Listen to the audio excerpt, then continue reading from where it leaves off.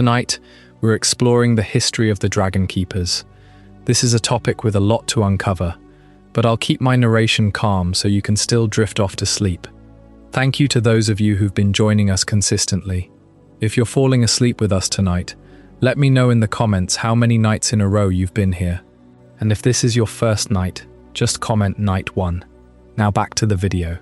In 56 AC, King Jaehaerys I faced a quiet kind of disaster, one that revealed how little control even the Targaryens truly possessed over their dragons. Princess Aerea Targaryen had mounted Balerion the Black Dread, the oldest and most feared living dragon in Westeros, and flown away without permission. For more than a year, no one knew where they had gone. When Balerion finally returned to King's Landing, he was weakened and scarred.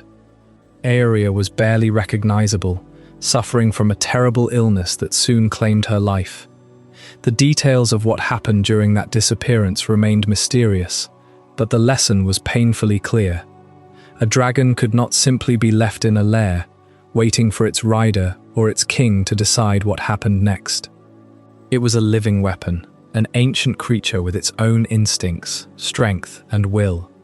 Jaehaerys answered by creating an order devoted entirely to the protection and management of dragons. These men became known as the Dragonkeepers. Their purpose was not merely to sweep ash from the Dragonpit or carry buckets of meat. They guarded the entrances, watched the creatures day and night, kept curious strangers away, and tended to the dragons as carefully as a household might tend to a dangerous and precious inheritance. The order was said to contain 77 men.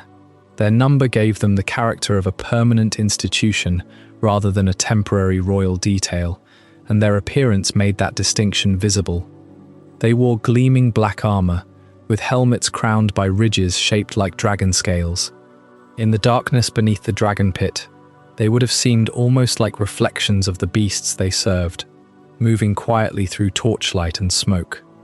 Over time, the Dragonkeepers took on a more solemn character. Later descriptions present them as disciplined and almost monastic, with shaved heads, plain habits, and strict routines. They learned High Valyrian, the language of the Targaryens and of the old dragon lords, using it in the presence of the dragons. Their knowledge set them apart from ordinary guards. A soldier might protect a gate, but a Dragonkeeper had to understand the habits of a creature that could burn through stone, recognize familiar voices, and become dangerous without warning. Their work connected two very different worlds. In the royal court, dragons represented conquest, legitimacy, and the survival of Valyrian blood. In the Dragonpit, those grand symbols became physical realities. They needed food, space, restraint, and constant supervision. The Dragonkeepers stood between the royal family and the animals on which royal power depended.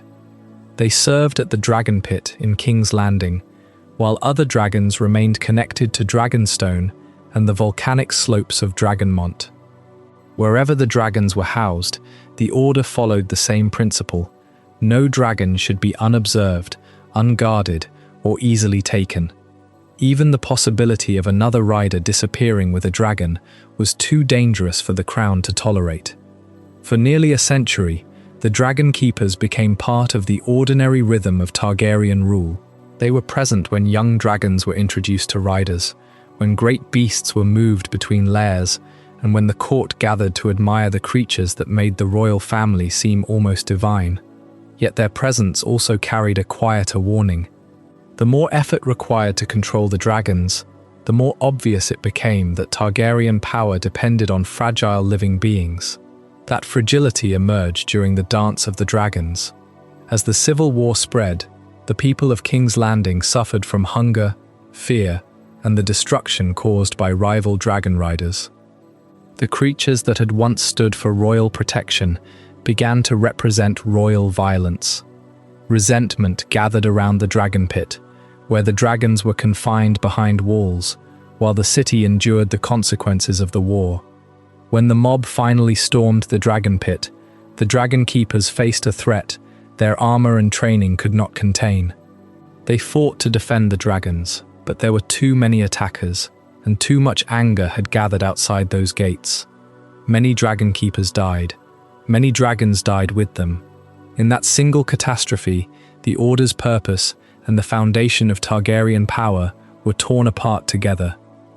Afterward, the remaining dragons dwindled. Some died in the violence of the war, others from sickness, weakness, or simple age. By the time the last dragons disappeared, the Dragonkeepers had lost the creatures they were sworn to guard. Their institution faded sometime between 130 and 153 AC. Not through a grand decree, but through the slow vanishing of the world that had required them. The history of the Dragonkeepers is therefore the history of a kingdom trying to place rules around the impossible. They were guards, caretakers, servants, and almost priests of the dragons. They represented the discipline behind Targaryen power, and their extinction revealed how quickly that power could become memory when the dragons were gone. The Dragonkeepers numbered 77 when the Order was young. 77 men set apart from the ordinary world, assigned to watch over a handful of living weapons, each one capable of killing 100 soldiers in a single pass. For every dragon confined within the Dragonpit, there were keepers standing in the dark, awake while the city slept. And the Targaryens did not build institutions around the things they truly trusted. That is the mystery at the heart of the Order. The Targaryens claimed dragons as a birthright. The bond between rider and dragon was presented as something sacred, almost mystical, a thing that ran in the blood and answered only to the rider's voice. And yet the crown surrounded its dragons with an armed institution of men who were not Targaryens, who would never ride, and whose only purpose was to keep the dragons contained. If the bond was real, why the walls? If the blood was enough, why the guards? It is a contradiction that survives in every record of the Order, and it points towards something the histories rarely say out loud. The dragons were never completely controlled. They were bonded, perhaps, but a bond is not the same as obedience, and obedience is not the same as safety. The Dragonkeepers were the silent order standing between the Targaryen dynasty and the weapons that made it untouchable.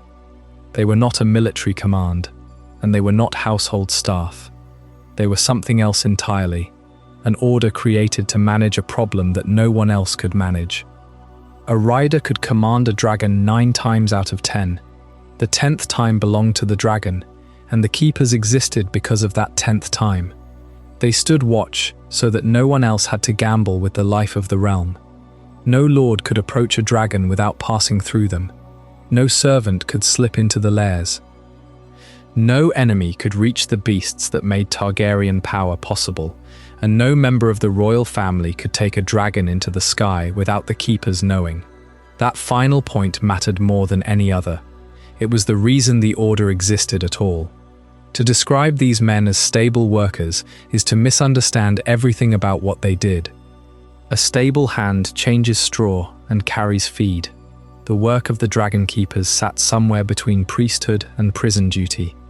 They were guards, first and foremost, watching every entrance to the Dragonpit and every shadowed slope where dragons laired. But they were also handlers. They knew how to approach a dragon that had not eaten, how to read the shift of a massive body, how to recognize when a tail twitching in sleep was merely a dream and when it was the beginning of something worse. They were translators as well. They learned High Valyrian and used it in the presence of the dragons, not as a scholar's ornament, but as a working language. The old tongue came from a world older than the kingdoms of Westeros, and the keepers understood that the dragons heard it differently. Commands spoken in that cadence reached something deep in the creatures, something that the common tongue could not touch. They were jailers too. The Dragonpit was a fortress designed to hold the impossible, and the keepers held its keys. They knew which chains went where, which doors had to remain bolted, which dragons could move freely within the dome, and which had to be restrained even inside their own lairs. And they were ritual custodians, tending the traditions that surrounded dragon riding, with as much care as they tended the dragons.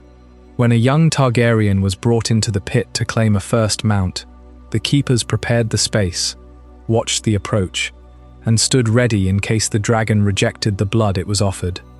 The order itself was born from a royal security failure. That is the origin against which every other fact about them has to be measured.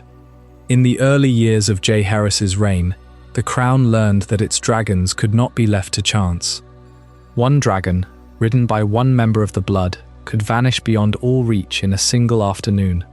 The keepers were the institutional answer to that lesson, the permanent reminder that no dragon would ever be taken from the crown again without the crown's knowledge. They were fear made into an institution, fear of what the dragons could do when no one was watching them, and what could happen to a kingdom if one of those creatures was turned against it. Their lives reflected that fear. The later keepers were monastic in appearance and habit. They shaved their heads and wore plain clothing beneath their armor, and their routines looked more like the discipline of a holy order than the work of a royal garrison. They lived apart from the ordinary life of the court, focused entirely on the task they had been given. The work demanded a strange balance.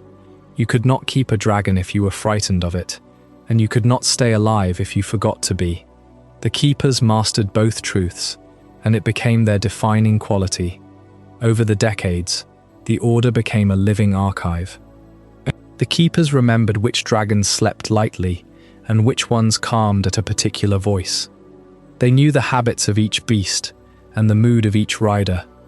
When a rider died, the keepers were the ones left behind to manage a dragon in grief, a creature whose patience with the world was growing thin.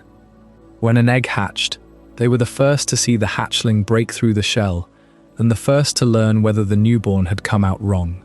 That memory, passed from one generation of keepers to the next, made them indispensable. The Targaryens rode the dragons, but the keepers knew them.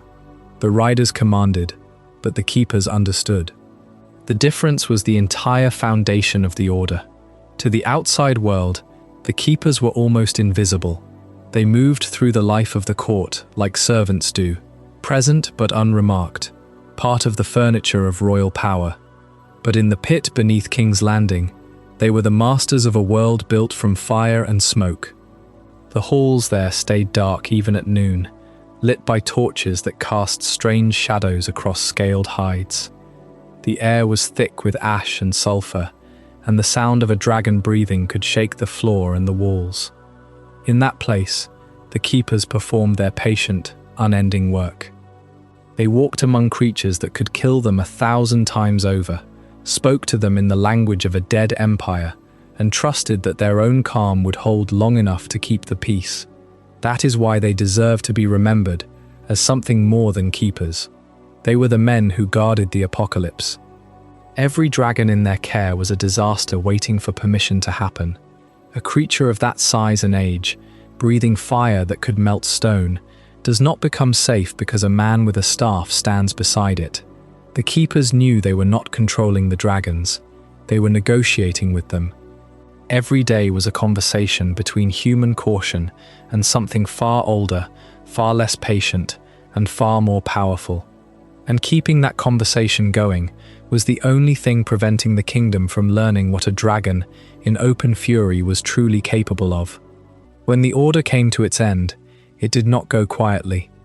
The keepers died at their posts, overwhelmed by the fury of the city they had spent their lives protecting. The creatures they had fed with their own hands were killed around them, and the order lost its men and its reason for being in the same terrible moment. Afterward, the remaining dragons died one by one, and the keepers watched them go. The knowledge they had spent lifetimes accumulating became obsolete. The rituals lost their power. The order dissolved sometime in the decades after the Dance of the Dragons. Not through a formal decree, but through the slow exhaustion of its purpose. It had been born from a royal security failure, and it died when the dragons became impossible to protect. The institution and the apocalypse it guarded ended in the same breath. What remains striking is that the keepers left no heirs. No other order arose to take their place. No manuals survived to teach the next generation how to speak to a dragon, or how to approach a beast that had not slept in days. When the order dissolved, the knowledge went with it. That was the quiet tragedy of the Keepers. They had been the only ones who truly understood the dragons, and their understanding could not be written down and passed on, because the dragons were the living context for all of it.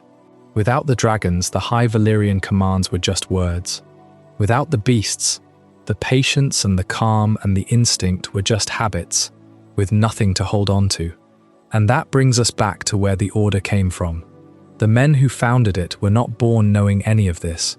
The institution had to be created, its methods assembled from mistake and necessity and fear. The Keepers were the answer to a lesson learned in the hardest way possible. But before the answer, there was only the failure and the long years of uncertainty that followed it. Before the Dragonkeepers existed, there were only dragons. It is easy, looking back from the age of the Dragonpit, to imagine that the Targaryens always had a system for their power, some ancient order, some perfected ritual, some unbroken chain of handlers passing the secret from one generation to the next. They did not. For more than 50 years after Aegon's landing, they had something far more fragile. They had blood, they had custom, and they had individual riders, nothing else. No armor, no guard, no dragon-scale helm waiting at the door, just the dangerous, unspoken assumption that the dragon would obey. Consider how the conquest actually happened. Aegon Targaryen did not bring an army of dragon lords to the shores of Westeros. He brought himself, his sister wives, 3 dragons, and a small force of men: Balerion, Vhagar, Meraxes. 3 names, 3 riders, 3 living flames. On the field of fire, when 2 kings joined their hosts together and tried to stop him, Aegon did not win because a kingdom obeyed him. He won because Balerion and Vhagar and Meraxes were ridden that day by people they had chosen. The great host of the Reach was broken, not by a crown, but by a family. That was the model. The dragon belonged to the rider belonged to the blood, and the blood belonged to the house. After the conquest, no one sat down to design a system of dragon control. The first rulers of the Iron Throne simply continued the custom of old Valyria. A Targaryen child would be placed in a cradle with a dragon egg, if an egg could be found. The hope was that the child and the egg would grow together, and that when the child was old enough, the dragon would hatch, or the child would claim a mount of their own. Sometimes it happened, sometimes it did not. There was no guarantee. A prince might spend his whole life with only a cool, scaled stone in his crib, waiting for a fire that never came. A princess might slip past the few servants who were supposed to watch her and emerge from the Dragonmont astride a beast no one had ever ridden. The Valyrian way was not an institution, it was a wager, placed on every new generation. The earliest form of dragonkeeping in the Targaryen dynasty was not a guard force, and it was not a brotherhood. It was an inheritance. A young Targaryen learned to ride as a rite of passage. The dragon was claimed in the old way, rider and beast meeting on a mountain slope or in a field of ash, alone. The crown took no part in the choosing. A king could no more command a dragon to accept his son than he could command the sea to stop. This was the system, if you could call it a system. It relied entirely on blood, on custom, and on the courage of a single rider, and because it worked once, the Targaryens believed it would always work. Here is what the early Targaryens refused to admit. A dragon did not belong to the crown in the way a sword or a castle did. If a king died, his sword could be passed to his heir. His castle could be garrisoned by men who had sworn oaths, but his dragon might survive him by decades. The crown could claim the dragon, but claiming a dragon does not make it yours. The ancient dragon lord families of Valyria treated their bonds as family possessions, but the dragons themselves never recognized the family. They recognized the rider. When the rider was gone, the dragon was unclaimed. And an unclaimed dragon is not a weapon waiting for a hand. It is a problem with wings. Even in the first generation, this weakness was visible. After Aegon the Conqueror died, Balerion the Black Dread remained. The greatest dragon that had ever flown in Westeros was no longer ridden by the man who had forged the Iron Throne. For a time, the Black Dread laired in the mountain beneath Dragonstone, technically belonging to the crown, practically answerable to no one. He was not guarded. He was not sealed away. He simply waited. And because no one had built a system to answer the question of what happened next, the answer was whatever the eldest Targaryen with enough courage and enough blood chose to make of it. The security risks grew as the dragons grew.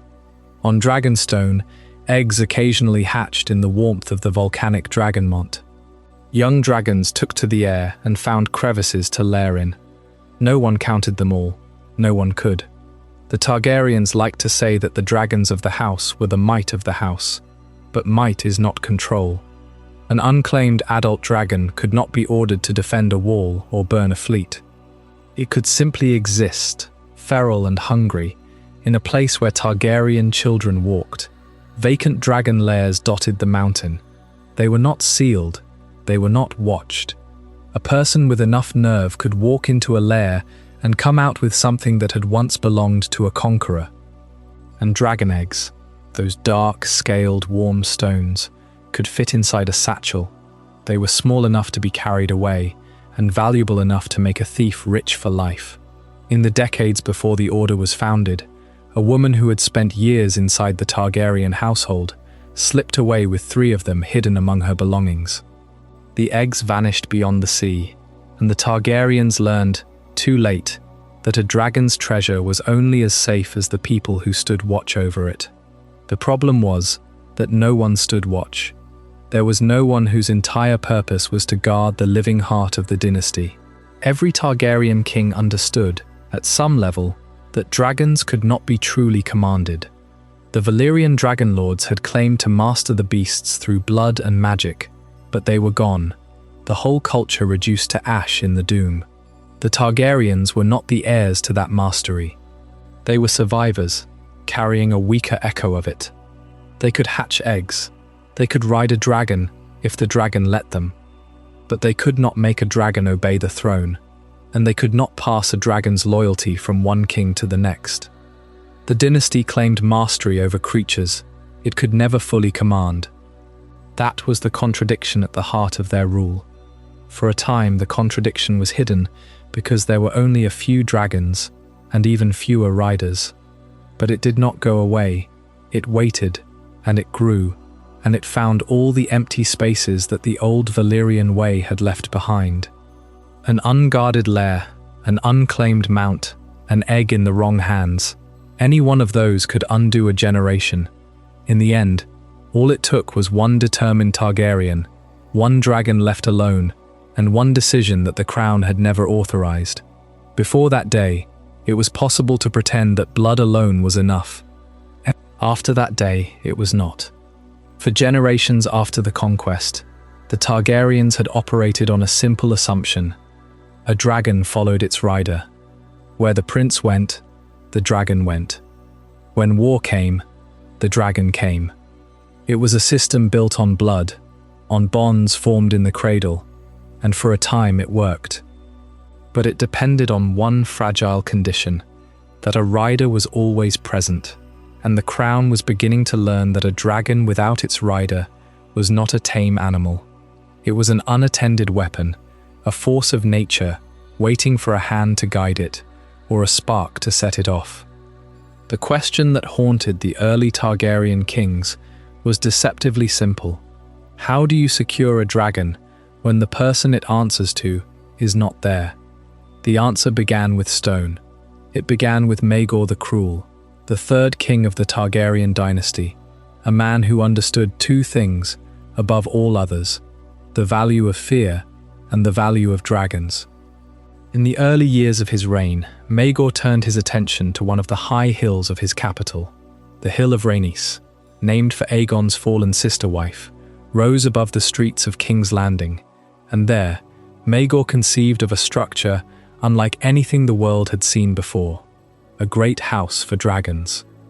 A pit, sunk deep into the earth and crowned with a colossal dome of bronze and stone, so vast that it could be seen from miles outside the city walls.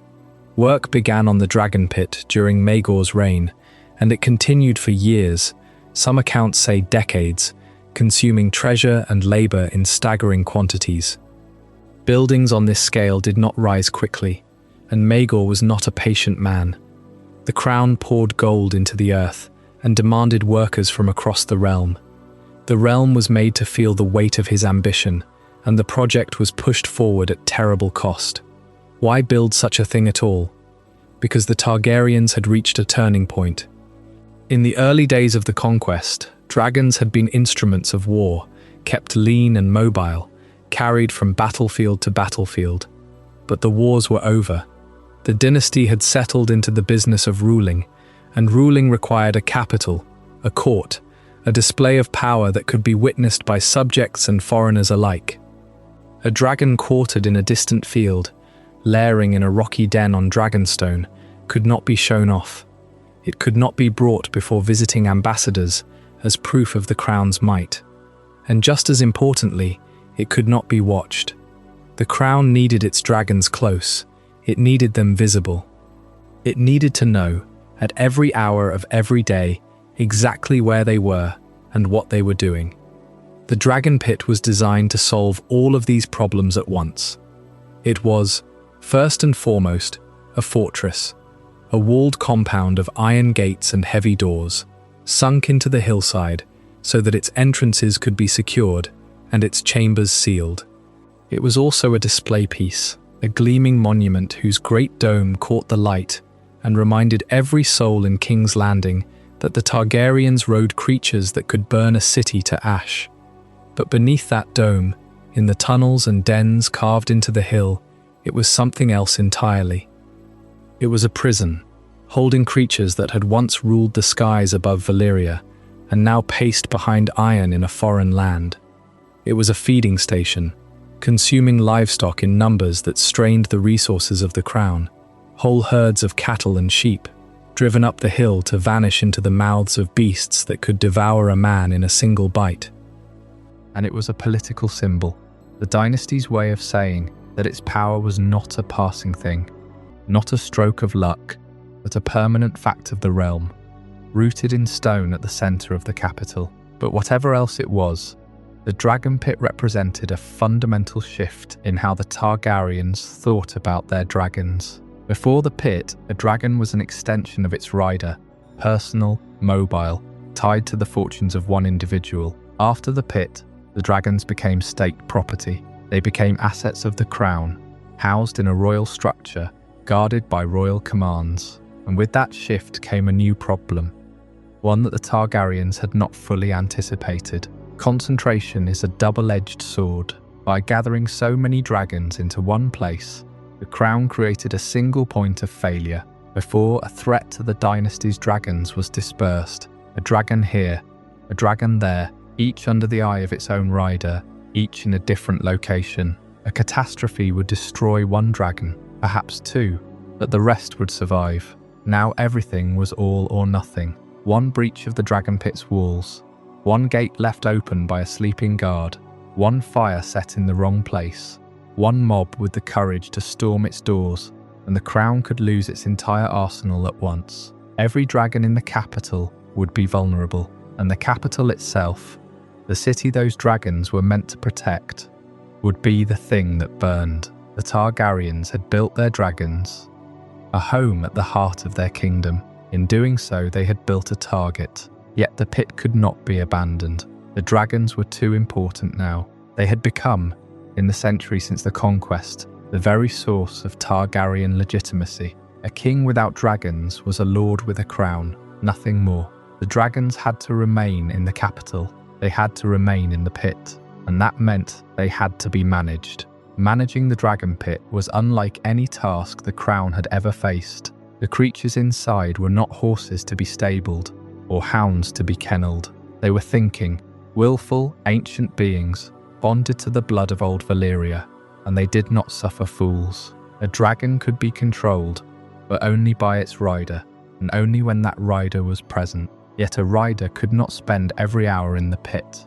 A king had a realm to govern, wars to wage, courts to hold. A queen had a household to oversee. Princes and princesses had duties of their own, and sometimes their duties carried them far from King's Landing for months at a time, leaving their dragons behind. Someone had to stay with those dragons, someone who could approach them without being burned alive, someone who could feed them and soothe them and pen them, someone who could keep thieves and assassins and would-be riders far away from them, someone who could stand in the presence of a living furnace and not flinch. For a time, the crown made do with a rotating collection of knights, servants and grooms, men who had learned the basics of dragon handling through trial and too often through death. But this was not sustainable. Keeper was not a role that could be filled by whatever soldier happened to be standing guard that week. It required knowledge. It required patience. It required a willingness to spend years in the shadow of creatures that could kill you without effort. The crown needed specialists. It needed people whose entire existence was given over to the care and protection of dragons. People who could remain near the beasts, even when their riders were absent, who understood their moods, their hungers, their dangers. It needed guardians devoted to a single unforgiving charge. The Dragonpit was the stage, the dragons were the stakes. But between the two there was a void the Targaryens had not yet filled, and it would take a disaster to force the crown to admit just how vulnerable that arrangement truly was. A disaster that began with a restless princess and the oldest, most terrible dragon in the world. When it was over, the crown would never again leave the safeguarding of its dragons to chance. The Dragonpit changed how King's Landing thought about dragons. But it did not change what dragons were, and to understand why the Targaryens would one day build an entire order of men around them, you need to understand what the realm was actually standing on. Dragons were not pets. They were not symbols that happened to be dangerous, or weapons that happened to be symbolic. They were all of those things at once. And that is precisely why they required so much management. Every dragon in the Targaryen arsenal was a battlefield weapon of devastating power. You could burn a castle from the sky before its walls ever faced a ram. You could break a shield wall before it fully formed. You could turn a siege into a slaughter without ever letting the enemy close the distance and strike back. Aegon the Conqueror had demonstrated this on the Field of Fire, where 3 dragons melted 2 armies into ash in a single afternoon. That was not ancient history to the Targaryens. That was the founding story of their rule, and every dragon that hatched afterward was a quiet promise that the conquest could happen again if the realm ever forgot who sat upon the Iron Throne.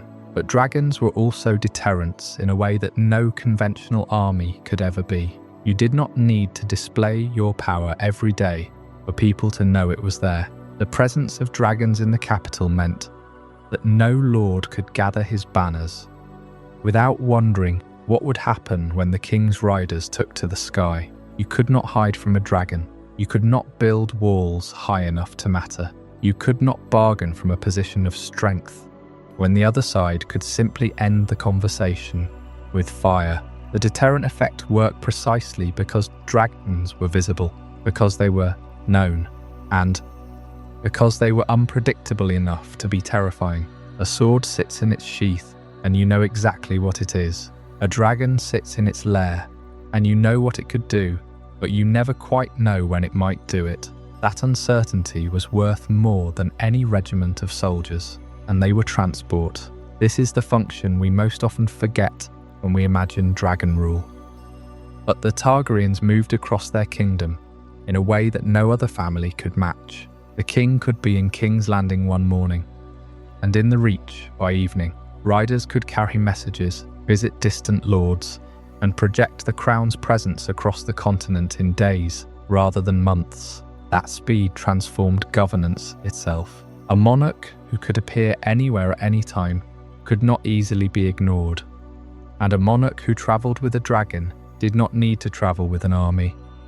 or at least not in the same way. The roads of Westeros were treacherous and slow for everyone else. The sky belonged to the Targaryens alone, and that alone was a form of rule. Beyond all of this, dragons were proof. They were the visible, living confirmation that the Targaryens were not like other men. They had come from Valyria. They had survived the doom that had destroyed every other dragon lord. They alone among the great houses of the old empire had carried the fire through the fall, and every dragon that flew was a relic connecting them to a power no one else in the world could claim. When the small folk looked up and saw wings cross the sun, they were not just seeing a beast, they were seeing the reason the Targaryens sat the Iron Throne. That is not a military function, but it is a dynastic one, and in many ways it is the more important of the two. A dragon does not need to burn anything to accomplish what the Targaryens need it to accomplish. It simply needs to exist. This is why every egg mattered. Every unhatched egg placed in the cradle of a Targaryen prince or princess was a promise of future power. It was a gamble, of course. Not every egg hatched.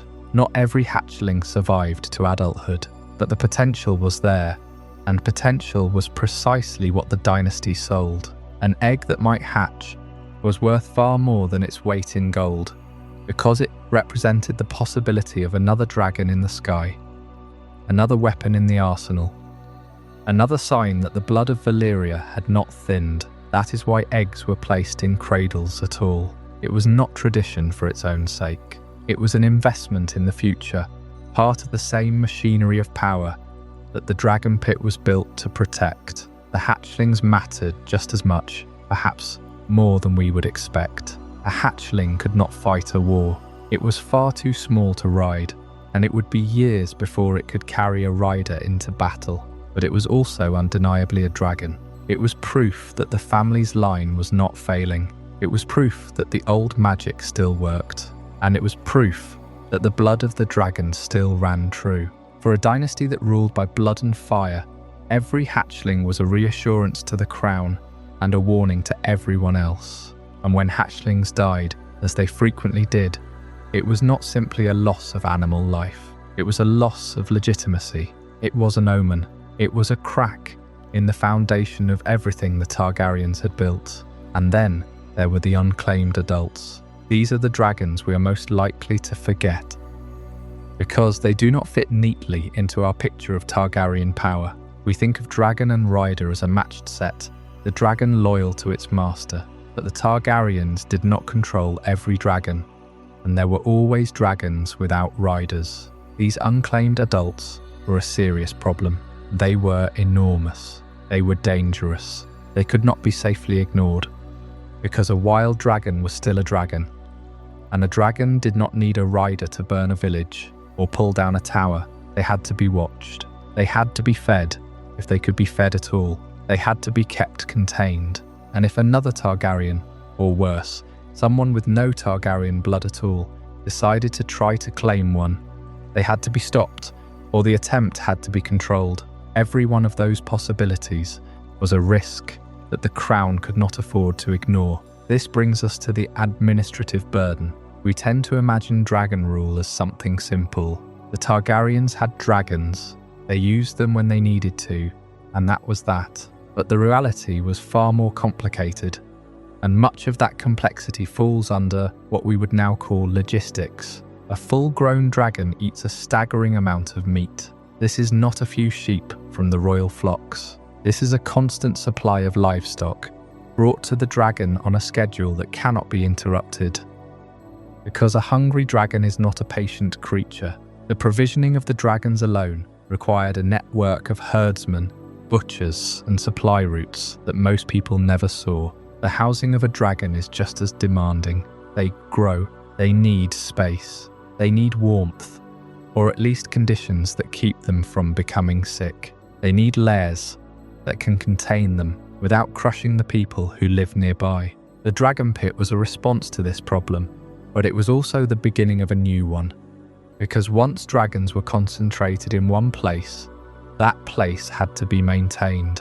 The building had to be inspected, the fires had to be tended, the chambers had to be cleaned, As much as a dragon's chamber can ever truly be cleaned, none of this happens on its own. The watching is just as important as the feeding and housing. Someone has to know where every dragon is at all times. Someone has to know which dragon is sick, which dragon is restless, which dragon has been acting strangely. Someone has to know when a dragon is close to producing eggs, and where those eggs are, and who is allowed to approach them. In a world without the record-keeping systems we would now take for granted, this knowledge had to be held in human memory. It had to be passed down from one generation to the next, and it had to be kept within a very small circle of people who could be trusted not to use it against the crown. A dragon is not a horse. You cannot simply stable it and check on it once a day. A dragon requires attention, and attention requires people, and people require organization. Even before there was an order of Dragonkeepers, there were people doing this work. They did it because they were told to, or because they were the only ones who knew how, or because they had grown up in the presence of dragons and could not imagine any other life. They had no name, no uniform, no formal standing, but the entire Targaryen dynasty depended on them. And then there is the task of separating dragons from ordinary people. This might sound simple, but think about what it actually means. The capital city of a kingdom whose rulers control dragons is a city where dragons live. They are present in the lives of the Smosful folk in a way that we, in our world, can barely understand. The sound of a dragon roaring at night somewhere across the city. The smell of a dragon lairing in the pit beyond the walls. The fear that a dragon might break loose, or be stolen, or simply decide to fly somewhere it should not be. Every child in King's Landing grows up knowing that their king wields a power that could incinerate the city, and that this power is held in a building not far from where they sleep. That knowledge shapes everything. It shapes how people speak about the crown. It shapes how they feel about the Targaryens. It shapes the very texture of daily life. And it creates a constant pressure on the crown to make sure that dragons are seen when they should be seen, and not seen when they should not be seen. The Targaryens needed their subjects to know about dragons. They could not govern without that knowledge, but they also needed to control when and how and where that knowledge was experienced. Too much visibility, and the dragons become a source of terror. Too little, and they become a rumour, a legend, something that might be questioned. Holding that balance was not a job for the king. It was a job for people no one ever wrote songs about. Long before the Dragonkeepers received their official name, this invisible bureaucracy existed. It was informal. It was piecemeal. It was built from the traditions of Valyria and the practical necessities of the Targaryen court. There were people who understood dragons, people who were not afraid of them, people who had grown up in their shadow. There were stewards and grooms and guards who took on the work of feeding and watching and protecting. Sometimes because they were ordered to, and sometimes because there was no one else to do it. There were men and women who knew the old words of High Valyrian, the commands that seemed to soothe a dragon or turn its attention aside. And there were people who knew that dragon knowledge was that knowing too much could get you killed, or could raise you beyond your station, depending on the mood of the king and the disposition of the beast. For decades, this is how it worked. There was no order. There was no formal institution. There was no name for what these people did. They were simply the ones who handled the dragons, and the realm owed its stability to their quiet, unglamorous labour. But this informal system could not survive contact with a true crisis. It worked precisely because it was so deeply tied to the personalities and loyalties of the people involved. When a king was strong, the system held. When the family was unified, the system held. When the dragons were calm, the system held. But the entire structure rested on an assumption that had never really been tested. The assumption was that the Targaryens could manage their own blood, and that the dragons would remain where they were supposed to be. That assumption was about to break. A young princess would take the oldest and most terrible dragon in the world not with the crown's blessing, and not with the crown's knowledge. And when she disappeared into the sky, the realm would learn exactly how fragile that invisible system had always been. The Targaryen dynasty had built its entire claim to power on the backs of creatures that by all rights should have been untamable. And for generations, the system worked because the blood of old Valyria ran thick in the veins of the dragon riders. The bond between rider and dragon was personal, almost mystical, and it was that bond which kept the crown's most dangerous assets in check. But the crown was learning a hard lesson in the early years of Jaehaerys I's reign. A dragon was not a sword that could be locked in an armory. A dragon was a living, breathing, thinking creature with a will of its own. And where there was will, there was the possibility of theft. The story of Alyssa Farman is one of those half-remembered tales that drifts through the histories of the Targaryen court. A story that scholars and maesters mention with a knowing nod but rarely place at the centre of the narrative. Alyssa was a woman of noble birth from the Iron Islands, though her family had long since traded the salt and rock of the islands for the more comfortable life of the mainland court. She was a lady-in-waiting, or perhaps a companion, depending on which account you read, and she had access to parts of the Red Keep that most outsiders never saw. And in the year 34 after the conquest, she used that access to commit what some would call the first great act of dragon-related larceny in the history of the Targaryen dynasty. The details are frustratingly sparse, as they so often are with events that the crown would rather forget. What we know is this: Alyssa Farman managed to steal 3 dragon eggs from the royal nursery. Not hatchlings, not adult dragons, but eggs. 3 of them, each one a treasure beyond measure, each one carrying within its shell the potential for a new dragon, a new weapon, a new symbol of power. And she didn't just steal them and hide them in a chest somewhere. She took them to the coast, found a ship, and sailed for the free cities. The eggs left Westeros entirely, vanishing into the chaos of the eastern markets, where, presumably, they were sold to the highest bidder, or perhaps kept by Alyssa herself for reasons we will never know. Now, on the surface, this might seem like a minor incident. After all, no dragon was lost, no rider was harmed, and the crown still had its full complement of living, breathing weapons. But the theft of those eggs struck at something deeper, something far more unsettling than the loss of a few potential dragons. The eggs were not just potential weapons, they were the very essence of Targaryen power, the biological inheritance of the dragon lords of old Valyria. And Alyssa Farman had just proven that this inheritance could be taken, that it could be carried across the sea, that it could fall into the hands of people who had no blood tie to the Targaryens, no loyalty to the Iron Throne, and no reason to respect the delicate balance of power that kept the 7 kingdoms in line. This episode is often discussed as part of the wider atmosphere of vulnerability that surrounded the Targaryen court in those early years, rather than as a single undisputed founding trigger for the Dragonkeepers. And that distinction matters, because the theft of the eggs was not an isolated event. It was part of a pattern, a growing sense that the crown's control over its dragons was not as absolute as it needed to be. There were whispers of other incidents, other breaches, other moments where the line between royal security and royal vulnerability blurred. The theft of the eggs was the most dramatic, the most public, the most undeniable proof that the Targaryen monopoly on dragonkind was not as secure as the dynasty liked to believe. But there was something else about Alyssa's theft that made it uniquely threatening.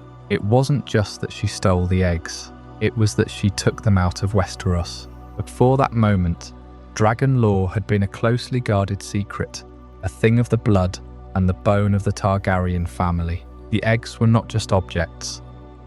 They were repositories of knowledge, of magical potential, of the very essence of what made the Targaryens different from every other house in the 7 kingdoms. And by carrying them across the narrow sea, Alyssa Farman transformed that secret into something that could be studied and copied and perhaps even replicated.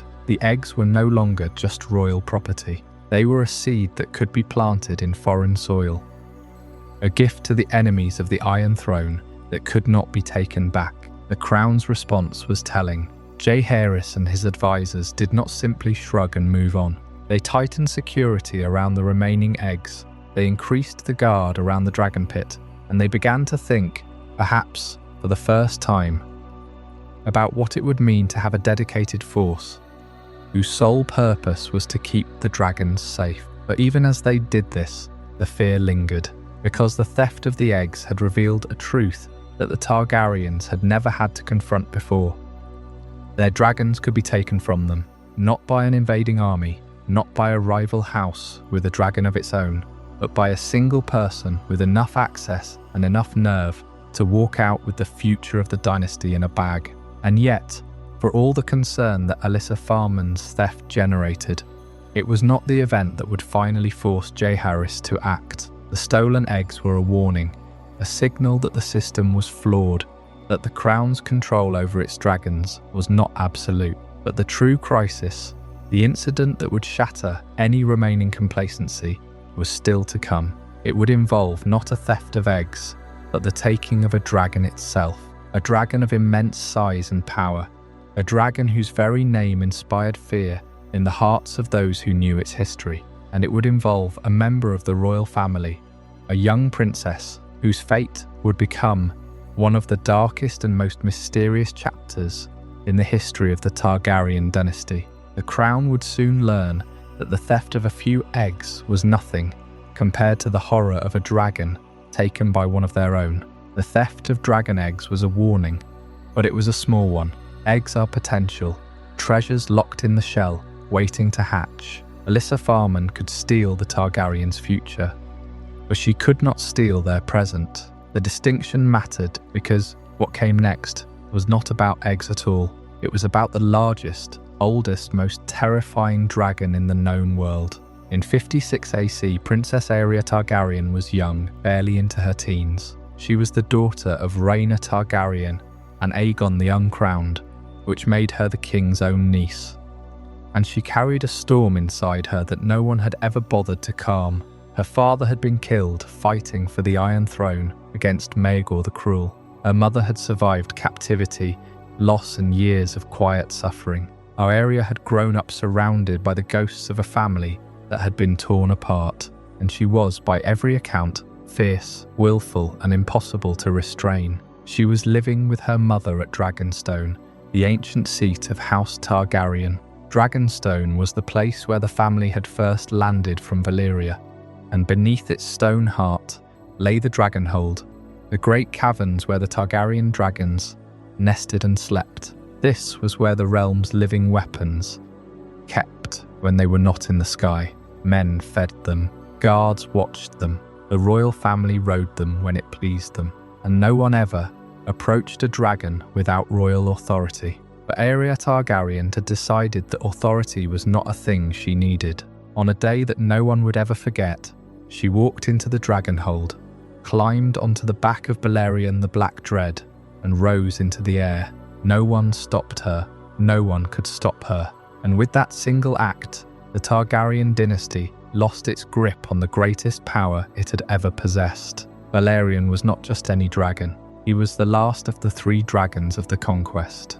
Aegon the Conqueror had ridden him into war, had fused the seven kingdoms together under a single crown with the fire of his breath. Viserys, the Conqueror's brother, had ridden him as well. Maegor the Cruel had ridden him in his years of terror. And when Maegor died, Balerion had become something more than a weapon. He was a monument, a living relic of the age, when the Targaryens had brought the world to its knees. No one had claimed him since. No one had dared. The Black Dread was beyond the reach of ordinary ambition. But dragons do not recognize property lines. They recognize blood and fire and will. Aerea Targaryen had all three in abundance. And when she and Balerion flew out over the narrow sea, no one in the Seven Kingdoms knew where they were going, or whether they would ever come back. For more than a year, they vanished, completely and utterly vanished. Ravens were sent to every castle in the realm. Riders were dispatched along every road. The maesters consulted every map. King Jaehaerys I offered rewards for any word of his niece. Agents crossed the narrow sea. Nothing. A dragon the size of a mountain had simply disappeared from the world. The humiliation of this cannot be overstated. The Targaryen dynasty had built its entire claim to rule on the back of its dragons. The Iron Throne existed because Balerion had burned a path for Aegon the Conqueror. The Dragonpit in King's Landing had been raised to show the realm that these beasts were tamed, controlled, and loyal to the crown. And yet here, at the heart of Targaryen power, the mightiest dragon of them all had been taken out of royal custody, not by an invading army, not by a rival house, not even by a servant who had grown seditious. He was gone because a teenage girl had simply decided to take him. The court did not know how to respond. There was no protocol for this. A king could put down a rebellion. A king could answer an invasion. But a king could not chase a dragon across the known world. And so the crown waited and searched and argued about what it all meant. The realm's greatest weapon had effectively been stolen from the royal household. And the royal household had no way to get it back. The uncertainty was unbearable. Was Aerea alive? Was she dead? Had Balerion thrown her into the sea, somewhere far from shore? Had she fallen to her death in some distant mountain range? Or was she somewhere, plotting, waiting, gathering her strength for a return that would shake the dynasty to its foundations? There were rumours that she had been seen in Essos, in Pentos, in Volantis. There were whispers that she had flown to the ruins of old Valyria, the forbidden land of the Doom, where no man had walked in centuries. Some said she was living among strange peoples at the edge of the world. Others said she was already in a dragon's belly, her body feeding the very beast she had meant to claim, and no one could say which of these was true. The maesters had little to work with. The captains of the ships that returned from distant ports had nothing to report. It was as if Aerea and Balerion had flown off the edge of the known world and into a silence that could not be pierced by any effort of the crown. But here is the deeper problem, the one that made this more than a family tragedy. The Targaryen system of rule depended entirely on the idea that the throne's dragons were inseparable from the throne itself. The realm accepted the Iron Throne because the alternative was death from above. The Targaryens could be hated, they could be resented, they could even be challenged, but they could not be defeated, because whenever a lord grew bold, the crown would bring dragons. That was the contract. That was the source of peace, and the source of fear, and the reason nobody had dared to raise a hand against the king in open rebellion. Aerea's disappearance broke that contract in a way that no one had ever conceived of. It exposed the truth that the crown's control over its own dragons was not a law of nature. It was an arrangement, a tradition, a matter of trust and blood that could be broken by anyone bold enough to break it. If a princess could ride off with the Black Dread, then the Iron Throne was not the master of its own arsenal. The dragons were not soldiers waiting for orders. They were living creatures with their own whims, and any Targaryen with enough nerve could take one. The same nerve that had made the Targaryens powerful was now the very thing that could undo them. That was the constitutional crisis hiding inside the family tragedy. The crown could not govern if it could not command its weapons. And for more than a year, the crown could not command even one, much less the greatest of them all. Then, as suddenly as she had gone, Aerea returned. Balerion the Black Dread flew into King's Landing one day, descending over the city with the princess on his back. The dragon landed before the Dragonpit, and the guards who saw him were reportedly barely able to believe their eyes. Aerea was alive, but she was dying. Balerion himself was a shock to behold. The massive dragon was covered in wounds. Fresh cuts and gashes were layered over old scars. Burns and slashes marked his hide from wing to tail. Wounds that no one in the realm could explain.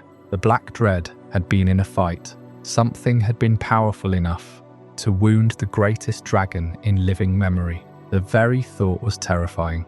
Aerea was carried quickly to the Red Keep, and the maesters were summoned to her bedside. She was burning with fever, her body twisting and writhing in pain, and there was something beneath her skin, something moving. The accounts that survive are difficult to read. The maesters found strange creatures inside her flesh, things that wriggled and squirmed and seemed almost to have human faces. They tried to cut them out, to burn them away with heated oil and fire. It was a desperate, gruesome effort. None of it was enough. Aerea Targaryen died a few days after returning home, her mother Rhaenyra at her bedside, holding her as she slipped away. No one ever learned where she had been. The maesters could only guess, and their guesses were limited. Some theories pointed to Valyria, the smoking ruins of the Targaryen ancestor land, where the Doom had left behind strange magic and stranger forms of life. If Aerea had flown there, the maesters reasoned, she might have found things that the known world had never imagined. Balerion's wounds seemed to support the theory. Whatever kind of fire or fang had scarred him so deeply, it did not exist in the settled lands of Westeros or Essos. But it was only a theory. No one could prove it. No one would ever prove it. The only witness, Balerion himself, carried his scars in silence for the rest of his days. The realm was left with a hole where the truth should have been. A princess had vanished, returned and died, and no one could say what had happened. The only certainty was the lesson that King Jaehaerys I took from the entire ordeal. A dragon could not be left to chance. A dragon could not be allowed to wander. A dragon could not be permitted to bond with a rider who did not have the crown's explicit blessing. The Targaryen family needed to guard its weapons the way it guarded its treasure and its blood and its throne, not with casual watchfulness, not with the usual household guards, with an order of dedicated men sworn to the sole purpose of keeping the dragons safe, contained, and answerable to the crown alone. Jaehaerys knew, in the end, that the kingdom could never again afford to learn that lesson a second time. When Aerea Targaryen disappeared with Balerion, the Black Dread, the crown had no way to know whether they would ever see her again. For more than a year, that uncertainty hung over King's Landing like a held breath. Rhaenyra, her mother, searched the way a person searches, when the thing they are looking for has left no trace. Following whispers, waiting on reports, standing at windows that faced the wrong direction, and the court of her brother, King Jaehaerys I, could do little more than watch the sky and wonder. Then one day the sky answered. Balerion returned to King's Landing in the 55th year after the conquest, and from the moment he appeared, everyone who saw him knew that something had gone terribly wrong. The Black Dread had been seen over the city before the guards could even sound the alarm. There was nothing else in the sky that could possibly be that large. He descended slowly, heavily, like a creature carrying a weight that had nothing to do with his own body. He came down onto the courtyard of the Red Keep, and the men who ran to meet him stopped short when they saw the shape, slumped in the saddle. Princess Aerea was alive, barely. She was 14 years old, and she arrived like something that had been burning for a very long time. Her hair was brittle and singed. Her skin was cracked and hot to the touch. Whatever she had been through, whatever far country she had crossed in the year she was gone, it had left marks on her that were not like any wound the guards had ever seen. She could not stand on her own. She could barely hold on to consciousness. They carried her inside, and the maesters were called. The maesters were baffled before they even began. Maester Benifer came to the princess's bedside and found heat radiating from her skin. Not a fever in the usual sense, but a deep, unnatural warmth that seemed to come from within her body. Her flesh was alive with it, and there was something worse. Beneath the surface of her skin, things were moving. Small reddish lumps shifted and slid and pressed outward from within, as if her body had become a home to something that was not her. When they finally cut one open, they found a worm, but no worm like any of them had ever seen. It was black and scaled, and it had a mouthful of tiny, sharp teeth. The princess was full of them. Aerea died screaming. The histories say it plainly. And it is one of those sentences you wish they had left vague. She screamed and burned and could not be saved. And within a day of her return to the city that should have been the safest place in the world, she was gone. The Black Dread had wounds of his own to answer for. A great gash ran along his side, an injury that had opened and wept and never truly closed. The maesters tended to him as best they could, but something in the dragon seemed changed. Balerion had carried Aegon the Conqueror. He had been the weapon that broke the Seven Kingdoms into submission. He had survived the doom of Valyria itself, and now he stood in the courtyard of the Red Keep, silent, scarred, and older than he had any right to be. With a princess's life burned out above his saddle, he stayed at King's Landing after that. He never went back to roaming as he once had, but the return had changed him. No one could say where they had been. That is the honest answer. And Sisters have been trying to find a better one for centuries. The prevailing theory is that Balerion flew east, to Valyria, to the smoking ruins of the Dragon Lord's homeland. The only place in the known world that might hold something so foul and so alien that it could do such things to a girl of dragon blood. The theory would explain the heat. It would explain the parasites. It would explain why no maester could name the creatures that had nested in her flesh. But it remains a theory, and the surviving accounts admit as much. They do not answer every question, and the one question they cannot answer is the most important of them all. What happened out there between the day Aerea vanished and the day Balerion brought her home? What did she see before the fever took her? She never told them. She was gone too quickly, and the silence she left behind was perhaps the worst thing of all. For House Targaryen, this was not just a family tragedy. It was a fracture in the founding that they believed about themselves. The Targaryens had always treated the bond between dragon and rider as something close to sacred. A dragon did not belong to the crown in the way a sword or a castle did. It belonged to the blood. The dragon knew its rider. It protected its rider. And for generations, that bond had been protection enough. Aenys had been gentle and timid, and dragons still answered to him. Maegor had been monstrous, and Balerion had burned and flown at his word. The blood was supposed to be the one thing that made a dragon safe. Aerea had that blood. She had claimed the greatest dragon who ever lived. She wore the blood of the dragon more openly than almost anyone in her family line, and it had not protected her. Her death was the final proof that a rider's blood was not enough to make every dragon journey safe. Blood did not stop the wound that would not heal. Blood did not stop the things moving under your skin. Blood did not bring you back from wherever Balerion had taken that girl. It was not the first warning the crown had received. Years earlier, the theft of dragon eggs by Alyssa Farman had already shown that even the crown's own bloodline could not be trusted with its greatest treasures. But this was something else entirely. Aerea had not stolen a few eggs from a chest. She had stolen the Black Dread himself, and she had paid for it with her life. If a princess could take the realm's most powerful weapon out from under the king's nose and ride it into an unknowable nightmare, then the whole system was broken. King Jaehaerys took that lesson, and he built an institution out of it. The crown would never again trust simply in bonds. From that moment forward, dragon access would be managed, controlled, and guarded. In the year after his niece died, Jaehaerys founded the order that would come to be known as the Dragonkeepers. 77 men, chosen for loyalty above all else, were given the singular task of guarding the royal dragons day and night, wherever they laired. They wore black armour, and their helms carried dragon-scale crests that swept down the backs of their necks, echoing the very creatures they were meant to keep.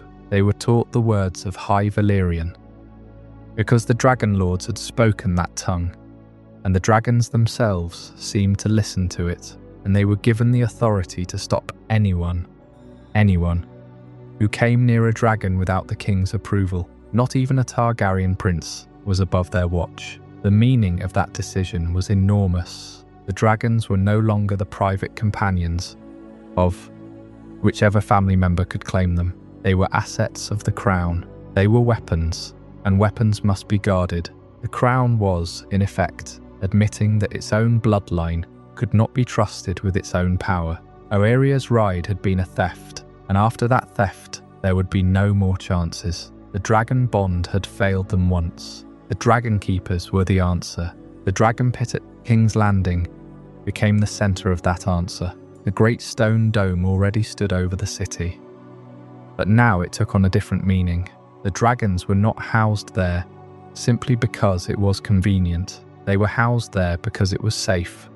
Safe from thieves, yes, but also safe from princes and princesses who might decide, as Aerea had decided, that the world was too small for them.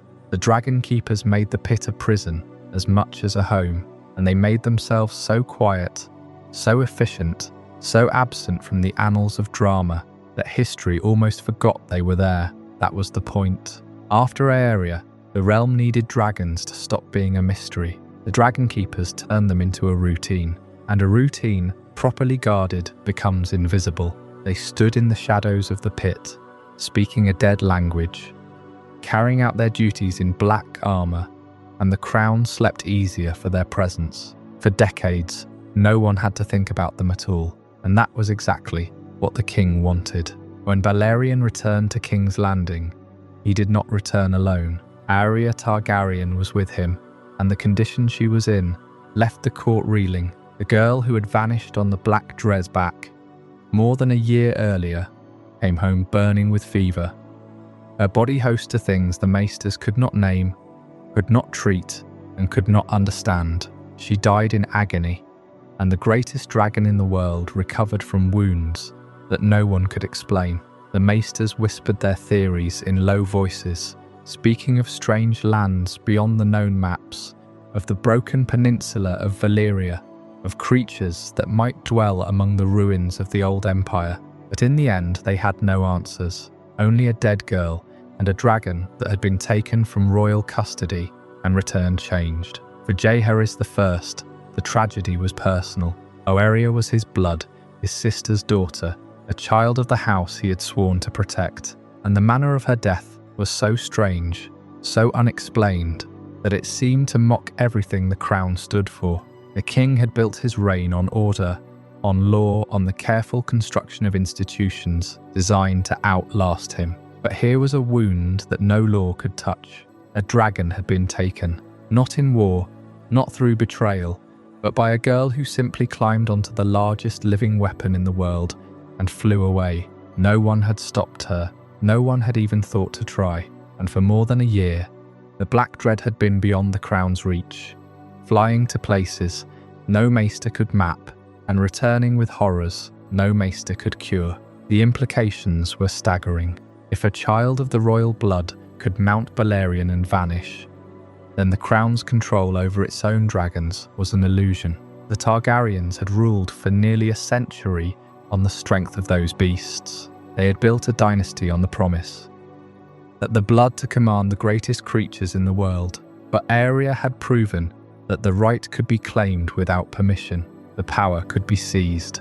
And once that door had been opened, the question was not whether another dragon would be taken. It was when, in the year 56 AC, Jaehaerys made his answer. It was not a declaration of war.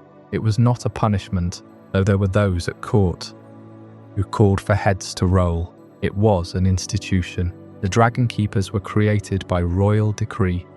77 men chosen for discipline, for loyalty, for the willingness to dedicate the rest of their lives to a single purpose. They were not lords seeking glory. They were not knights in search of honor. They were guards and handlers, a dedicated order whose only task was the protection of the Targaryen dragons. Their mission was laid out with the precision that marked everything Jaehaerys did. They would guard the lairs of the dragons, day and night, wherever those lairs might be. They would protect the dragons themselves, tending to their needs, keeping them fed and healthy. They would restrict access to the beasts, deciding who was permitted to approach and who was turned away. And above all, they would prevent another unsanctioned flight. No unauthorized rider, no stolen dragon, No repetition of the humiliation that Aerea had visited upon the crown. The twist in this story is almost elegant, and it is worth sitting with for a moment. The Targaryens had just suffered the greatest loss of control in their history. They had watched a dragon slip from their grasp, vanish into the unknown, and return carrying death. The natural response would have been fear. The natural response would have been to lock the dragons away, to retreat from the beasts that had made them powerful. But Jaehaerys did not answer chaos with withdrawal. He answered it with structure. He answered a loss of control by creating an institution devoted entirely to control. The Dragonkeepers were not a sign of weakness. They were the consolidation of power, a permanent barrier between the dragons and the unpredictable world that had nearly stolen one of them away. The order was established at the Dragonpit in King's Landing, the great domed structure built to house the dragons of the capital, and wherever the beasts laired beyond it. Dragonkeepers held their watch at Dragonstone, where the Targaryens had kept their dragons since before the conquest. The order maintained its presence. 77 men were not an army. They were not meant to be. Their power lay in their vigilance, in the simple fact that no one could approach a sleeping dragon without passing through them. The age of casual access was over. In time, the order would become something far more than a security force. The men who joined would develop customs and traditions that set them apart from the rest of the court. They would shave their heads and dress in plain clothing, taking on the character of a monastic brotherhood. They would learn High Valyrian, the language of the old dragon lords, and they would speak it in the presence of the beasts they guarded, reserving a connection to a world that had died centuries before. They would wear black armor and helms crowned with dragon-scale crests running down the back, a uniform that marked them as belonging to the dragons as fully as the dragons belonged to the crown. They would become as much a fixture of the Targaryen court as the Kingsguard itself. But all of that lay in the future. In the beginning, in the year 56 AC, they were simply 77 men given a mission that would define the rest of their lives. Stand between the dragons and the possibility of another era. Stand between the crown and the nightmare of a stolen dragon. Stand over the lairs of the beasts, and never let the realm forget that the dragons were the property of the Iron Throne. The founding of the order was quiet. There were no parades, no celebrations, no songs written in its honor. It was an administrative decision, the kind of patient structural work that defined Jaehaerys' reign, but its consequences would ripple through the rest of Targaryen history. The bond between Targaryen and dragon had always been personal, almost sacred, a matter of blood and will. Now there was a system around that bond, a machinery of discipline and routine, placed between the royal family and the beasts that made them divine. Jaehaerys had taken the wildest element of his kingdom and set it at the center of the most ordered institution he could devise. And it worked. For decades, no one stole a dragon. No one took an unsanctioned flight from the Dragonpit. The order kept its watch, and the dragons of House Targaryen remained where the crown wanted them. The Dragonkeepers became a familiar presence, so woven into the life of the court that the black armor and the scaled helms were simply part of the landscape. They moved through the Dragonpit with the quiet confidence of men who had long since learned to master their fear, speaking to the dragons in a language that had once echoed through the streets of Valyria. Their days followed a rhythm established under Jaehaerys' reign, a rhythm that would carry on largely unchanged for generations. Dawn brought the first watch. The fires were tended, the beasts were fed, the gates were checked, and at every step the keepers were there, standing in the gap between dragon and world, keeping the promise their founder had made. On the day he first set 77 men to their vigil, the order had been born from a catastrophe, but it had grown into something built to last, a quiet and permanent answer to the oldest fear of the Dragon Lords. When Jaehaerys I created the Dragonkeepers, he did not simply issue a statement and hope for the best. He gave the Order a mandate, a purpose, and a specific number. The Chronicles of the Seven Kingdoms record that the Dragonkeepers consisted of 77 men, sworn to guard the dragons day and night, wherever they happened to lair. 77. It is a strange number to choose for an elite force. You might expect 50 or 100, or perhaps a dozen hand-picked knights chosen for their valor. But 77 has a particular weight to it. It is specific. It is deliberate. And if you look closely, that number tells you more about how the Dragonkeepers actually worked than any decree ever could. Think first about what the number means in practical terms. Because Jaehaerys Targaryen was nothing if not a practical king. Guarding dragons around the clock is not a figure of speech when you are talking about the most valuable living creatures in the realm. A watchman who stands his post for 24 hours without relief is a watchman who will be asleep at the worst possible moment. A force that never rests is a force that fails, so the number must support rotation. Men who sleep, men who eat, men who train, while other men stand the watch in their place. 77 men could be divided into shifts that kept the Dragonpit covered at all hours. And the Dragonpit is not a stable, and it is not a kennel. It is a massive echoing structure built to contain creatures that could level a city wall. You cannot defend a building of that size with 2 men at the gate and a lantern.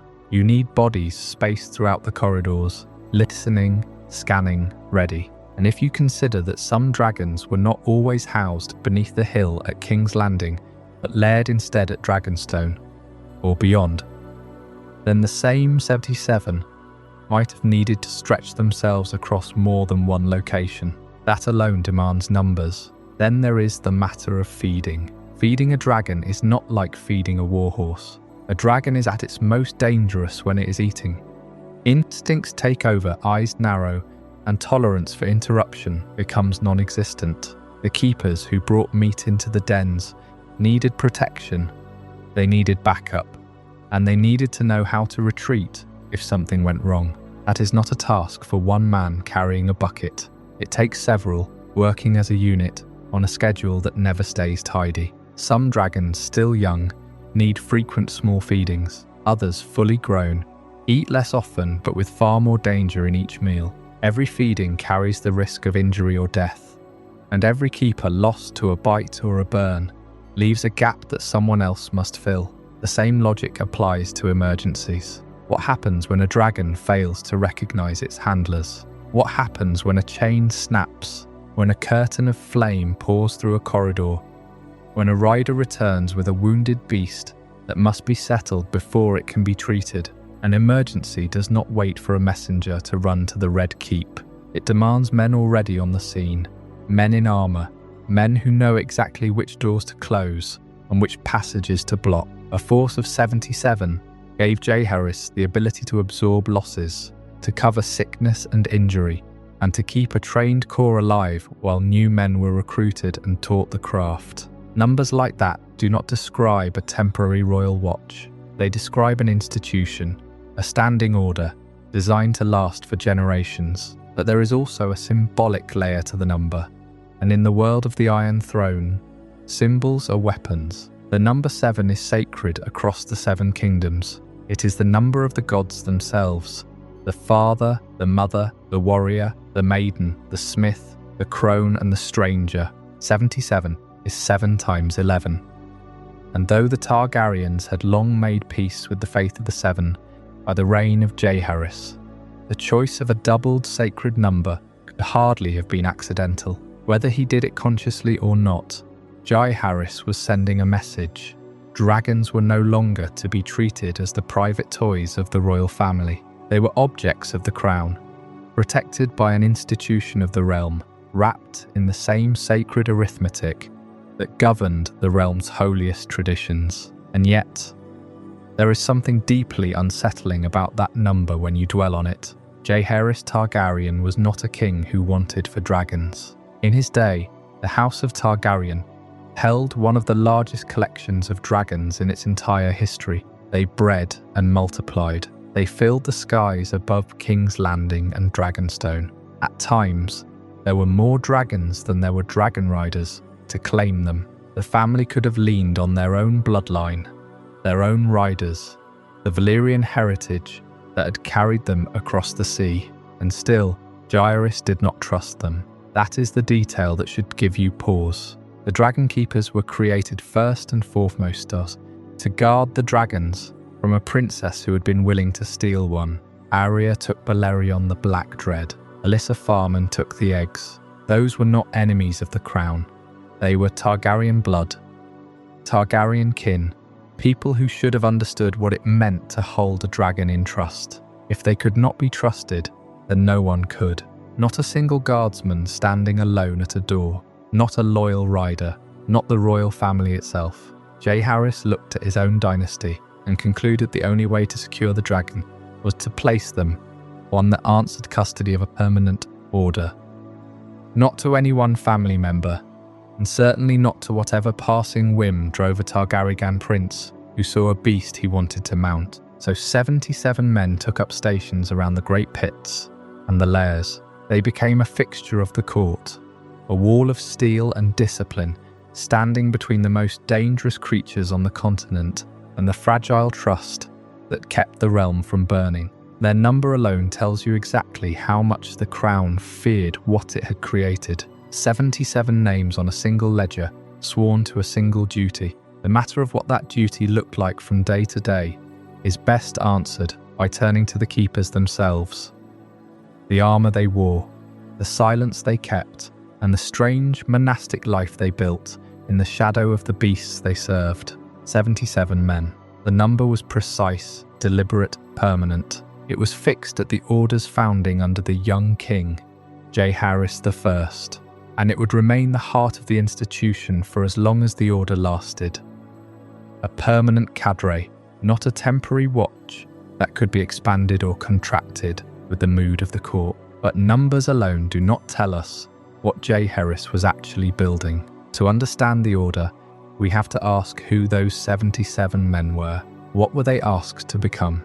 And what did they give up in exchange for a place beside the most dangerous creatures in the known world? The Dragonkeepers, as they have come down to us through the records of the maesters and the chronicles of the court, are almost always described in that sound more like a religious order than a military one. The fullest accounts present them as men set apart from the ordinary life of King's Landing. Shaved-headed, plainly dressed when they were not wearing their ceremonial armour, disciplined in ways that went far beyond what any soldier would endure or even understand. They did not swagger in taverns or boast about their closeness to the royal family. They are depicted as quiet, watchful figures, the kind of men who could stand in a room for hours and be forgotten by everyone present until a dragon stirred and everyone remembered why they were there. This quasi-monastic identity was not accidental, it was deliberate. Jaehaerys had learned a painful lesson through the two great security failures that preceded the Order's founding. First, a young woman named Alyssa Farman had stolen dragon eggs from the royal cradle in the dead of night, and the eggs had vanished beyond the crown's reach. Then, far more catastrophically, Princess Aerea had claimed Balerion the Black Dread herself and disappeared for over a year, returning in a state of such horror that even the maesters could not fully account for it. The crown had lost control of its dragons, and the response to that loss could not be a company of ordinary guards who might be bribed, swayed, distracted, or simply too tired to remain alert at the wrong moment. What the realm needed was an order of men whose entire lives were dedicated to a single purpose. Men with no other loyalties, no other ambitions, no other reason to exist. Men who would live among the dragons, not merely stand watch over them from a safe distance, but live with them day and night in the heat and the smoke and the long hours of stillness. The discipline demanded of such men would have been severe by any measure. Consider what it meant, concretely, to stand within striking distance of a dragon. These are creatures that can kill with a single motion, a claw, a tail, a breath of flame. They are not like war horses, which can be trained until their instincts match the will of the rider.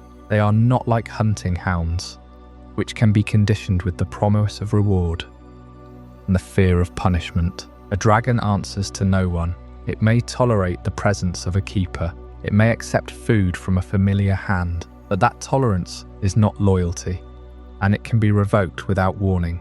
One wrong step, one sudden movement, one moment of hesitation in a creature's presence, and a man could be gone, burned, crushed, or simply not there anymore, and no amount of rank or reputation could protect him. So every movement a Dragonkeeper made had to be slow, deliberate, calculated. Every breath he took around a dragon had to be steady. The order demanded a level of self-control that would have been remarkable even in the most disciplined of mortal institutions. That living closeness to death required a very particular kind of recruit, and while the histories do not preserve the order's enlistment procedures in detail, the nature of the work itself tells us what sorts of men must have been chosen. Obedience came first, as it does in any institution built to protect something precious. A Dragonkeeper did not interpret commands or improvise solutions when an order seemed inconvenient. If the king commanded that a dragon remain chained, the dragon remained chained, regardless of whether the keeper believed the danger had passed. If the order came to evacuate the pit, the keepers evacuated, even if it meant abandoning a dragon that had been under their care for years. There was no room for individual judgment in an order that guarded weapons of mass destruction. A single decision made without authorization could undo years of careful work or end a dozen lives. But obedience without courage was worse than useless. The courage demanded of a Dragonkeeper was not the courage of the tourney field, where a knight faces a known opponent with witnesses and honours to be won. It was the quieter courage of a man standing perfectly still while a creature large enough to swallow him whole breathes hot air across his face. It was the courage to approach an animal that could kill with a sneeze, and to do so calmly, without backing away, without raising a hand in self-defense, without breaking eye contact at the wrong moment. That kind of courage cannot be drilled into a man through training exercises. It has to emerge from somewhere deep in his character. Before he ever puts on the black armour of the Order, patience was equal in importance, though it is the quality we hear least about when the legends of the Dragonkeepers are told. Dragons live on an enormous timescale, and they do not adapt themselves to human schedules. A dragon might sleep for a week. It might refuse food that it had accepted happily the day before. It might brood for reasons no keeper could ever fully understand, and the keepers had to match that tempo. They had to wait without frustration, observe without conclusion, and maintain their vigilance even when nothing was happening. Because nothing in a dragon pit could become something without warning. A keeper who was impatient with a dragon, who tried to hurry it, who lost his temper with a creature that did not care about his schedule, would not keep his position for long. Whether he kept his life was another matter. Physical endurance was woven into every hour of the work. The armour alone was heavy, and the keepers wore it for their full watches. The dragon pit in King's Landing was a structure of enormous scale, with lairs large enough to hold full-grown dragons. The keepers walked those spaces constantly, not just standing at some distant post, but moving through the heat, the smoke, the heavy air of close quarters, with beasts whose body temperatures could make a room feel like a forge. They hauled enormous quantities of meat to feed the dragons. They carried chains heavy enough to restrain the largest animals. They cleaned lairs by hand, in heat that would have driven an ordinary man to collapse within minutes. It was grinding, unglamorous, exhausting work, and the Order carried it out around the clock, year after year, without cease. And then there was discretion. Perhaps no quality separates the Dragonkeepers from every other military order in the Seven Kingdoms as completely as this one. The Keepers saw everything. They knew which dragons were healthy and which were failing. They knew which eggs had hatched and which had been quietly taken away. They knew the flight patterns, the temperaments, the secret histories of every dragon in the royal stable. and because they were silent presences in the life of the court, they were often present when nobles spoke freely in front of the pits. Believing that keepers did not count, did not listen, would not understand, those conversations were the currency of the realm, and none of it could ever leave the Dragonpit. A keeper who gossiped, who wrote letters home, who shared a cup of wine with an old friend, and let slip an observation about the royal family. That man was not merely a security risk. It was a betrayal of everything the Order existed to do. Silence in the Dragonkeepers was not just a rule, it was a way of being. When all of these requirements are laid out together, we begin to see the shape of the men who filled those 77 positions. The Dragonkeepers could not be drawn from the ordinary pool of recruits who filled the ranks of feudal armies, men who needed coin or who saw military service as a path to glory. The men who joined this order had to be, in a real sense, already separate from the world before they ever entered it. They had to be content with an existence that most people would find unbearable. Proximity, that was what the Dragonkeepers received.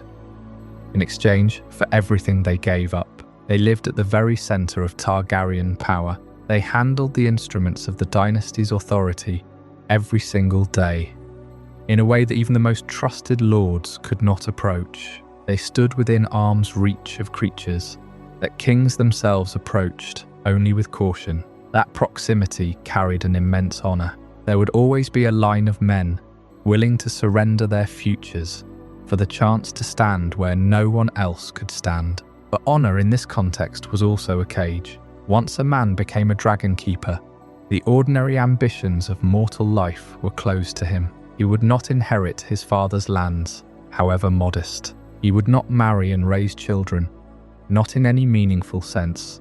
The order occupied too much of a man's time and demanded too much of his attention. He would not build a business or grow old by the side of his own hearth. The Dragonkeepers lived and died within the confines of their order, watching dragons breathe smoking breath in the dark until age or accident took them. It was, in every practical sense, a form of lifelong confinement, not behind bars, not within the walls of a prison, but within the walls of a duty, so all-consuming that no other life remained possible, and yet men did choose it. The order was not kept at full strength by coercion or by the draft. It was kept at full strength by recruits who looked at that gleaming black armour and the helms with their dragon-scale crests and felt something stir in their chests. A hunger that the farm could not satisfy, a longing that the tourney could not fulfill, an ambition deeper than any desire for lordship. They surrendered their names, in a sense. They surrendered the possibility of being remembered. But they gained something that few people in any age ever truly find, a certainty of purpose that did not waver. They were part of something that mattered.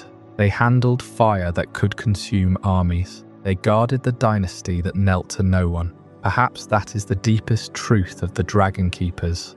They were living sacrifices, not literal ones, not offered on an altar in fire and blood, but sacrifices of a quieter and more profound kind. They gave up their ordinary lives so that the Targaryens could keep their extraordinary ones, and they accepted, without complaint and without expectation of reward, that no one would ever sing songs about them. The kings and queens would be remembered, the dragons would be remembered, the keepers themselves would be a footnote in the history of a dynasty, mentioned in passing, counted in a number, described only as men in black armour doing their duty. The men who passed through that crucible emerged as something new, as wholly shaped by the order as any novice who had taken vows in a silent sept, marked by their armour, marked by their silence, marked by the patient watchfulness that the dragons themselves seemed to reward with their tolerance.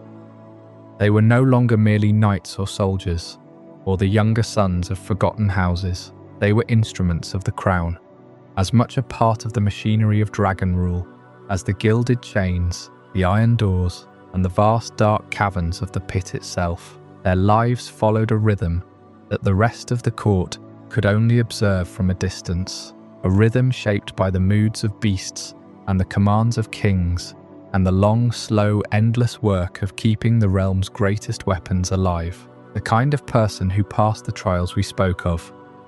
The ones who endured the heat and the silence and the long nights of watch. They did not simply become guards. They became something else. They became part of the spectacle of power itself. When you saw a Dragonkeeper, you were not meant to see a man. You were meant to see the crown made flesh, the will of the Iron Throne, given a body that could walk among dragons without flinching. Their armor was the first statement, gleaming black, polished until it caught the torchlight and threw it back in sharp, dark reflections. It was not the dull grey of common steel, nor the bright silver of knightly plate. It was black, the colour of the dragon's scale, the colour of the pit itself, and it was deliberate. Every piece of it, from the pauldrons to the greaves, was designed to announce that this man belonged to the Targaryens, in a way that no ordinary soldier ever could. The armour was a visual extension of royal authority,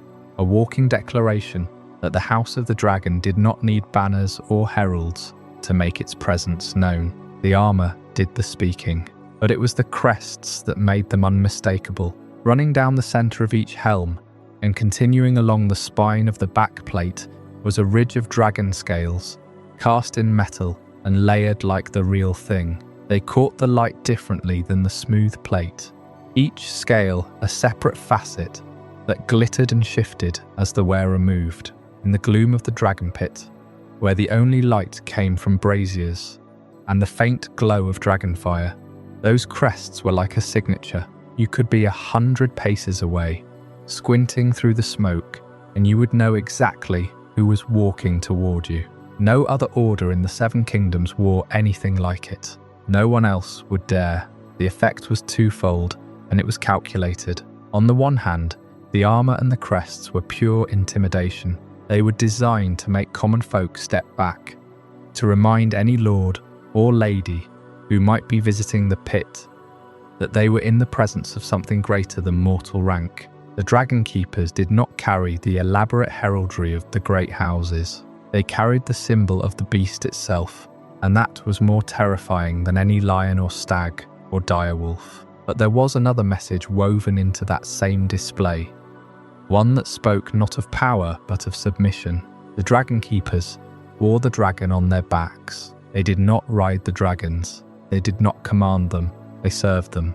The armour said, "We are the ones who bow so that the dragons may reign." They represented the crown, yes, but they represented it in a posture of eternal service. Intimidation and submission, two sides of the same polished steel. And yet, for all the ceremony of their appearance, the reality of their work was anything but clean. The gleaming black plate was practical, but it was not pristine for long. Down in the depths of the Dragonpit, beneath the city streets, the air was thick with heat that made the metal warm to the touch. The floors were slick with old blood and worse. The chains that held the dragons were heavy, rusted in places, and they had to be handled with a care that bordered on reverence. A dragon did not understand the concept of a warning. It understood hunger and pain and the flicker of movement that might mean prey. The Dragonkeepers moved among these creatures with staffs and dragonglass daggers, tools that were less about fighting and more about keeping a beast calm when it would rather burn everything in sight. The ceremonial image, the black armour, and the dragon scale crests, that was for the world above. That was for the processions and the royal visits, and the moments when the crown needed to remind everyone that the dragons were not just animals, but living weapons of state. But the practical danger, the heat and the chains, and the blood and the fire, that was the daily truth. The men who wore those gleaming helms also knew what it was like to have a dragon turn its head and fix them with an eye the size of a shield. They knew the particular terror of a hiss that could be heard through stone. They knew that the armour would not save them, that no amount of polished steel could stop a dragon's jaws, or the blast of flame that could melt the crest right off their backs. So when you picture a Dragonkeeper, do not picture a statue. Picture a man in black, sweat running down his face beneath the helm, the dragon scale crest catching the firelight as he moves closer to a beast that could kill him with a thought. Picture the weight of the chains in his hands, the heat of the air, the knowledge that he is both a symbol of royal power and a servant to something far older and far less forgiving. That is the contradiction at the heart of the Order. They were the most visible sign of Targaryen control over the dragons, and they were also the most expendable. The crown needed them to exist, but the dragons did not. And in the end, it would be the dragons who decided what happened to them all. Before we dive deeper into this incredible journey, I'm curious, where in the world are you watching this from? Drop a comment below and let our global community know. And if you're finding this as mind-blowing as I am, hit that like button to help more people discover this story. The black armor of the Dragonkeepers was designed to be seen, the gleaming plates, the dragon scale crests that ran down the helm and the back, the dark polished steel that caught the firelight of the Dragonpit and made every keeper look like a figure from old Valyrian legend. But armor, no matter how imposing, is only the outer shell of a man, and the men inside that armor were something more than soldiers. They had become monks. In the accounts of the time, the armor is what catches the eye, but those who came closer to the Order described something beneath it, a monastic character that had grown up around the discipline. Beneath the plate, the keepers wore plain and simple clothing, no sigils, no embroidery, no family colours. Their heads were shaved clean, a deliberate sign that they had set aside personal vanity and individual identity. A man who entered the Order surrendered his former name, his family ties, the markers of his old life. In return, he was given a place among brothers whose only loyalty belonged to the dragons and to the crown that owned them. This monastic quality was not accidental. Living beside a dragon demanded a discipline that an ordinary soldier could not maintain. A dragon is not a horse. It cannot be won with kindness alone, and it cannot be mastered by force. It responds to patience, to consistency, to a presence it has learned to recognize over years of careful repetition. The keepers understood what was at stake. One careless gesture, one sharp and sudden movement, one unguarded moment of fear could mean death for themselves and for everyone standing near. So they trained their bodies and their minds to follow an unbroken ritual. They moved slowly. They spoke quietly. They suppressed their emotions with a rigor that bordered on the religious. That ritual discipline governed every hour of their existence. The feeding schedules, the cleaning of the lairs, the handling of the chains, the daily inspection of each dragon's health. All of it was regulated by established procedure, repeated day after day until it became a fixed and sacred routine. The 77 keepers served in rotating shifts, so that the dragons were never left unattended. Not for a moment, not in the deepest hour of the night. And the dragons themselves came to depend on this predictability. A creature that can kill with a single bite needs a world it can recognize. The keepers knew that their truest protection was not the steel on their backs, but the unbroken rhythm of their own behavior. Their public presence was controlled with the same care. When the keepers moved through the streets of King's Landing, they did not speak to onlookers. They did not accept gifts. They did not acknowledge insults or provocations. They walked at a measured pace, their gaze fixed ahead, their hands always ready. In part, this was security. A dragon being moved through the city was a dangerous spectacle, and any distraction could turn an escort into a catastrophe. But it was also a statement. The Dragonkeepers were not servants to be approached. They were the guardians of the realm's most terrible weapons, and they carried themselves as men who answered to no one but their king and their charges. There is a quiet comfort in that kind of discipline, a rhythm that can be felt across centuries of written history. The keepers did not rush. They did not improvise. They did the same things in the same way every day, and the dragons learned to trust them for it. The deepest part of that discipline, however, was not visible. It was not in the armor. It was not in the shaved heads. It was not in the measured stride. The deepest part of it was audible. The keepers spoke to the dragons and to one another in High Valyrian. This was an inheritance from old Valyria. The dragons had been raised since the egg to respond to the tongue of the Dragon Lords and the commands in that ancient language, so the keepers conducted their work in High Valyrian, feeding, settling, the simple commands that governed a dragass behaviour around its keepers. Each of these had its word, its phrase, its proper form. The language was their liturgy, the sacred tongue of their order. But High Valyrian also functioned as a barrier, and that barrier was intentional. It separated the trained keepers from ordinary handlers more completely than any wall or steel gate. No servant in the Dragonpit could learn the commands by accident. No guard from the city watch, no ambitious lord touring the royal stables. No stranger who slipped past the doors could tell a dragon to rise, to settle, to move, because the words in his mouth would mean nothing. A man might shout every command he knew, and the dragon would simply look at him, unimpressed, waiting. The true words belonged only to the keepers. It was their secret handshake, their liturgical tongue, their private means of speaking to creatures that no one else in Westeros could speak to at all.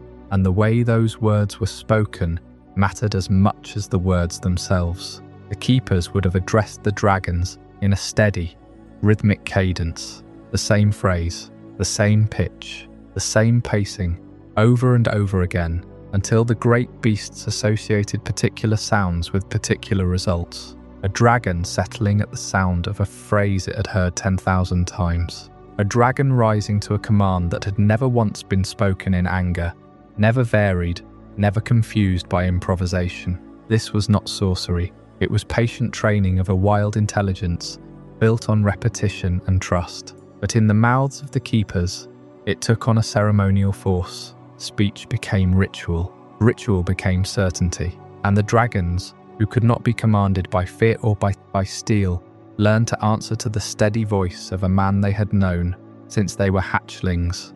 A man who spoke the old words in the same measured tone, every day, without fail. It is here that the history of the Order opens into a quieter and stranger possibility. By the time the Dragonkeepers were a century old, the Targaryens had been in Westeros for 300 years. They had not forgotten High Valyrian entirely. It remained the language of ceremony, of royal names, of old scrolls and decrees. But they had become Westerosi in every way that mattered.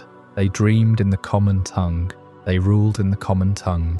They raised their children in the common tongue. The ancient dragon-binding knowledge of their ancestors, the intricate technical language of the Valyrian dragon lords, had faded from royal memory. The later Targaryens were no longer dragon lords in the fullest sense. They read the old words, but they did not truly understand them. The keepers, though, had to understand them. They needed the words that still carried power over the dragons. They needed the phrases that had been passed from keeper to keeper, generation after generation, in the deliberate and secretive way that closed orders preserve their knowledge. And it is entirely possible that the Order preserved fragments of Valyrian knowledge that the royal family itself no longer fully understood. Fragments of binding ritual, fragments of commands whose original meanings may have been half forgotten, even by the keepers who spoke them. The crown paid little attention to the Order's practices as long as the dragons were fed and the realm was safe. The keepers, in turn, had no reason to advertise the depth of their own knowledge. It was a quiet arrangement. The king believed he owned the dragons. The keepers knew the words that actually spoke to them. None of this can be proved from the chronicles, because the chronicles were written by outsiders. The keepers left no diaries, no commentaries, no explanations of their own rights. They were by design silent men, and that silence, their refusal to explain themselves to the world beyond the Dragonpit, is part of what made them so difficult to understand, even for the maesters who recorded the history of the Targaryen court. All of this, the shaved heads, the plain robes, the discipline routines, the secret language, formed around a single and centered purpose. The Keeper's world revolved around the great domed structure that dominated the skyline above Rhaenys' hill. The Dragonpit was more than a stable. It was more than a prison. It was the temple of the Order. Its enormous interior, dark and hot and heavy, with the presence of the dragons themselves, was the place where their voices echoed off ancient stone. It was where the dragons had come to know them. It was where the court came to measure its own power. The Keepers lived in the shadow of that dome. They served in its depths, and the Order could not be separated from the place. Not in the way they walked, not in the way they spoke, not in the strange and beautiful litany of High Valyrian. That was the only thing the great beasts truly answered to. The language of the Keepers was only the outer layer of their lives. If you followed them through a single day, you would find that High Valyrian was not a ritual affectation. It was the language of work. It was how they called a dragon to its chains, how they soothed a nervous animal with a few quiet syllables, how they warned one another without alarming the creature in front of them. The Dragonpit was a fortress built around living fire, and the Keepers were its day and night heartbeat. There were 77 of them in the reign of Jaehaerys I. The number was deliberately small enough to be disciplined, large enough to cover the endless rotations that a place like the Dragonpit demanded. The dragons did not keep hours. They slept through the dawn, stirred at dusk, and some grew restless in the dead of night. So the Keepers worked in shifting watches, moving through the great caverns with a practiced silence. The work of guarding Aerea was not dramatic. It was standing in the dark and listening. It was watching the slow rise and fall of a scaled chest and knowing, without any instrument, whether the rhythm had changed. It was checking the chains that held each dragon to its station. Link by link, mooring point by mooring point, again and again, because a single weakened link was not a repair problem. It was a catastrophe waiting to happen. A dragon at rest was still a dragon. The chains were an illusion of control, necessary but fragile. The Keepers understood that their authority rested on that fragile metal, and on their own ability to notice a flaw before the dragon did. The gates were part of the same vigilance. The Dragonpit had enormous bronze doors, reinforced with iron, designed to keep the dragons in and the city out. But gates opened and closed every time a keeper passed through with feed or water, and each opening was a moment of risk. A dragon could push through a half-open gate if it wanted to. A stranger could slip past a distracted guard. A child could wander too close. So the Keepers treated every gate as a living boundary. They tested the hinges on a fixed schedule. They checked the locks twice. They counted the men moving through. They learned the sound of every door settling into its frame. When the gates were closed at night, they were sealed not with confidence but with ritual.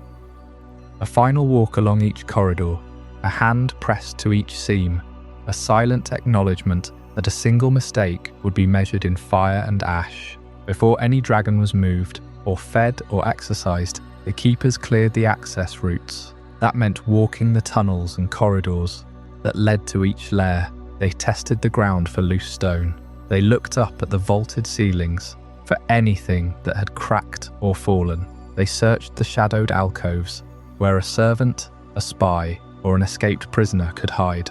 The route had to be perfect before the dragon ever left its lair. A dragon could not be turned around easily. It could not be told to wait. It could not be reasoned with. So the Keepers prepared the path hours in advance, in silence, by torchlight, and they walked it again immediately before the dragon was released from its chains. Through all of this, they watched the animals themselves. A dragon could not say it was ill. It could not explain that it was in pain, or frightened, or simply in a foul temper. The Keepers had to read the signs, and the signs were subtle. A change in appetite, a dullness in the eyes, a strange way of holding the wings, a reluctance to move, a shift in the colour of the scales, a wisp of smoke that hung too long in the air. Agitation was easier to spot but harder to calm. A dragon that lashed its tail, that snapped at the air, that breathed short bursts of flame.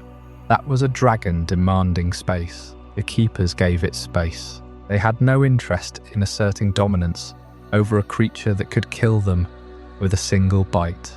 Their authority came from patience, from understanding, from knowing when to approach and when to wait.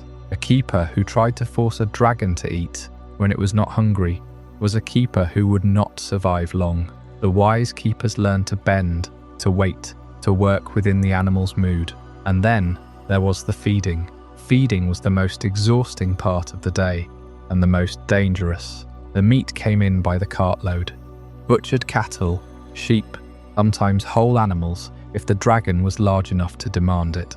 The keepers hauled the carcasses through the gates, up the ramps, into the caverns. No servant was permitted to do this work. The feeding of a dragon belonged to the keepers alone, because feeding was contact. It was the one moment each day when a keeper had to step within reach of claws, within reach of teeth, within reach of a breath of flame that could end his life in an instant. And every dragon was radically different. A keeper might feed a hatchling in a locked den 1 hour, and a dragon the size of a war galley the next. The small ones were fast and unpredictable, snapping at the meat with a frantic energy. The great ones were ponderous, but their size made them impossible to control. A single sweep of a tail could crush a man against the stone wall. Some dragons waited calmly for their meal, blinking slowly as the keeper placed the carcass before them. Others strained against their chains, emitting low growls that vibrated in the chest of anyone nearby. A keeper had to know each temperament the way a groom knew a horse, but there was no true comparison. A horse could hurt you by accident. A dragon could kill you without noticing. So the keepers managed the risk with careful ritual. They never turned their backs on an agitated dragon. They never entered a lair while a dragon was mid-swallow. They kept their movements slow, their voices low, their eyes always fixed on the animal. And when a dragon was especially restless, they fed it in stages. A small offering first, enough to take the edge from its hunger, then a pause, then the rest of the meat. All the while watching for the shift in posture that meant the animal was beginning to settle. They also watched one another. The keepers fed in pairs, armed not to fight the dragon but to distract it.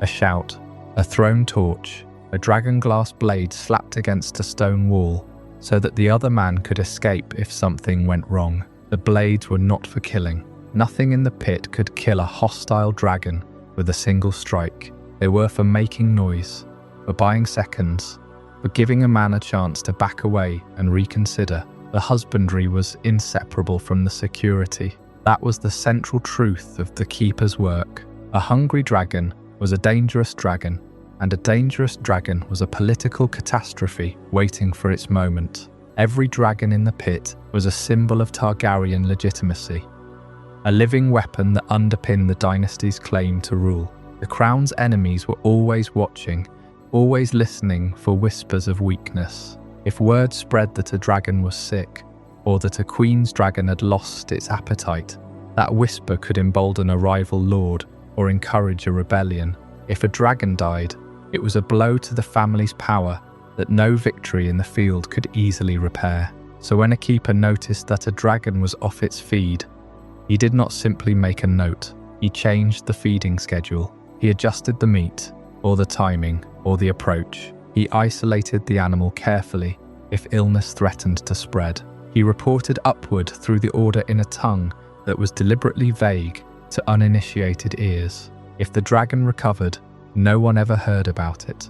If it did not, the keepers would do everything possible to ensure that the failure was quiet, contained and slow. This was the invisible genius of the order. The court saw the armoured men standing silent at the edges of the pit. They saw the black armour and the dragon-crested helms, the shaved heads and the blank, disciplined faces. They did not see the labour, the checking of chains, the clearing of corridors, the reading of a dragon's mood, the endless bending and hauling and waiting. The keepers succeeded every single day. The proof of their success was that nothing happened. No dragon escaped. No dragon died. No visitor was burned.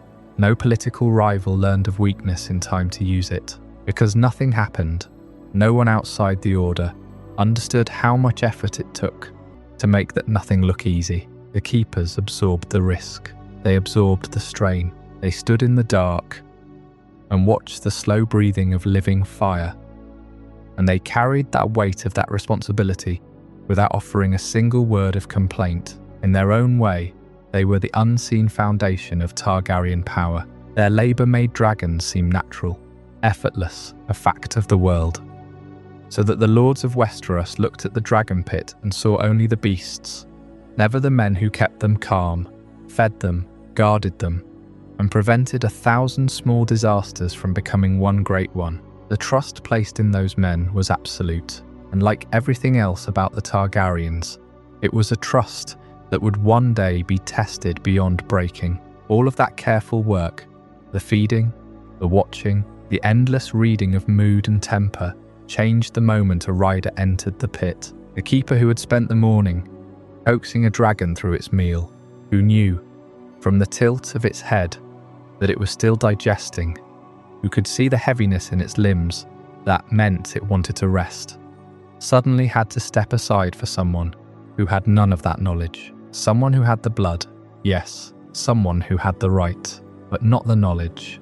And there was the tension at the very heart of the Dragonkeepers. The order existed because kings needed people who understood dragons completely, not the way a lord understands a treasury or a master at arms understands a sword, but the way a falconer understands a bird that could turn on him. The keepers were the ones who learned the practical truth of dragon behavior. They knew when a dragon was hungry, when it was angry, when it was sick. They knew the caution that came from staying alive in the same enclosure as a creature that could reduce a man to ash with a single breath. And yet they were not the riders. The riders were the ones who actually mounted the dragons and took them into the sky. The riders were Targaryens, for the most part. They had dragon blood in their veins, and they had been raised from birth on the certainty that this blood set them apart. A prince or princess did not grow up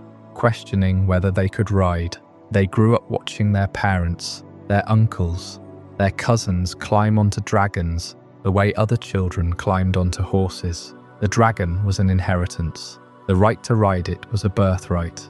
And the keepers, no matter how much they knew, could never claim that. They were not of the blood. They were servants, valued servants, trusted servants, but servants nonetheless. This was not an accident of the Order's design. It was the entire point. When King Jaehaerys the first founded the Dragonkeepers, he was responding to a failure that had nearly broken the Targaryen dynasty. His niece Aerea had taken the Black Dread, the great dragon Balerion, the last living creature to have come from Valyria, the beast that had carried Aegon the Conqueror himself. And she had gone where no one could follow. She was gone for over a year, and when she returned, she was dying, and Balerion was wounded, and no one in King's Landing could say what had happened to them. The lesson of that disaster was not lost on the king. A dragon was too valuable and too dangerous to be left in the hands of anyone who had access to it, even a Targaryen princess, especially a Targaryen princess. So the Order was founded with 77 men, and the founding idea was not simply to feed and tend the dragons. It was to control access. A keeper was a gatekeeper in the most literal sense. He stood between the dragon and the world. Nobody approached a dragon without the crown's blessing, and the crown's blessing was made real by the keepers who enforced it. But that raised a question the Order would never fully answer. Who did the keepers serve? The crown, which was embodied in the king and his family, or the dragons, whose survival depended on careful management? The two authorities would normally point in the same direction.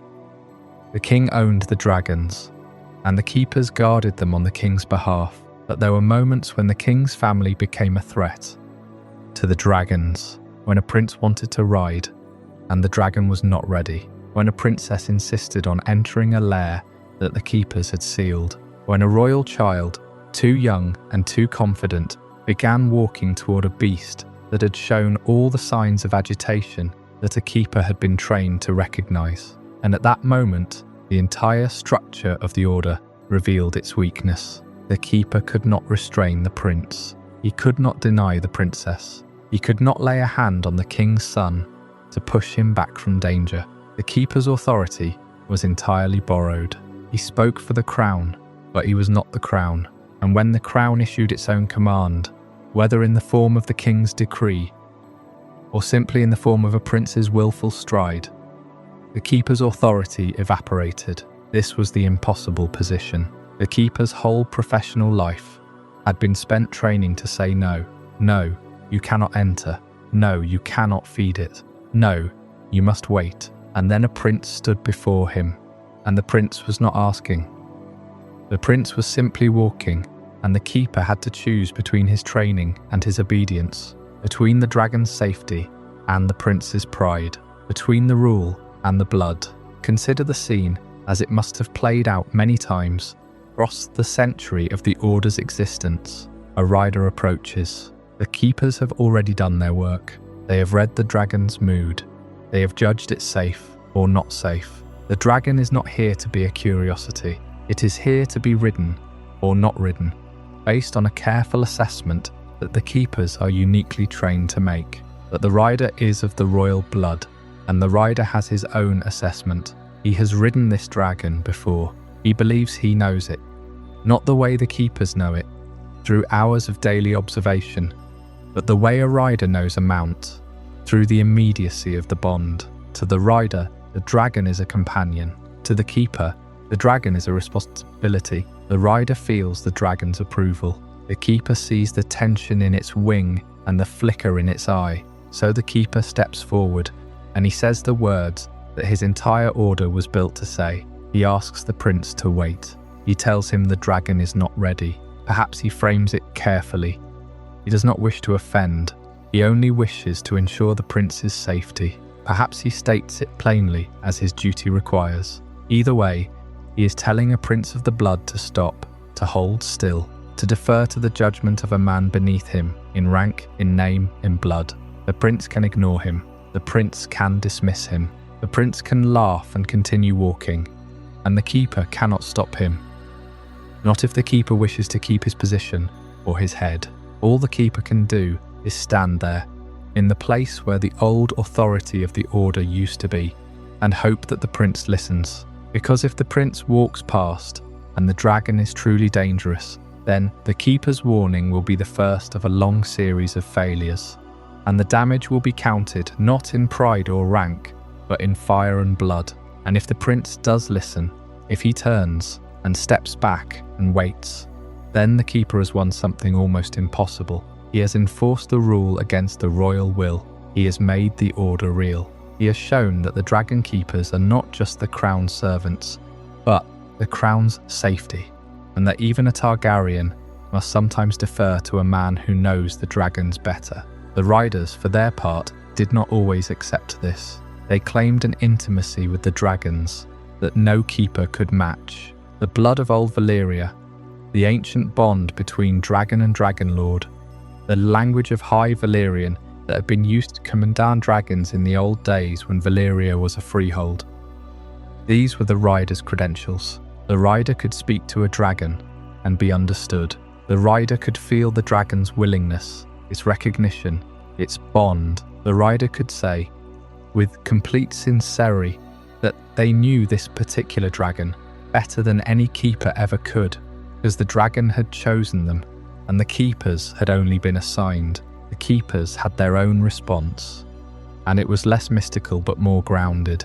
They had the conditions. They controlled the body of the beast, its food, its rest, its chains, its health. They knew which dragons had been fed badly, which were in a season of agitation, which were too young to be ridden, and which were too old. They had names for the moods that riders never saw, the subtle changes that escaped anyone who only encountered the dragon from above. In the open air of flight, the rider knew the dragon in its glory. The keeper knew the dragon in its cage. The power struggle between them was real, and it was constant. It was a struggle of authority against knowledge, name against merit, the blood that could not be denied against the discipline that could not be replaced. Every royal ride was a negotiation. Every approach to the pit was a test of whose understanding would prevail, and the dragon itself, the great, silent, unreadable contradiction at the centre of it all. Sat in the middle, drawing the attention of both men, responding to one and tolerating the other, and giving no clear answer about which of them was right. The Order never resolved this tension. It could not, because the tension was structural. It was built into the relationship between the Keepers and the royal family. The Keepers were created to control the dragons, but they were also created to serve the people who claimed the dragons as their own. Those two commands did not always agree, and when they disagreed, the Keepers had to find a way to serve both, or fail both. In the end, the tension broke in a way that no one could have prevented. The dragons were turned against one another in a civil war between Targaryens and the careful rules of the Dragonpit. The waiting, the warnings, the patient assessments of readiness could not hold apart a family that had already decided to destroy each other. Riders, who had once deferred to the Keepers' judgment, now demanded their dragons without question. The Keepers, who had spent their lives protecting the dragons from harm, watched as the royal family burned each other's dragons in the sky. And then came the mob, a crowd of common people, furious at the war and the death it had brought to their city, surged toward the Dragonpit. The Keepers did what they had always done. They stood between the dragons and the world. They held the gates. They tried to do the one thing their order had been founded to do: keep the dragons safe from anyone who would harm them. But there were too many, and the Keepers were too few, and their authority had always been borrowed from a crown that was now broken. The mob broke through. Dragons died. Keepers died beside them. The order that had been born from the failure to control a single princess died in the attempt to defend an entire dynasty's treasure from the wrath of the people that dynasty had abandoned. The last the realm saw of the Dragonkeepers. They were not standing proudly beside great dragons in gleaming armour. They were overwhelmed, scattered, buried in the rubble of the pit they had guarded for a century. And when the dragons at last died out, and the last eggs failed to hatch, and the great lairs stood silent and empty, the Keepers had nothing left to keep. Their reason for being was gone. The tension between Keepers and Riders, between the men who knew dragons and the blood that claimed them, had finally resolved itself, not with an answer, but with an ending. The relationship between a Keeper and a Rider was always a negotiation, but it was a negotiation that happened in two very different places. Most people picture the Dragonkeepers at the Dragonpit in King's Landing, standing like black statues beneath its great bronze doors, while dragons surfaced behind them. That image is true, but it is incomplete. But beyond the city, across the narrow sea bay, lay the island where the Targaryen dragon dream first took form, and there too the Keepers watched. To understand the Order fully, we have to move beyond King's Landing to Dragonstone, the island fortress that House Targaryen held long before any of its members wore the Iron Crown. The Targaryens were not a Westerosi family by origin. They came from the Valyrian freehold, a sprawling empire of dragonlords whose power was built on volcanic fire. When their family relocated to this lonely island in the narrow sea, they carried that inheritance with them, and the island itself blazed with the same memory, because Dragonstone sat upon the Dragonmont, a volcanic mountain whose heat rose through the stone like a heartbeat that never stopped. The Dragonmont was not simply a landmark. It was the physical proof of where the Targaryens had come from. A piece of Valyria transplanted across the water, still breathing fire into the foundation of their ambitions. That volcanic presence shaped everything about how dragons were kept. In the capital, the Dragonpit had been constructed as a grand and artificial home, a great dome of iron and stone, where dragons could be contained within the heart of the city. But the pit was built for the convenience of the court. It was not built for the comfort of every dragon. Some animals, it must be said, accepted the pit well enough. They learned its passages, its heavy chains, its familiar gatekeepers. Others never settled. The older dragons, and the wilder ones, carried a restlessness that no cage could soothe, no matter how grand. The heat of the dragon pit was manufactured by braziers and the sheer mass of bodies, but it was not the same as the deep, natural warmth of volcanic rock. The Dragonmont offered a dragon what no stone dome in King's Landing could. The sense that the ground beneath it was alive, the air thick with sulphur and memory. The ancient conditions that the dragon's nature still remembered from a world far away. This is why dragons could not always be housed together in the capital. They were not livestock that could be locked in a single barn and forgotten. Each dragon possessed its own temperament, its own rank, its own history of trust or distrust with humans. The older beasts, having lived through the chaos of Aegon's conquest and the punishing wars that followed, were not inclined to share their space with younger or weaker animals. Even creatures of fire could be territorial in ways that were both dangerous and inconvenient. Placing every dragon in one location would have been a slow-burning disaster, as likely to produce a charred ruin as it was to produce a tidy royal menagerie. The Targaryens understood this. They had learned it the way all dragon riders learned it, through warnings passed down, and sometimes through tragedy.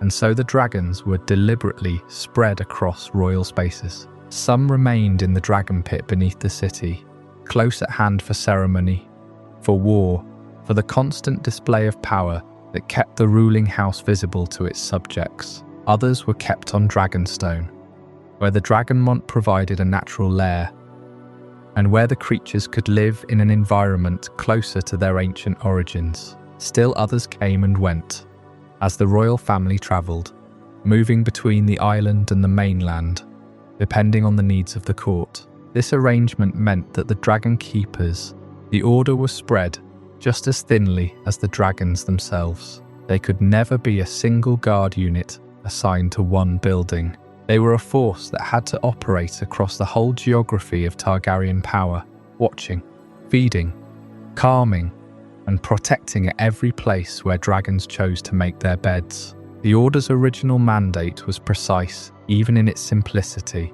77 men stationed day and night to guard the dragons wherever they laired. That last phrase, wherever they laired, is the key to understanding everything the Dragonkeepers really were. They were not Dragonpit watchmen. The Dragonpit was merely the most visible of their posts, the location where a curious public could glimpse them in their black armour and dragon-scale helms. But the true scope of their duty drew them far beyond those walls. They were just as likely to be found on the windswept approaches of Dragonstone, moving along the stone paths that climbed toward the Dragonmont, checking the heavy doors and chains that had been set into the rock generations before. They knew the volcanic tunnels and the high chambers where the air shimmered with heat, and they knew which dragons could be approached and which had to be observed from a careful distance. The life of a keeper on Dragonstone was very different from the life of a keeper in the capital. In King's Landing, the keepers were surrounded by the noise of a living city, the press of crowds, the constant intrigue of court. Their work was performed in the public eye, watched by lords and servants and curious travellers. On Dragonstone, the work was quieter and lonelier. The island was isolated, and the Dragonmont brooded above it like a sleeping giant. The keepers stationed there moved through a landscape where the only sounds were the wind off the narrow sea and the occasional low rumble of the mountain itself. It was a different kind of vigilance, one that required patience, not only with the dragons, but with the long silences between their movements. A keeper could wait for hours in the volcanic gloom, watching a dragon breathe, learning its rhythms, catching the subtle shift of the body that told a trained observer that something was wrong. That kind of attention could not be hurried. It could not be assigned to a simple rotation at a gate. It had to be lived in, day after day, in the unsettling presence of creatures that could kill a man with a single careless motion. The coordination between these two fronts was one of the most demanding aspects of the Order's work. The keepers who served in the capital and the keepers who served on the island belonged to the same brotherhood, shared the same oaths and the same knowledge, but they had to be attuned to completely different environments. A dragon that thrived in the Dragonpit might grow ill or ill-tempered on the island, just as a dragon that rested easily in the volcanic warmth of the Dragonmont might turn restless under the artificial ceiling of the pit. The keepers had to understand both worlds. They had to know when a dragon should be moved, and they had to be ready to escort it safely from one lair to the other. An undertaking that sounds simple on paper, but in practice involved controlling a creature that could fly, kill, and burn on instinct. The transfer of a single dragon required the coordinated effort of many keepers, working to keep the animal calm, keeping the route clear of onlookers, and making sure that nothing spooked the beast into a frenzy. This constant movement between the court and the ancestral island did more than just keep the dragons healthy. It helped connect the Targaryen court, the ancestral island, and the practical geography of dragon power into a single working system. The Dragonkeepers were the threads that bound that system together.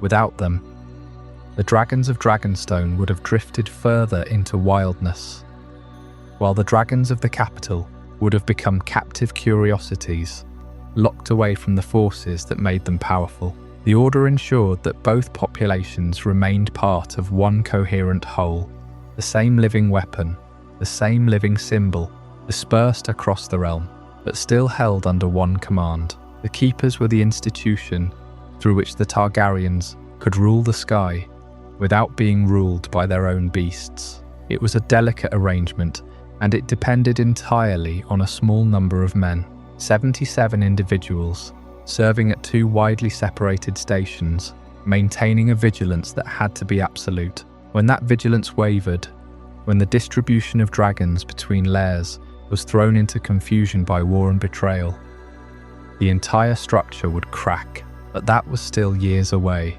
In the days when the Keepers climbed the slopes of the Dragonmont and lifted their torches to check the massive forms sleeping in the volcanic gloom, the system worked. It was fragile and it was finite, but it held. For as long as the dragons multiplied and the Order remained faithful to its charge, the two fronts stood secure, and the Keepers moved between them as silently and patiently as the mountain itself breathed. The Dragonmont of Dragonstone was older than the Iron Throne itself. It was a wild place, a mountain that breathed fire and ash, and the dragons that laired inside it were left to their own instincts in ways the capital could never allow.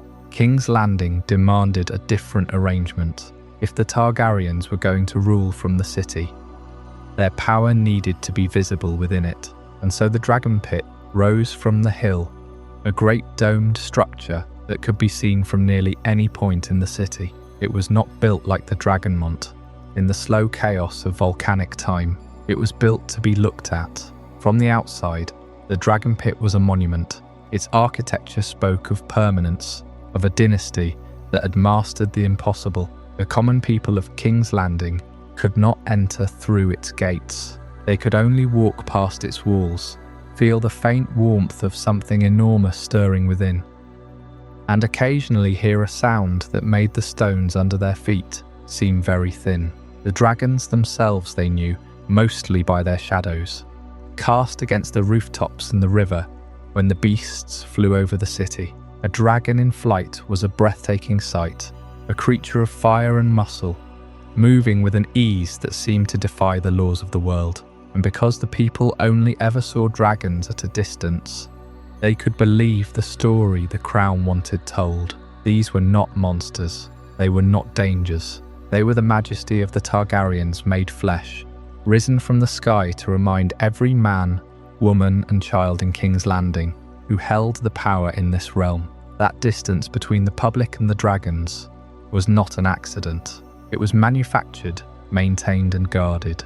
The Targaryens understood, perhaps better than any house in Westeros, that a symbol is only powerful if it remains intact. A dragon seen up close, feeding or fighting, or simply turning its head to regard a human with cold curiosity, might shatter the illusion of noble mastery. And so the crown controlled every glimpse its subjects could catch of the beasts that kept them on the throne. The theatre of the Dragonpit was carefully rehearsed, every appearance planned, every dragon brought out at exactly the right moment, in exactly the right state of mind. When the royal family wanted to display their power, they would bring the dragons out on their terms. A dragon walked through the city was never simply walked. It was presented. Keepers moved at its flanks, their black armour gleaming, their movements practiced and precise. The dragon would be brought to a specific place at a specific time, its arrival announced by the crowds that gathered to catch a glimpse. The ceremony was designed to look effortless, as if leading a dragon were as simple as leading a warhorse. And in those moments it seemed that way. The beast would be calm, the keepers confident, and the message would land exactly as the crown intended. We are not like you. We command what you cannot even approach. The royal processions were the finest performances. When a king or queen wished to be seen in full glory, dragons would sometimes fly overhead, circling the column of knights and lords as it wound through the streets. The people would look up and see their rulers mirrored in the sky by creatures that could reduce a neighborhood to ash with a single breath. The connection was the point. You are looking at the dragon. You are looking at the crown. They are the same thing. And the Dragonkeepers, in their black armor, were the stagehands who made that performance possible. They had prepared the dragon long before the first spectator gathered. They had fed it, or kept it hungry as the situation required. They had checked the harness, the chains, the very mood of the beast. Every hiss, every snap of jaws, every flick of a tail that could crack a man's ribs was theirs to manage before the public ever laid eyes on the animal. By the time the people saw the dragon, any sign of danger had been smoothed away. What remained was the illusion of perfect, effortless control. That illusion required a strict boundary around the dragon pit itself. No ordinary citizen was allowed inside.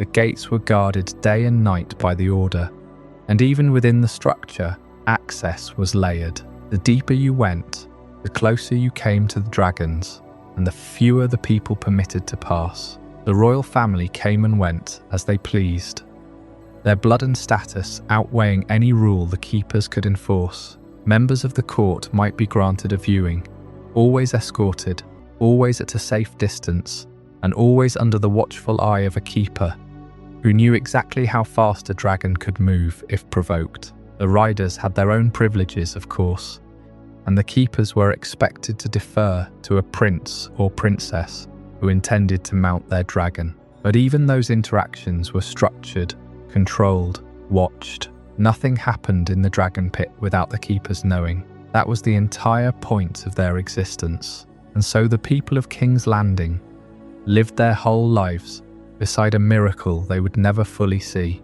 They would hear the roar of a dragon in the distance, muffled by stone walls. They would see the glow of a window high in the dome when a dragon stirred and released a breath of fire.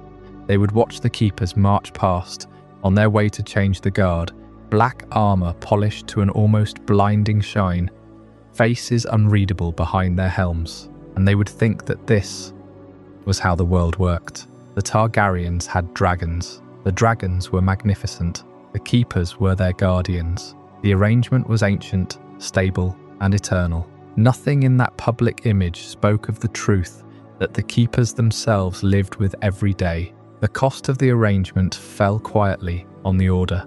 They were the ones who stepped into the lairs where no one could see them. They were the ones who carried meat to creatures large enough to swallow a man whole, who checked the chains and the gates and the great bronze doors that held back, jaws strong enough to crush armor like parchment. They learned to read the signs of agitation in a dragon's posture, the subtle flicker of a wing, the slow turn of a head, the heat building in a throat. When things went wrong, it happened behind closed walls. A keeper who lost his life in the pit was buried quietly, the record of his death marked in the quiet registers of the order, unseen by the city that had watched him march through the streets that very morning. The crown did not want these deaths known, because the city had to believe that dragons were manageable. The Targaryens had to believe it too. or at least the performance depended on it, and so the keepers bore the unspoken price. They gave their hands, their bodies, and sometimes their lives to preserve the theory that a dragon was a noble thing that answered only to royal will. The burns, the broken bones, the moments of absolute terror in the dark of Aerea, the knowledge that you were one wrong step from death, and that no one outside these walls would ever hear your name. All of it was the hidden cost of the theatre. They paid it without complaint, because their entire existence was built around the idea that the dragons mattered more than any one of them. For nearly a century, that arrangement held. The people of King's Landing accepted the performance because they had no reason to question it. The dragons were magnificent, the keepers were composed, the Targaryens were majestic, and the story from the outside was consistent. The Dragonpit was a wonder of the world, and the men who guarded it were part of that wonder, silent and disciplined and eternal. But the same theatre that made dragons look magnificent could, in different circumstances, make them look like something far uglier. A dragon flying over the city is awe-inspiring only when the city is at peace. When the peace breaks, the same shadow against the sun means something else. When the crown uses those dragons to end a war, or to burn a rival house, or to enforce a will that many people oppose, the citizens begin to see the Dragonpit differently. It is no longer a treasure house of miracles. It is a loaded weapon pointed directly at them. The walls that protected the public from the dragons begin to look less like a barrier for their safety and more like the bars of a cage, holding threats in reserve. The keepers, once the guardians of a wonder, become the keepers of an arsenal. And when a crowd finally gathers at those gates, not out of curiosity but out of fear and fury, the same men who spent their lives maintaining the illusion of perfect control must face what that control truly meant. 77 of them, standing in black armour against a city that has decided the dragons must die. The Dragonpit, as we have seen, was a stage, a grand, terrifying, and meticulously managed theatre where the crown could display its power. But a stage only works when the actors are ready, and the performance is seamless. For the first decades of its existence, the Dragonpit was a new and ambitious project, a symbol of a dynasty still finding its footing. But under Jaehaerys I, something shifted. The theatre became a fixture, the spectacle became routine, and the Dragonkeepers, the silent stagehands of this great production, became something far more important than the chronicles ever recorded. To understand the Dragonkeepers during the long peace, you have to understand the king who shaped them. Jaehaerys I was not a conqueror like Aegon, nor a dreamer like some of his descendants. He was an administrator, a consolidator. His reign was a decades-long project of building the machinery of a stable, unified realm. He codified laws, standardized weights and measures, built roads, and forged a single coherent identity for the Iron Throne. In this grand design, everything had a place. The faith had its role, the lords had theirs, and the dragons, the most volatile and unpredictable element in the entire equation, needed a place as well. They could not be left to roam, to be stolen, or to be ridden by the reckless. They had to be integrated into the state. They had to become an institution.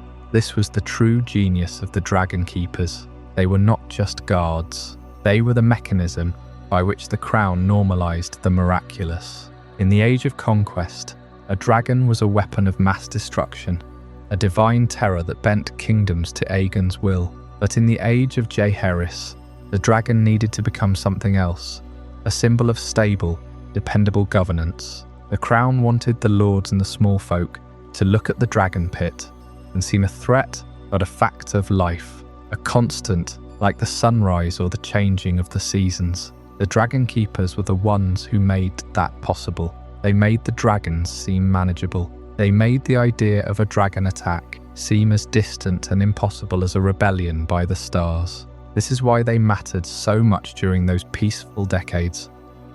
Even though they almost never appear in the histories, the chroniclers of the time were obsessed with the king's laws, his journeys, his quarrels with the faith, and the births of his many children. The Dragonkeepers were simply there, a constant presence like the walls of the Red Keep. They were the definition of a successful institution, so reliable, so effective, that they became invisible. Their greatest achievements were the disasters that never happened. There was no grand battle to record, no heroic last stand. There was only the quiet, monotonous, and utterly essential work of ensuring that 100 tons of living fire remained calm and contained.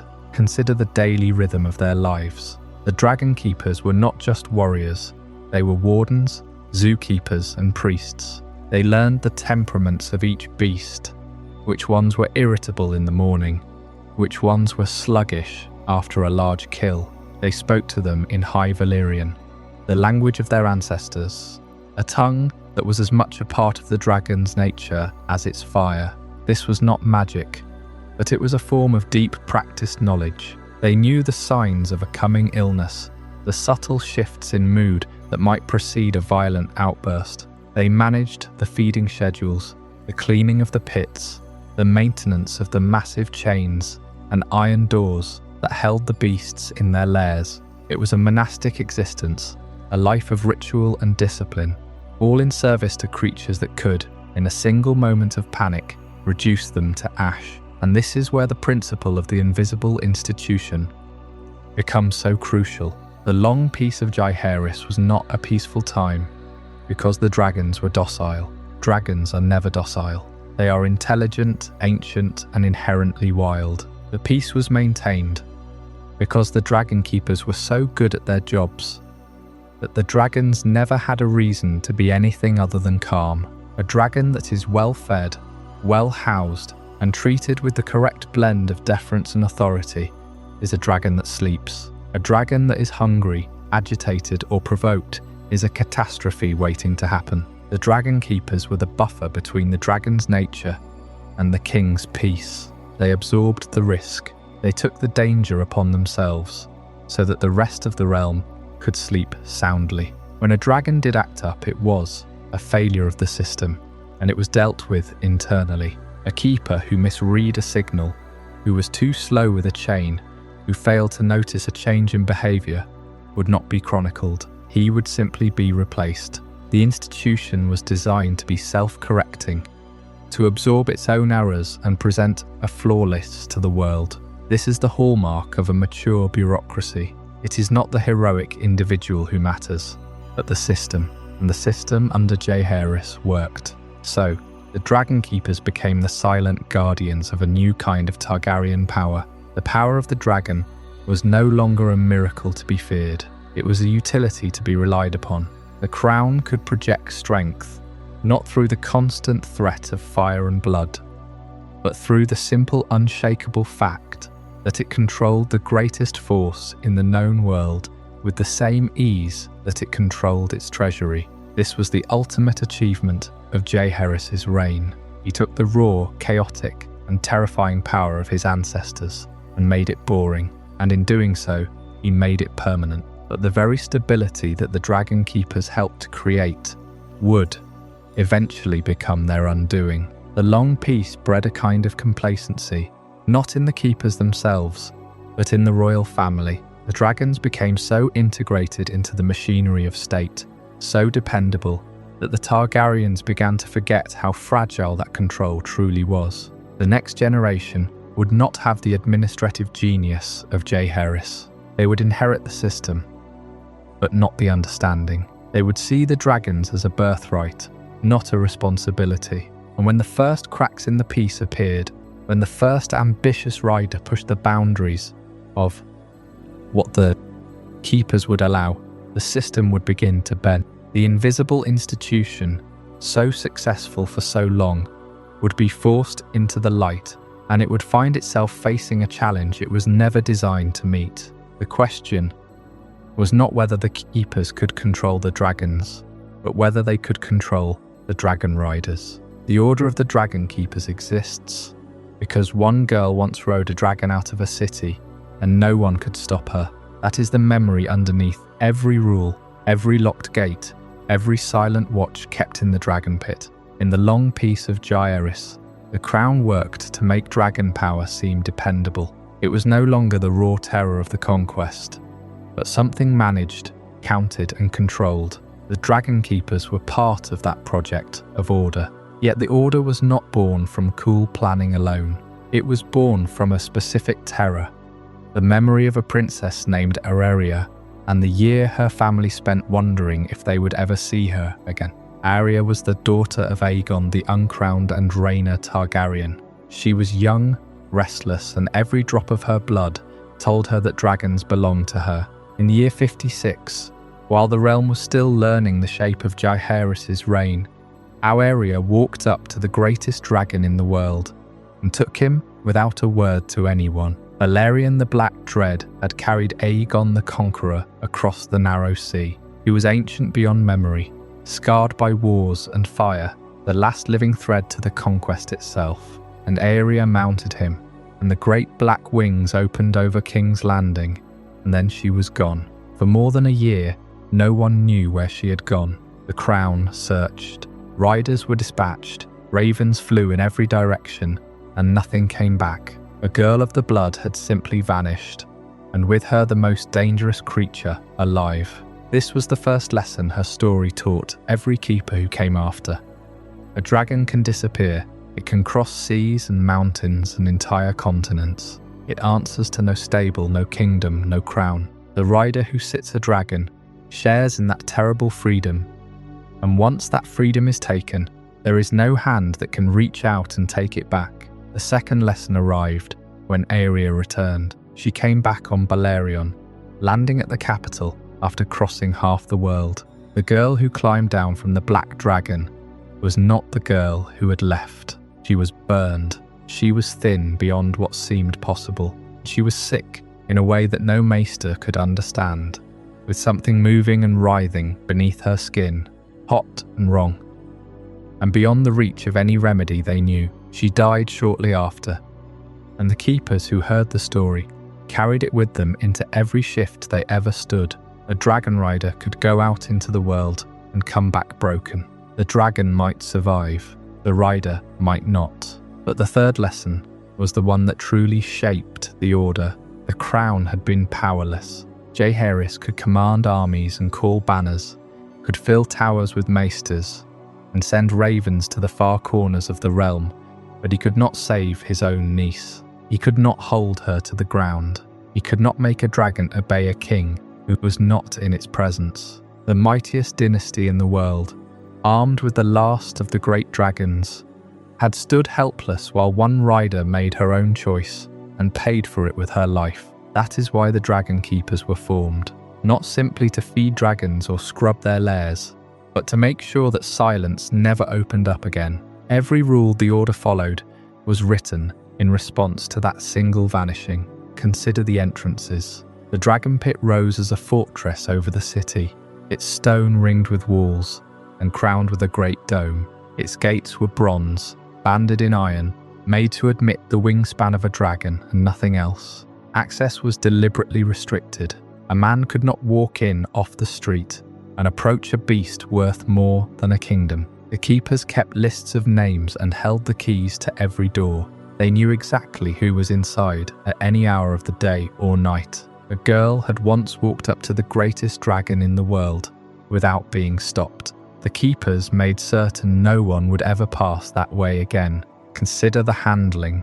No dragon in the pit was touched without supervision. The keepers fitted chains and harnesses only in pairs. They cleaned and fed under the eyes of their own number, each watch checking the work of the last. Even the royal family, the blood of the dragon itself, could not approach a lair unobserved.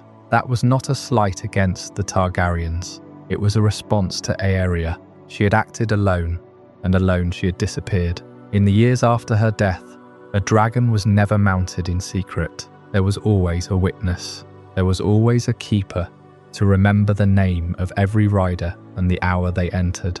Consider the watch. The order was set at 77 men, a strange, specific number, deliberately thorough. They guarded day and night, in shifts that never left a dragon unwatched. The lanterns never went out. The corridors were never empty. A keeper who finished his round hand his post to another keeper, who took it as solemnly as a vow. The fear beneath the watch was constant, passed down in quiet stories from the older men to the younger ones. Balerion had lifted a princess into the sky while the city slept. The keepers swore that no dragon would ever fly again without their knowing, and because they repeated that vow in every generation, the watching itself became the tradition. In this way, Aerea became the absent founder of the order. No statue of her stood in the Dragonpit. No ceremony honoured her name, but her death was the founding act. The shadow cast over everything the keepers did. They never spoke of her loudly. They did not need to. Every keeper who walked the stone corridors knew her story. Courtiers repeated it in low voices. Dragon riders heard it before they ever claimed a hatchling. It was a cautionary tale, told by men who had seen what a single careless moment could cost. A girl who flew too far, on a dragon too old and too wild to be owned by anyone, and a crown that could only wait for her to come back. And that is the hidden centre of the Order's purpose. Aerea's journey proved something uncomfortable that the Targaryen line preferred not to admit. A dragon could disappear. A rider could act independently, choosing her own path against the wishes of her family and her king, and the crown could do nothing. Those three truths redrew the relationship between the throne and its dragons. Jaehaerys understood that dragon blood was not a leash, it was permission, and permission, left unwatched, becomes an open door. So he built a door. He built the keepers with their keys and their chains and their unbroken vigilance. The order was the crown's answer to the memory of a girl flying away on the largest dragon in the world. It was a discipline of containment, a ritual of control practiced every day precisely because everyone remembered what had happened when no one was watching. The rules remained simple and severe. Feasts might bring the people near the pit, but never inside the lairs. The walls were raised and the gates were made heavier. The keepers learned to speak High Valyrian in low, deliberate tones, using the old tongue to calm and command. Because shouting in a lair meant fear, and fear meant fire. Everything in their training carried the weight of Aerea's story. Even the freedom of the royal family was quietly bounded. A prince could ride. A princess could claim a hatchling when the time came.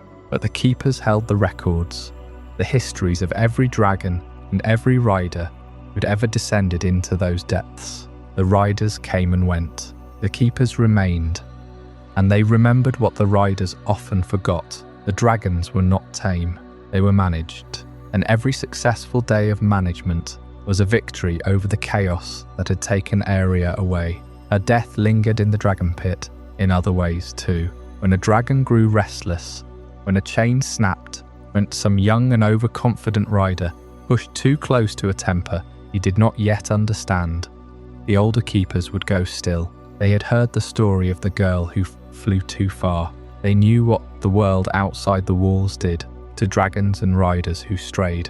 That knowledge moved from keeper to keeper, in the quiet minutes before a shift, in the stories told to raw young men as they learned the trade. This is where the order found its true character. The monastic silence, the shaved heads, the plain discipline, all of it grew from the memory of Aerea. The keepers were not just guards. They were a kind of penitent, serving a sentence written by a tragedy. The crown could not control a dragon once it was airborne, so it built an institution to control everything on the ground, a system of gates and watches and vows that would make certain no child of the blood would ever again slip away into the sky without anyone knowing. The keepers were the kingdom's repentance for Aerea, shaped in iron and vigilance. As the years of Jaehaerys' reign stretched forward, the order became part of the fixed landscape of power. The pit grew taller over the city. The keepers stood their rounds. The skulls of dead dragons lined the walls of the Red Keep, and in their shadow, the living dragons breathed and slept under the eyes of men who never forgot what price came from losing sight of them. The order carried its memory forward into every reign that followed, so that even as kings changed and generations turned, the presence of a keeper was as constant as the law. When the time came, That same watched and guarded power would be tested in ways no keeper could have feared on the nights they first heard Aerea's name. Tested by a war that would turn all their careful rules against them and ask whether any watch could hold fire forever. The memory of Aerea Targaryen never faded from the Dragonkeepers. It was not the kind of story that could be told once and then set aside, because it contained everything the Order had been created to prevent. A princess who took a dragon without permission, a dragon so vast and old that not even the king could command it to return. A year of silence, and then a return that raised more questions than it answered, and finally, a death that no maester could fully explain.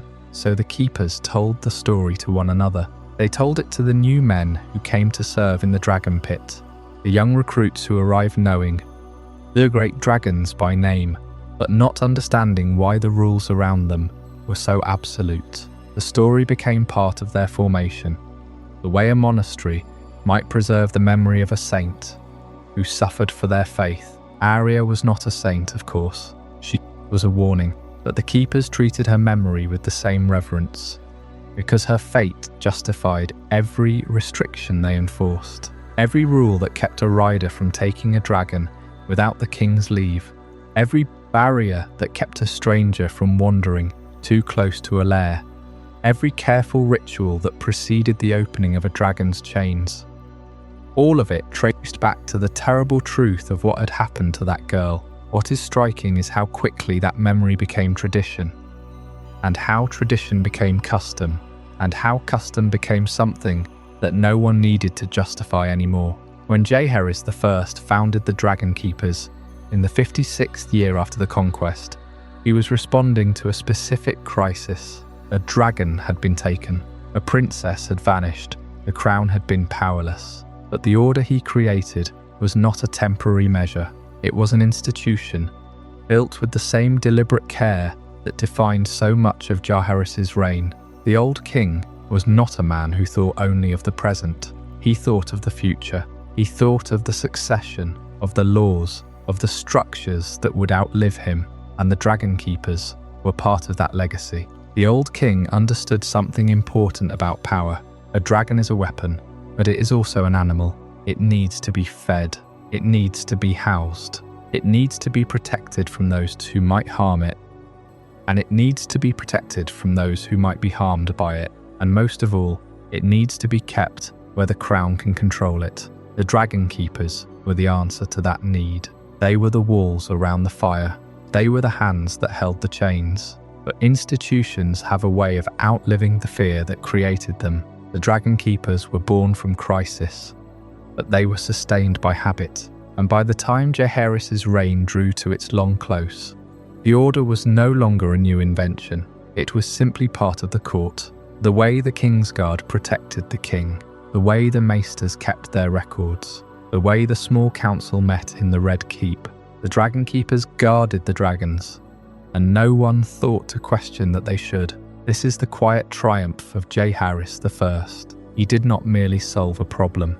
He made the solution seem inevitable. He built institutions that felt as though they had always existed, even when they had been created within living memory. The Dragonkeepers were not a reaction to a single mistake. They were a statement about what the Targaryen dynasty was, a house that ruled by the power of dragons, and therefore a house that could not afford to let that power drift out of its grasp. The succession after Jaehaerys tested that stability in ways the old king might not have foreseen. When Jaehaerys died in the 101st year after the conquest, the crown passed not to one of his many children, but to his grandson, Viserys. The great council of Harrenhal had chosen Viserys over his cousin Rhaenys, setting aside a woman's claim in favour of a man's. And with that choice, the Targaryen dynasty entered a new century with a new king and an old fear still unspoken. The succession itself was not the crisis that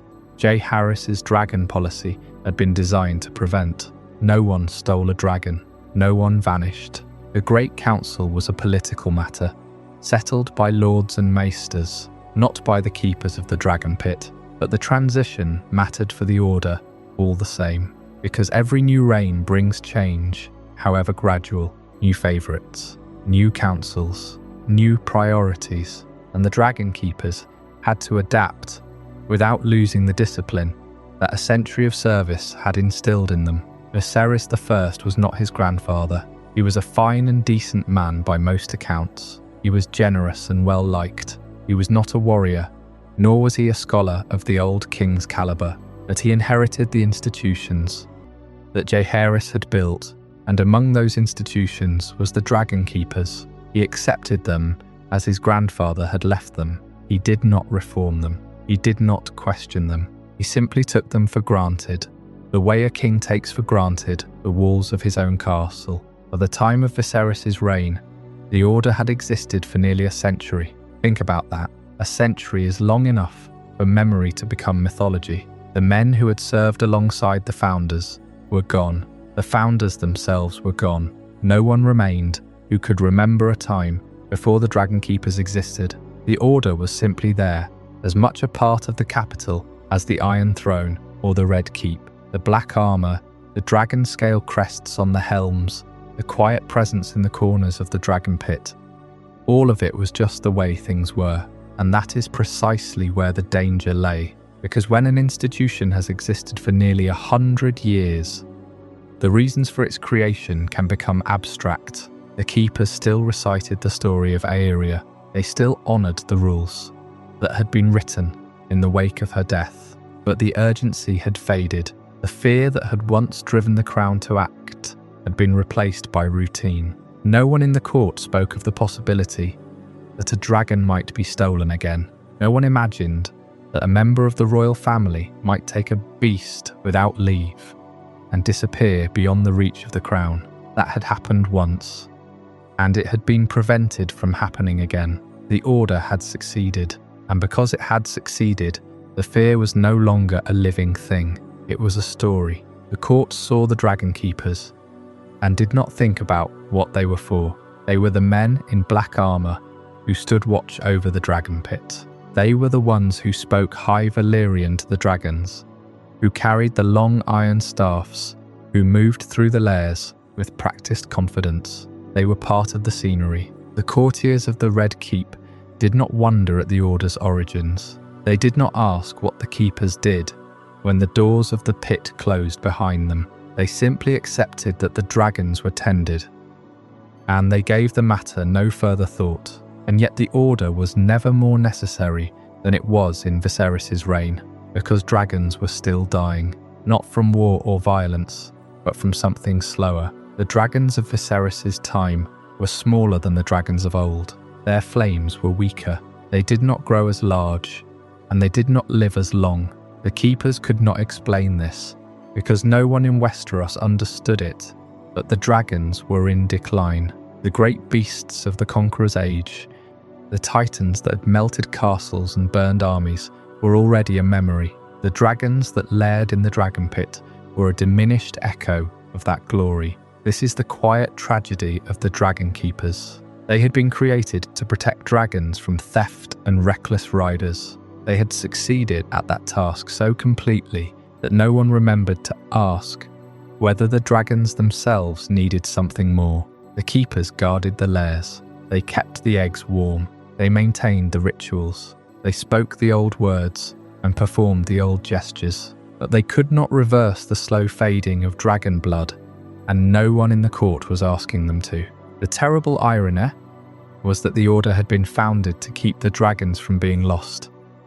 And the dragons were being lost anyway, not to an enemy, not to a thief, but to something inside them, something that no amount of guarding could stop, because the court had forgotten why the Dragonkeepers existed in the first place. Not entirely, of course. The story of Aerea was still told, the rules were still followed, but the deep understanding, the bone-deep fear that had shaped the Order's creation had softened with time. The Dragonkeepers were respected, they were trusted, they were a fixture of Targaryen rule, but the men who governed the Seven Kingdoms no longer thought about what it meant to rely on an order of dragon handlers. They simply assumed that the dragons would be there when they were needed, and that the keepers would manage whatever came. Viserys himself embodied this assumption. He was a dragon rider, yes, but he had claimed his dragon later in life, and he did not fly often. He did not have the casual intimacy with dragons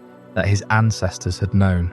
For Viserys, the dragons were more symbol than reality. They were the proof that House Targaryen still ruled, still carried the blood of old Valyria, still held the power that had conquered Westeros. They were not daily companions. They were decorations on a banner, and the Dragonkeepers were the ones who made that symbol possible. They kept the dragons alive. They kept them within the boundaries of the Dragonpit. They made it possible for the court and the commons to regard the dragons as magnificent but distant, beautiful but contained. The Order had become a kind of buffer between the royal family and the animals that were both their inheritance and their burden, between the public and the terrifying reality of what dragons were. The Keepers managed that boundary with a discipline that had been honed over nearly a century of service. But the success of that discipline was also its danger, because the Order was so good at its work that the rest of the world stopped paying attention. The dragons were safe. The dragons were fed. The dragons were guarded. So no one looked too closely at the signs of decline. No one asked whether the Keepers had the resources they needed. No one questioned whether the dragons were thriving or merely surviving. The Order was a machine, and machines are only as good as the purpose they serve. When that purpose is forgotten, the machine keeps running, but no one notices when it starts to wear. The institution had become so embedded in the machinery of Targaryen power that no one remembered to examine it. The rules were followed. The rituals were observed. The high Valyrian words were spoken and understood. But the original purpose of the Order, to prevent the loss of control that had allowed Aerea to vanish with Bali, had been absorbed into a system of customs that no one questioned. The Keepers were not a solution anymore. They were a tradition. What happens to an institution that succeeds too completely? It becomes invisible. It becomes a part of the furniture. And when the crisis that created it fades from living memory, only the institution remains. The rules without the reasons. The habits without the fear. That is what the Dragonkeepers were. By the time the crown passed from Jaehaerys to Viserys, an empty form, still filled with devoted men, still performing their duties with skill and dedication. But the original fire had gone out. The Order was going through the motions of a purpose. It no longer needed to justify. That is where the Dragonkeepers stood, as Viserys I took the throne. An order created in the shadow of a terrible loss, built to prevent another loss just as terrible, had become a fixed point in the court. The Keepers were there. They had always been there, as far as anyone could remember. The dragons were guarded. The rules were enforced. The succession had passed from Jaehaerys to Viserys, and the Order had passed along with it, as unquestioned as the crown itself. And no one in the court paused to consider what would happen if the Order's assumptions ever failed, if the doors of the Dragonpit were ever breached, if the mob ever decided that the dragons were no longer a symbol of royal glory but a target, if the quiet discipline of the Keepers was ever overwhelmed by something they had not been prepared to face. The Order had been founded to prevent the theft of a dragon. It had never been founded to face the rage of a city. The Dragonkeepers had been created because a princess took a dragon and never came home the same. A century later, the memory of that horror had become a story, a lesson, a part of the Order's identity. But a story cannot guard a pit full of living, breathing weapons. The Keepers could recite the tale of Aerea from memory, and they did. But no one among them had ever watched a dragon die a violent death. No one had ever been asked to hold ground against a crowd. No one had ever been told that the survival of the Order might depend on something more than discipline and tradition and the careful repetition of ancient words. They were Keepers. They were guardians. They were the quiet backbone of Targaryen dragon power, and they had no idea what was coming, because the Order had done its job so well for so long that the court had come to depend on it without thought, and dependence without understanding is a fragile foundation. The Dragonkeepers of Viserys' court were performing their duties with the same precision their predecessors had shown 100 years earlier. They were feeding the dragons. They were guarding the lairs. They were speaking the words of old Valyria, maintaining the link between the present and the ancient past. The institution had been inherited, accepted, and absorbed. It had become tradition, and tradition, left unexamined, becomes a kind of sleep. But the meaning of that work had changed. What had once been a desperate effort to hold back chaos had become a routine. And routines, no matter how carefully maintained, cannot adapt when the world changes. The Dragonkeepers were built to face one kind of crisis. They would never face that crisis again. But they had not been built to face what would come to King's Landing in the years after Viserys' reign.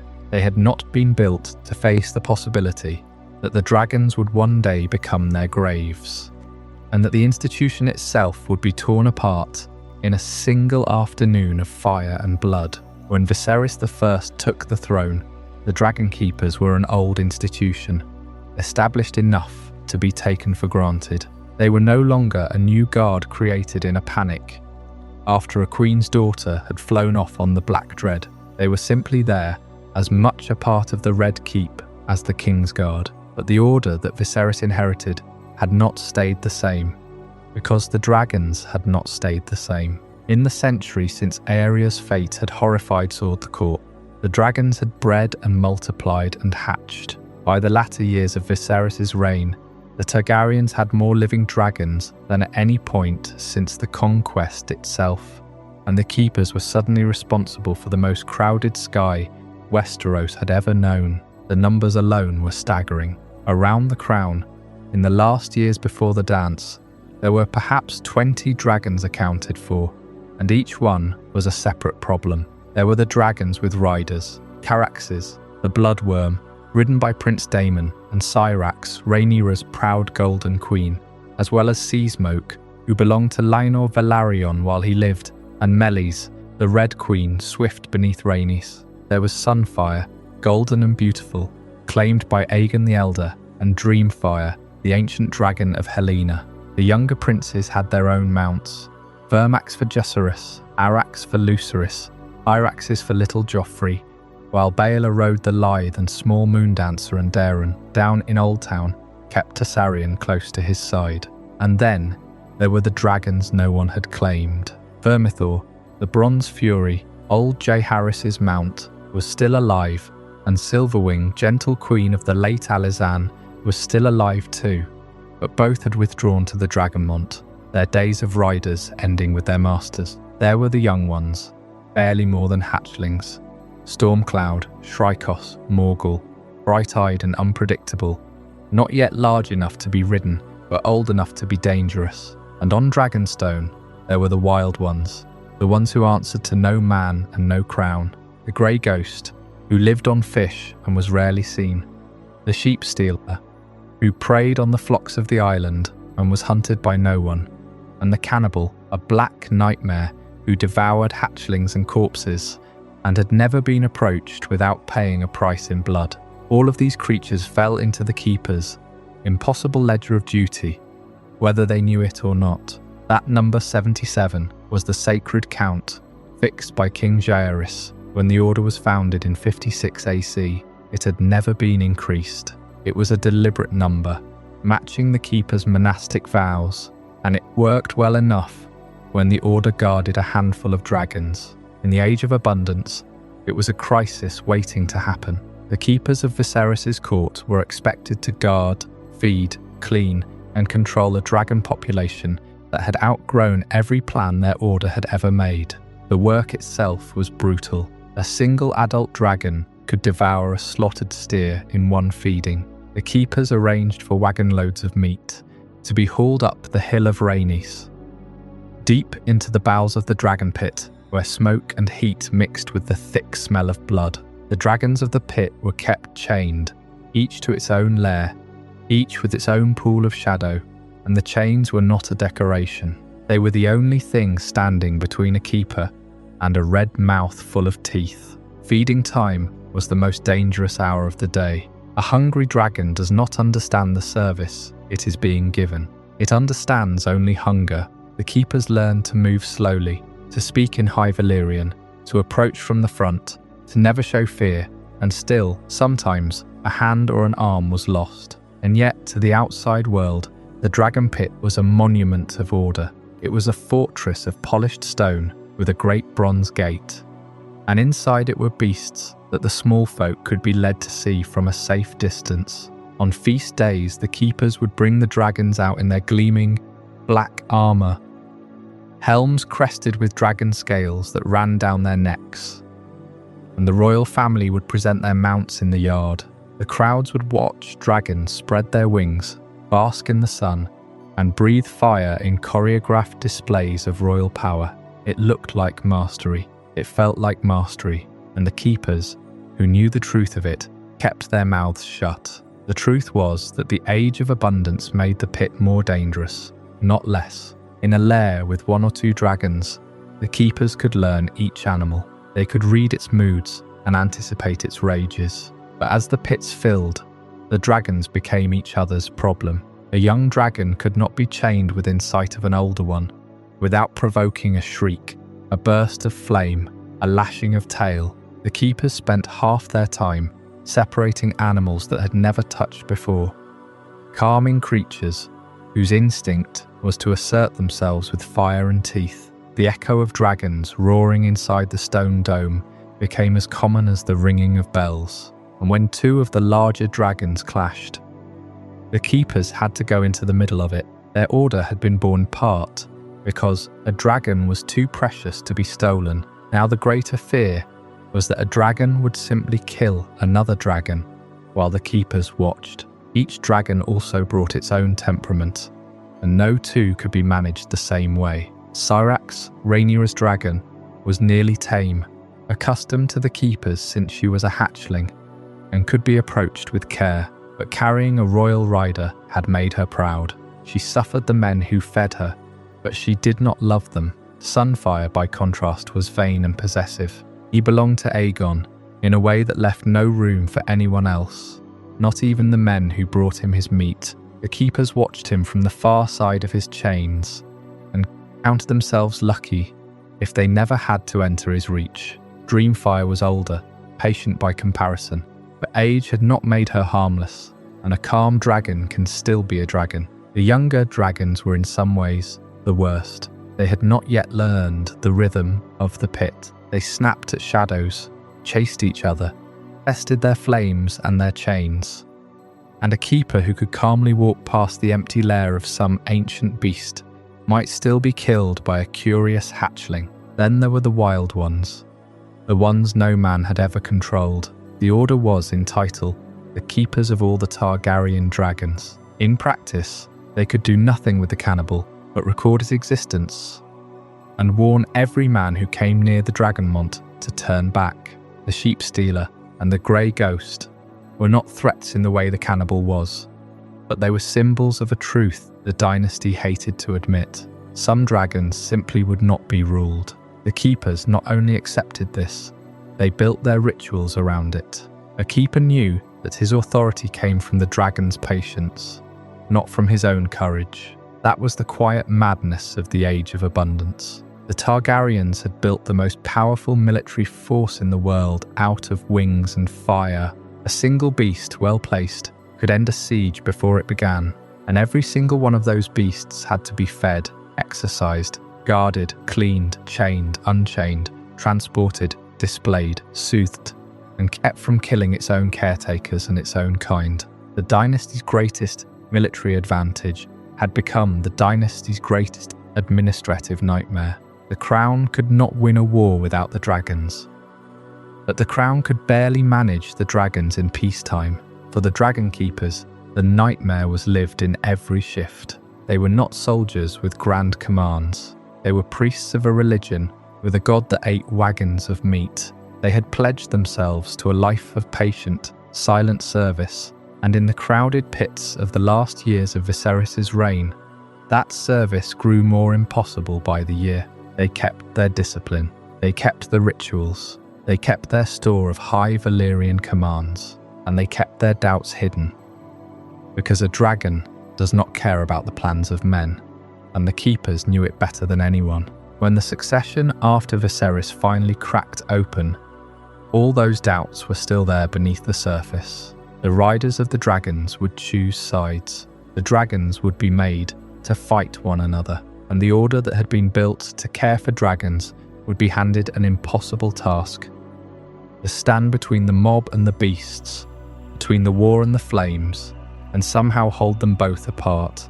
By the closing years of Viserys I's reign, the crown could field more dragons than at almost any other point in Targaryen history. Ridden dragons, unclaimed dragons, young dragons still growing into their strength. The Dragonpit had become a living arsenal, and no other power on the continent could answer it.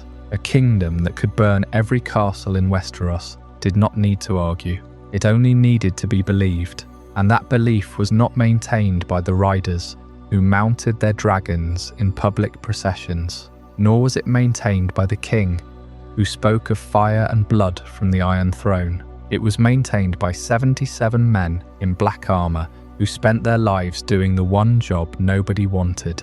The Dragonkeepers kept the dragons alive, and because they kept the dragons alive, the Targaryen dynasty could rule the way it ruled. So let me say that directly. Every marriage alliance, every settlement of succession, every war, every whispered threat delivered in the name of the crown, all of it rested on the continued health of the dragons, and the health of the dragons rested on men the court barely noticed. Consider marriage first. When the crown proposed a match with a great house, the bride or groom carried the Targaryen name, and that name was worth something, precisely because of what waited in the Dragonpit. A marriage alliance was never merely a commitment of blood, it was an alliance with fire. The lord who married into the royal house understood that he was binding himself to a family that could at any moment summon creatures that outmatched any army he could raise. The crown negotiated from that strength without ever having to say the words. And when the wedding came, the dragons were often part of the celebration.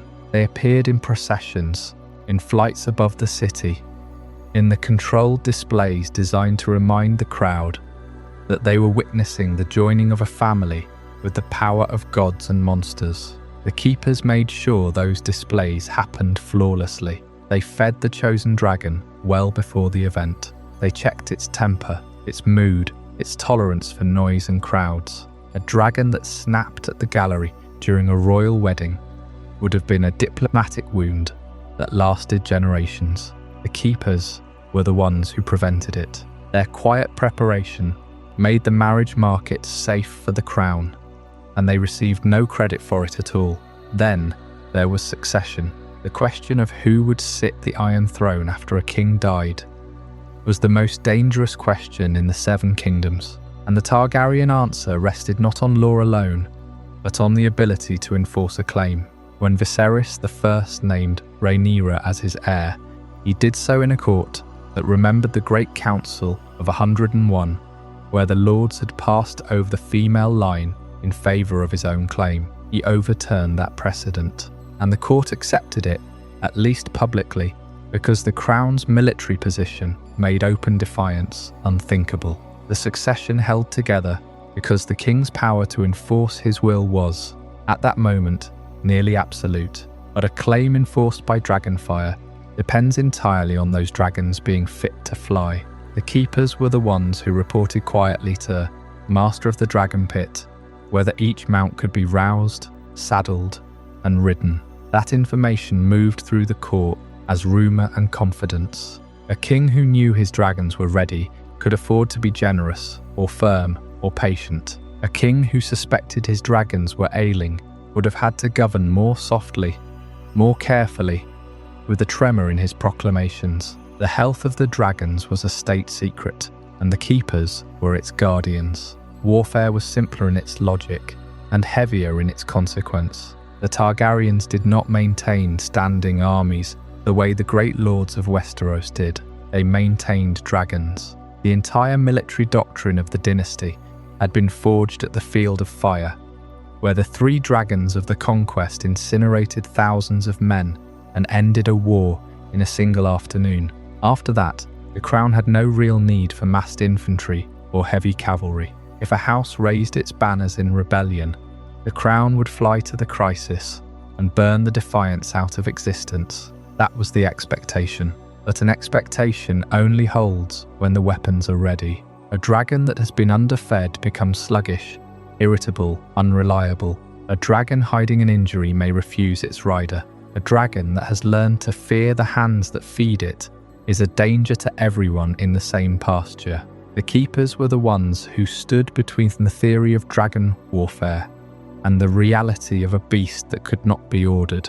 They were not the generals. They were not the riders. They were the reason the generals and riders could assume that when the order was given, the dragon would fly. The military power of the Iron Throne, on any given morning, was the direct product of whether 77 men had done their work the day before.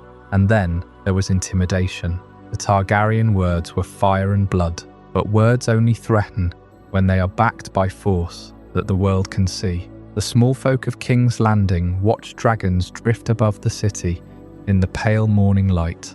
They heard the roars echo through the alleys. They felt the heat of a dragon's breath during a royal processional. The crown wanted that dread. It wanted the kingdom to understand that the beasts were real, were near, were always ready. But the crown also wanted to control that terror, to keep it at a safe distance, to shape the moments when the public could look upon the creatures. The keepers managed those rituals of exposure. They walked the dragons through the city gates at a pace that allowed for awe but not familiarity. They presented the animals in their finest condition, healthy and alert and magnificent. What the crowd never saw was the work that made that image possible. The mucking of lairs, the hauling of butchered cattle, the careful burning of spoiled meat that might have sickened a dragon, the long hours of spoken high Valyrian, repeated until the beast responded to a command without hesitation. The public saw the dragon and felt fear. It did not see the pyramid of labour holding the dragon upright, and in that small blindness, the entire system found its strength. Here is the contrast that history leaves unspoken. The dragon riders, the celebrated figures of the age. Princes and princesses flew above the city, while crowds called their names. Bards wrote songs about them. Historians recorded their quarrels, their romances, their ambitions. When Rhaenyra took to the sky on Syrax, half the court watched and remembered. When a prince claimed a dragon for the first time, the event became the talk of the realm. The riders were the stars of the Targaryen story, but the men who kept those mounts alive left no songs behind. No Dragonkeeper's name survives in the histories. The maesters recorded the order's existence, its numbers, its duties, but the individuals themselves vanished into total anonymity, and that was by design, though no one wrote that design down. A keeper who succeeded produced nothing visible, nothing burned, nothing was stolen, nothing went wrong. The absence of disaster was the only evidence of his skill, and history, even the careful history of the maesters, records disasters. It rarely records the nameless men who prevented them. The riders rode in front of the world, the keepers worked behind it. And that brings me to the institutional irony that defined the order. The Dragonkeepers were essential to royal power, but they were essential precisely because they were rarely recognized as power. They did not sit at the small council table. They did not command the lords of the realm, or carry titles that anyone outside their ranks would recognize. They held no castles, no seats of authority, no voice in the decisions of the court. They were servants, black-armoured, helmeted, standing in the background of every royal event, present, but never given a speaking part. And yet the entire architecture of Targaryen supremacy, the marriages, the succession, the military readiness, the theatre of fear, all of it flowed through their hands. Viserys I could sit the Iron Throne and look every inch a king because he knew what was waiting in the Dragonpit, and what was waiting in the Dragonpit was only waiting there because the keepers had fed it, bathed it, healed it, and kept it trusting the hands that tended to it. The king's gaze was fixed on the horizon. The keeper's gaze was fixed on the fire. Let that irony settle. The crown created an entire order, men meant to maintain its most dangerous weapons. And then the crown, as dynasties always do, began to forget that the weapons were not self-sustaining. The dragons ate and slept, and grew under the watch of the keepers. And because that watch was so steady, because the system ran so quietly, the court began to take it for granted. The dragons would always be healthy. The keepers would always be there. The crown could form alliances, decide successions, threaten its enemies, and never once have to ask what was happening inside the Dragonpit. That complacency was the seed of everything that came afterward. As the reign of Viserys I reached its fading years, the factions gathering around the succession began to look at the dragons as prizes to be won. They measured the flock, counted the riders, calculated the advantage of each mount. Few stopped to ask what it meant to claim a prize that could not be governed. Fewer still wondered whether the keepers could hold the line when the court itself began to fracture. They simply assumed that the fires would burn as they always had, and that the men in black armor would carry on their quiet work in the shadow of the pit, unnamed and unseen, holding the whole realm in balance, with nothing more than a steady hand and a quiet command in High Valyrian.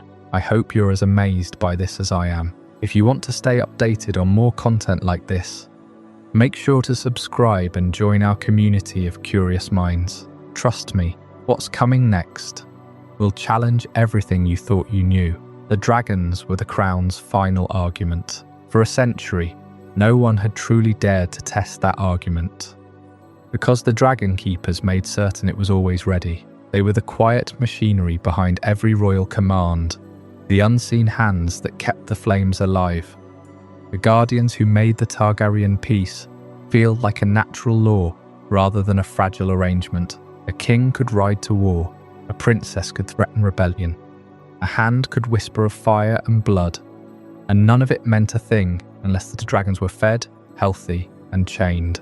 The Dragonkeepers were the reason the realm never had to wonder whether the crown was bluffing. But a dragon is only as strong as the hand that holds its chain. And in the year 129 after the conquest, that hand began to tremble. King Viserys I lay dying in his chambers in the Red Keep. His body had been failing for years, worn down by disease and excess, and those close to him had long known the end was coming. When it finally arrived, on the third day of the third moon, the news did not leave the castle. Queen Alyssa and the hand of the king, Ser Otto Hightower, kept the king's death a secret while they worked to secure the succession. Their choice fell on Aegon, the eldest son of Viserys and Alicent, a young man who had not expected to rule and who was found hiding in the city when they came for him. He was brought to the Red Keep, dressed in the conqueror's crown, and before dawn the realm had a new king. The coronation itself was held in the Dragonpit, beneath the great dome where the dragons slept. That detail would haunt everything that came later. The ceremony was intended to show the power of the new king, to place him in the very heart of Targaryen might, surrounded by the beasts that made his family divine. The keepers of the pit stood along the walls, silent, armoured, unrecognised. They watched the crowd cheer and the new king take his oaths. They did not know it yet, but they had just watched the beginning of their own destruction. Word soon reached the island of Dragonstone, where Rhaenyra Targaryen waited. She had been her father's chosen heir for years. The lords of the Seven Kingdoms had knelt to her and sworn oaths of fealty, and she had carried the title Princess of Dragonstone longer than any heir before her. When the Raven arrived with the news that Aegon had been crowned, Rhaenyra refused to accept it. She was pregnant at the time, heavy with child, but her will was not broken by grief or exhaustion. Her supporters gathered in the stone halls of Dragonstone, and there, in the stronghold of her ancestors, a crown was placed upon her head. Rhaenyra was proclaimed Queen of the Andals and the Rhaenyra and the First Men, Queen of the Seven Kingdoms and Protector of the realm. She was the rightful heir by oaths, and by the word of the dead king. Aegon was the rightful heir by tradition and by the choice of the small council, and both of them had dragons. For the Dragonkeepers, this was an unprecedented problem. Their order straddled the two courts. They maintained the Great Pit in King's Landing, where Aegon's supporters could see the golden form of Sunfire among the lairs, and they maintained the dragons on Dragonstone, where Rhaenyra's own dragon, the pale yellow Syrax, often circled above the volcano. The keepers who served the Dragonpit in the capital found themselves standing at the centre of a war. Before the first sword was even drawn, every day messengers arrived with letters sealed in wax, demanding that the keepers surrender custody of the dragons, open the gates, prepare this beast or that beast for war. And every day the keepers had to decide who to obey. Their oaths bound them to the king, but the crown itself had split in two, and the words of their oath could no longer tell them which king was the true one. To understand how completely the institution failed, you have to understand what it was designed to do.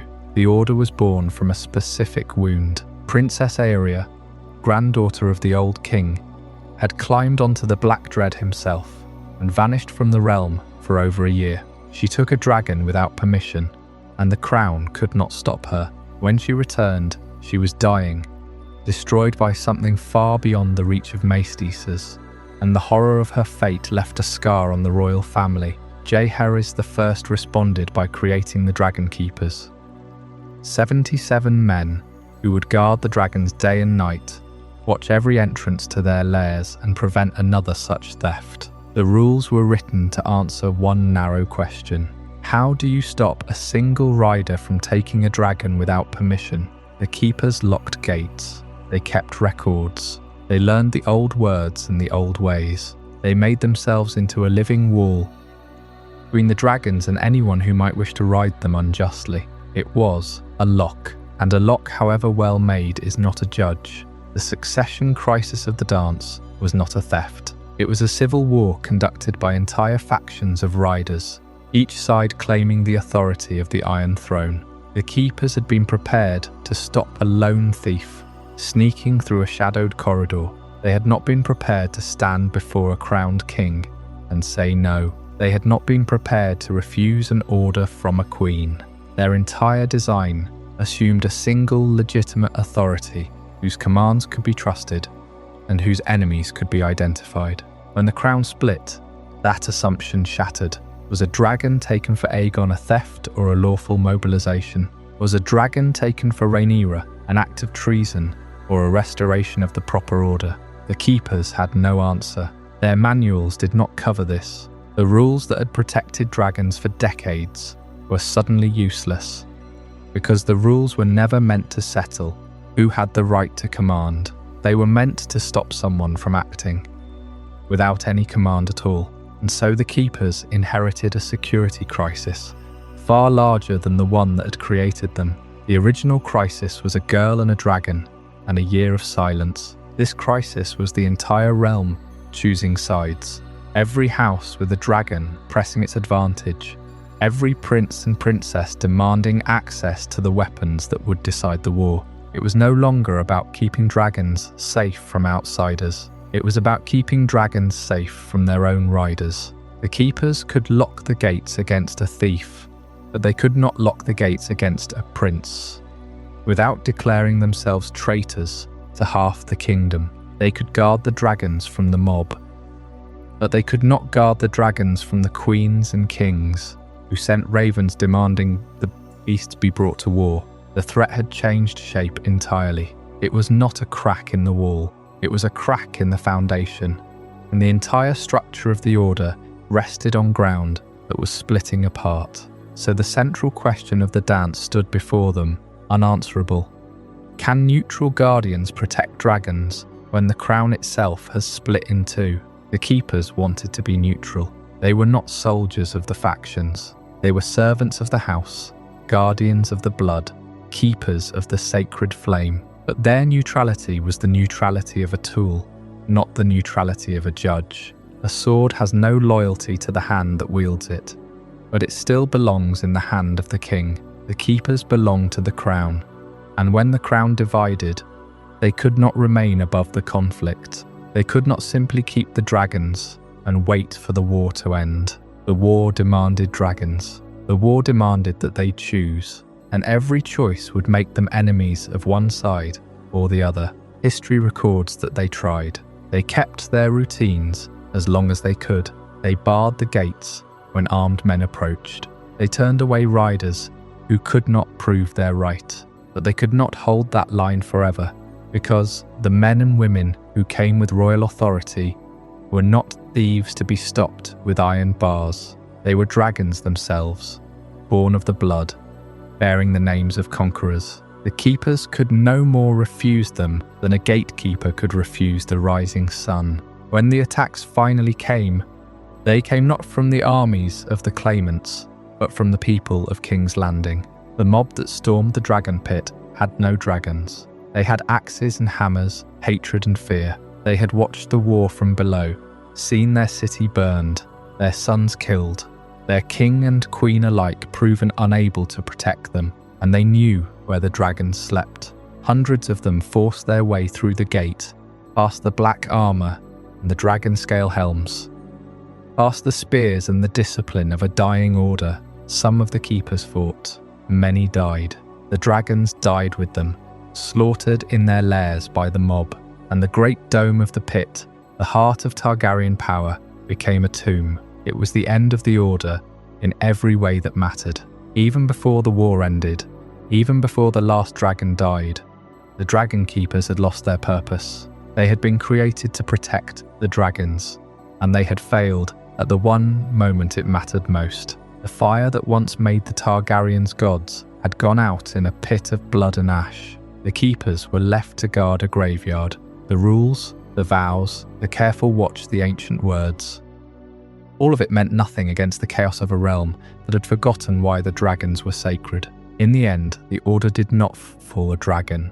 It fell to a crowd that no longer believed the keepers could protect them, and to a crown that no longer believed in anything at all. Viserys I died in his bed on the third day of the third moon of the year 129. Before the sun rose, the history of the Dragonkeepers had changed in ways none of the 77 could have foreseen. The small council moved through the dead of night, crowning Aegon II in the Red Keep, while Rhaenyra's partisans still believed the succession settled. On Dragonstone, the princess learned of her father's death and her brother's coronation almost in the same breath. 2 monarchs, 2 courts, and 1 order of dragon handlers, sworn to guard the creatures that would decide which monarch survived.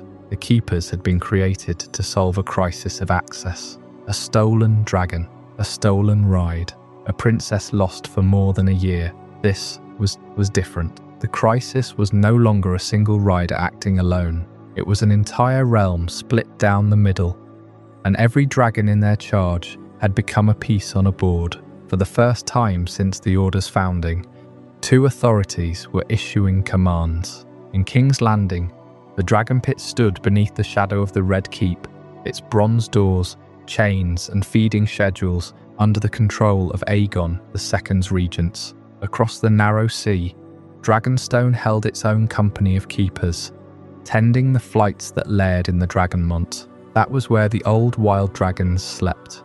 Vermithor, the Bronze Fury, who had carried King Jaehaerys into old age. Silverwing, the good queen's gentle mount. Seasmoke, once bound to Lynor Velaryon, now riderless. And the true wild ones, the beasts that had never bowed to a rider at all. Rhaenyra held that island. The men who guarded those dragons answered to her banner. Whatever their vows said about serving the crown, that was the first impossibility. The crown was no longer one thing.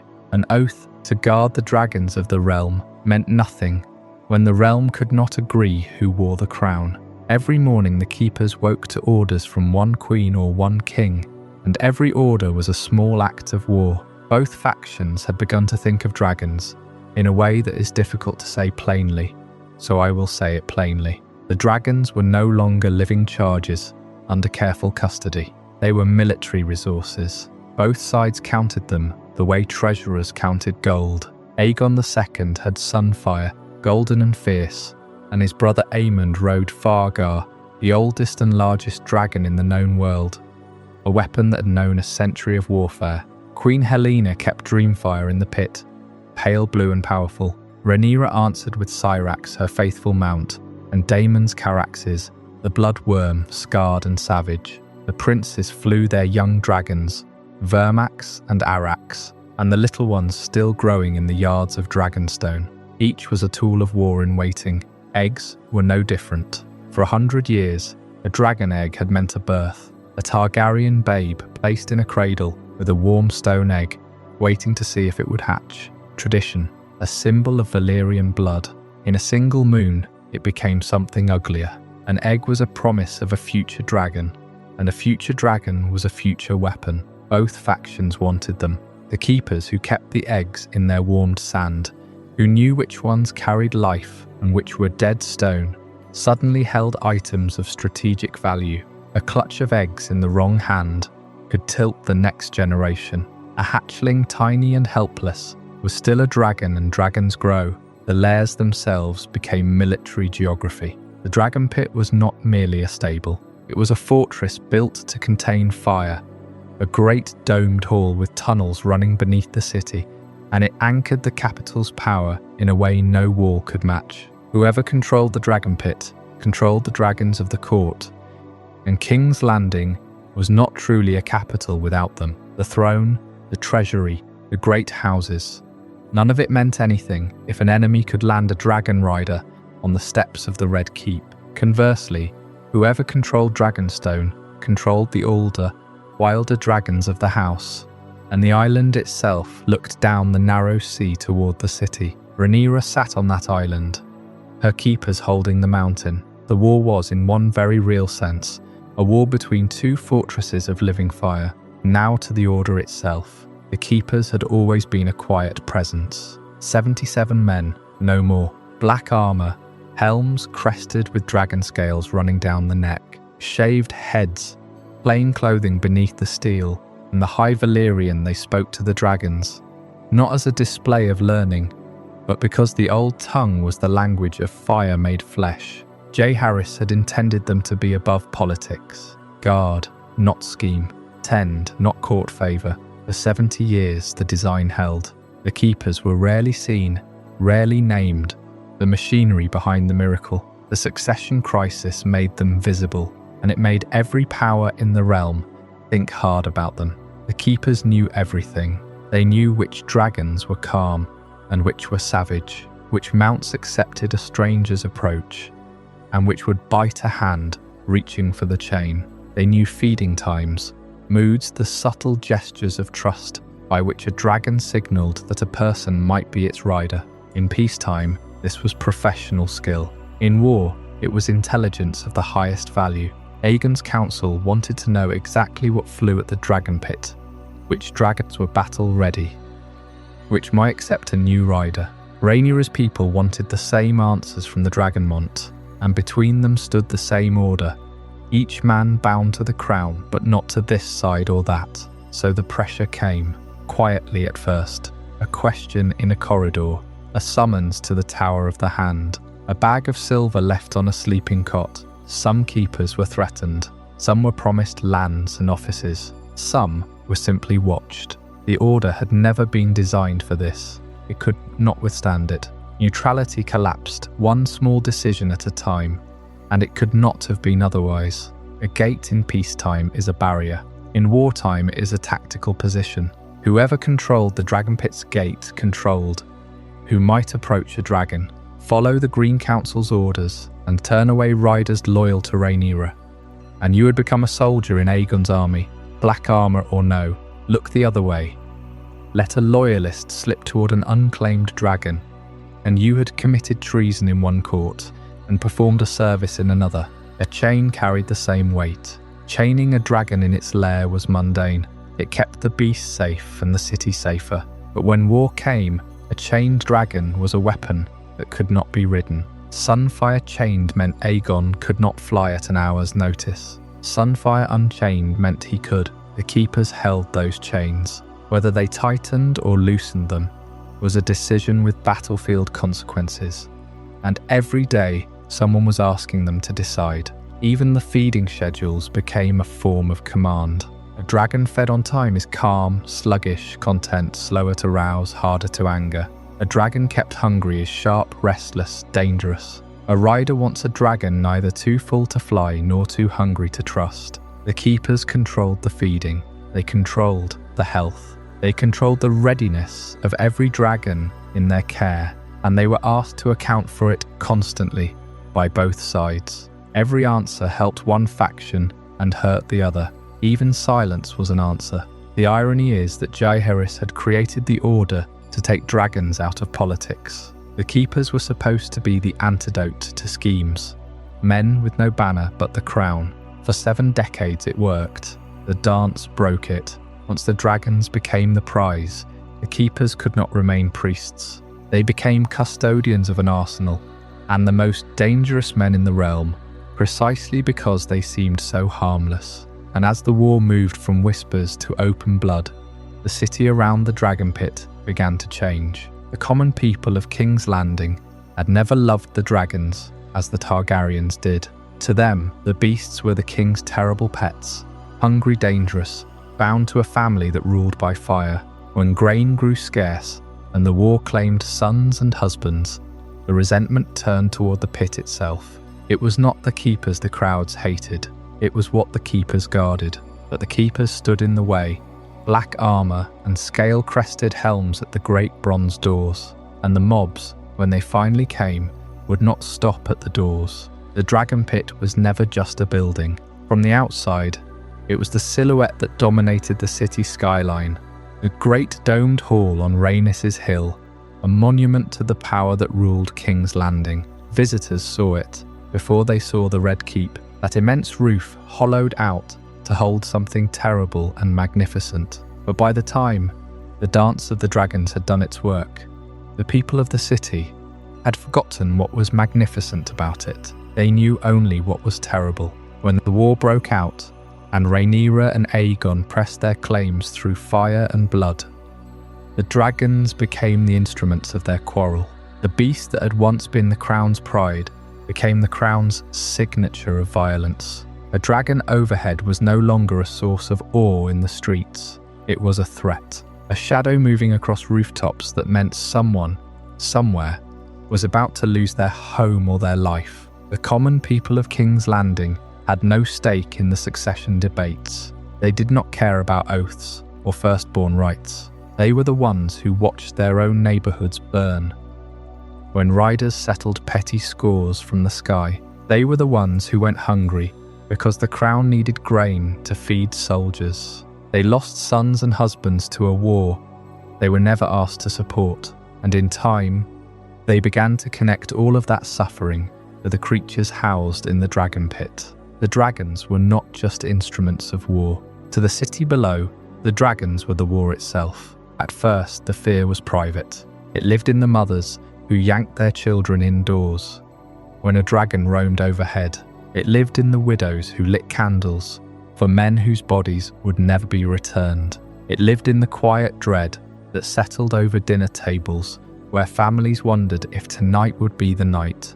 The great dome above the city finally opened, but private grief has a way of pooling, and when enough tears gather, they carve a channel. Before long, the grief was not private at all. The resentment grew in the markets and the taverns. It grew in the bread lines and at the funeral pyres. The people of King's Landing began to speak the name of the dragon pit, not with wonder, but with contempt. The beasts within its walls were not there to protect them, they said. The dragons were there to rule them, to terrify them, to remind them that their lives were disposable, as long as the crown could burn what it pleased. The Dragonkeepers walked through all of this, in their gleaming black armour, their helms crowned with dragon-scale crests that ran down the back of the neck. Once, those men had been symbols of royal order. Their very existence proclaimed that the Targaryens had mastered the forces of the world, that they could hold the most dangerous creatures ever born and make them obey. The Keepers were proof that the crown had power and knew how to wield it, and for generations, that proof comforted the city.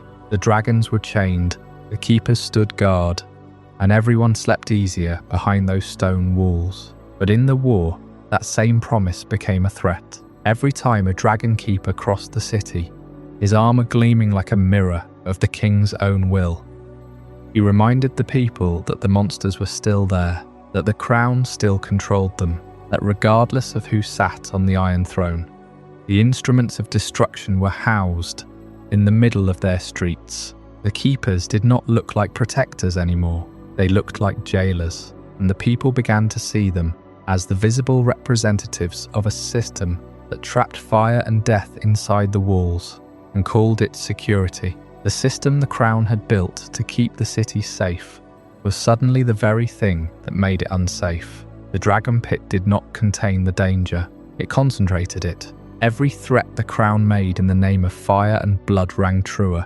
because, just a few hundred yards away, the scaled engines of that promise lived and breathed and waited. The keepers were the ones who kept them fed. The keepers were the ones who made sure the chained destruction stayed ready. And so, in the eyes of the people, the Dragonkeepers were no longer guardians of peace. They were the keepers of the city's fear. Into that fear stepped a voice that gave it shape. A man known to history as the Shepherd.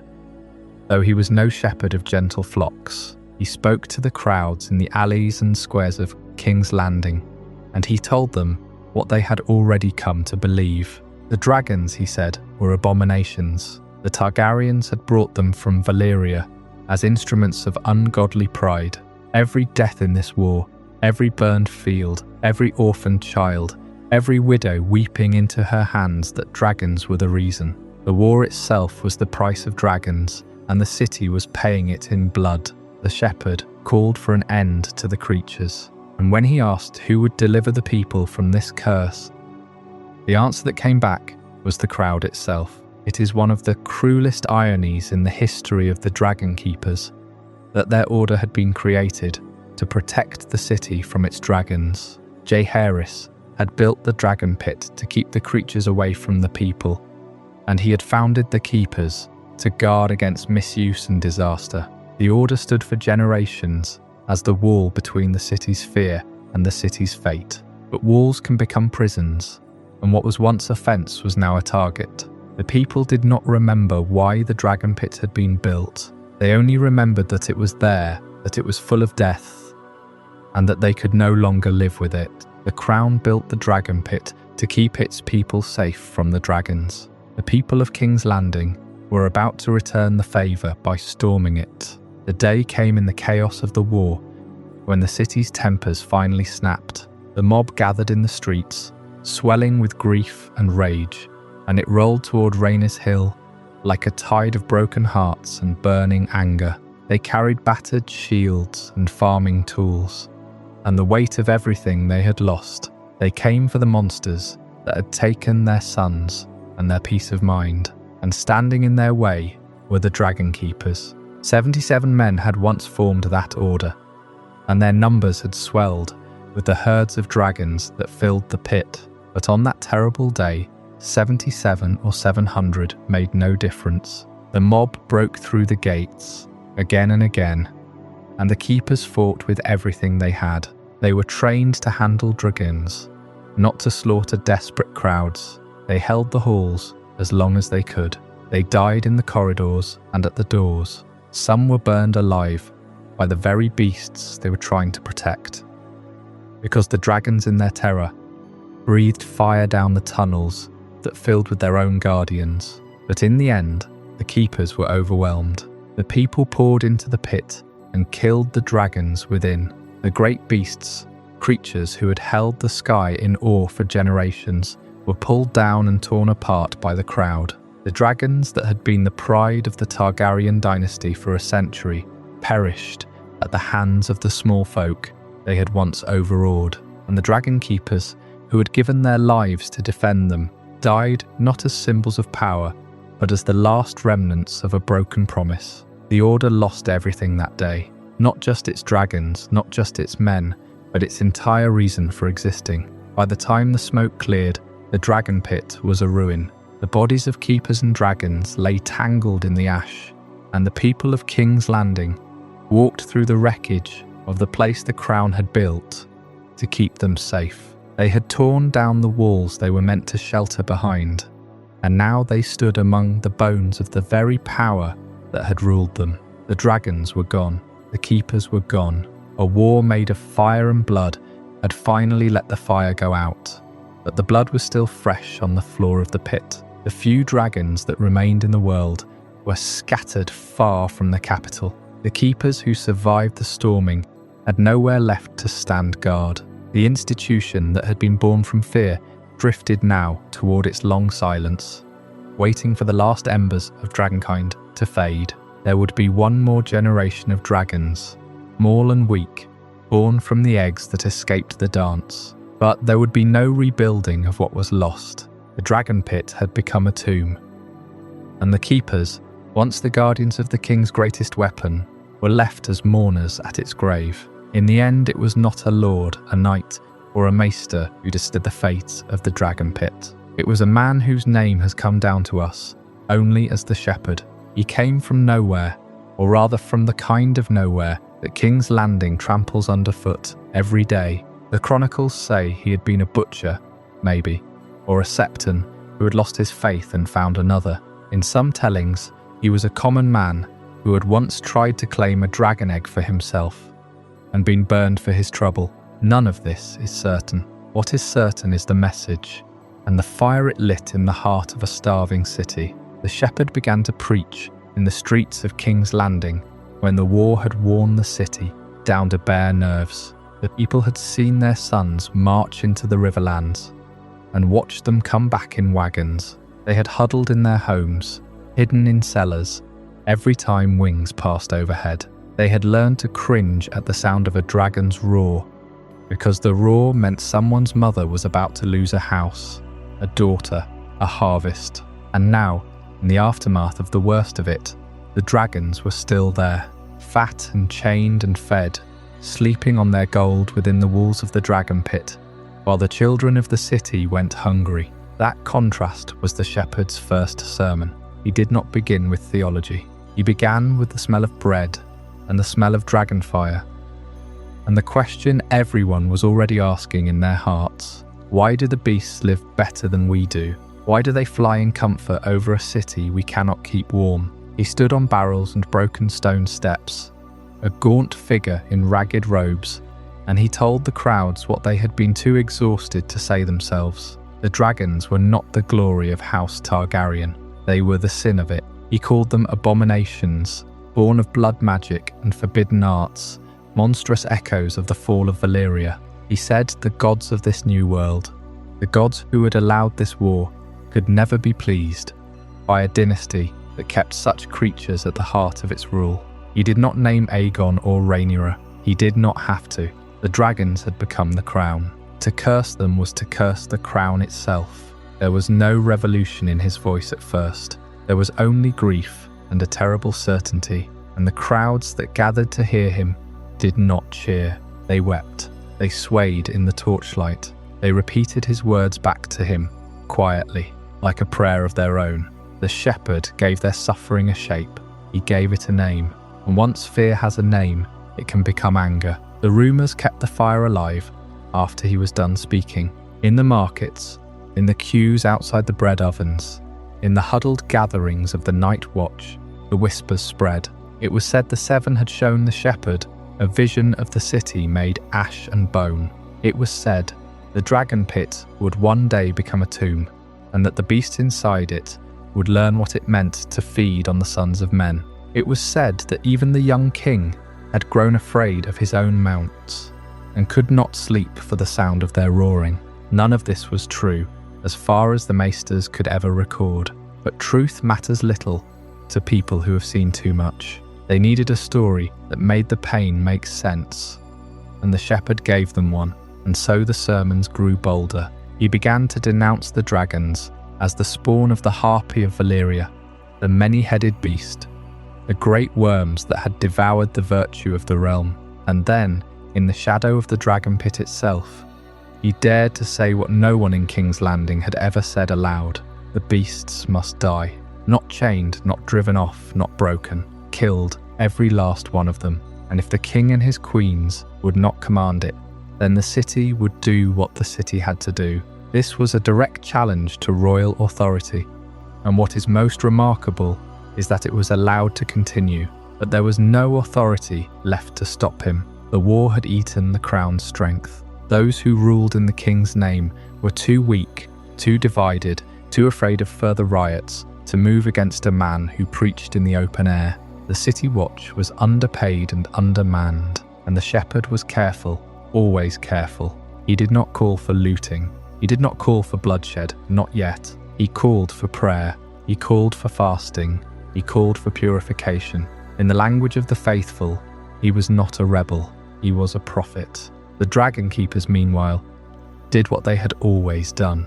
They held silent watch among the beasts. Their black armour gleamed in the torchlight.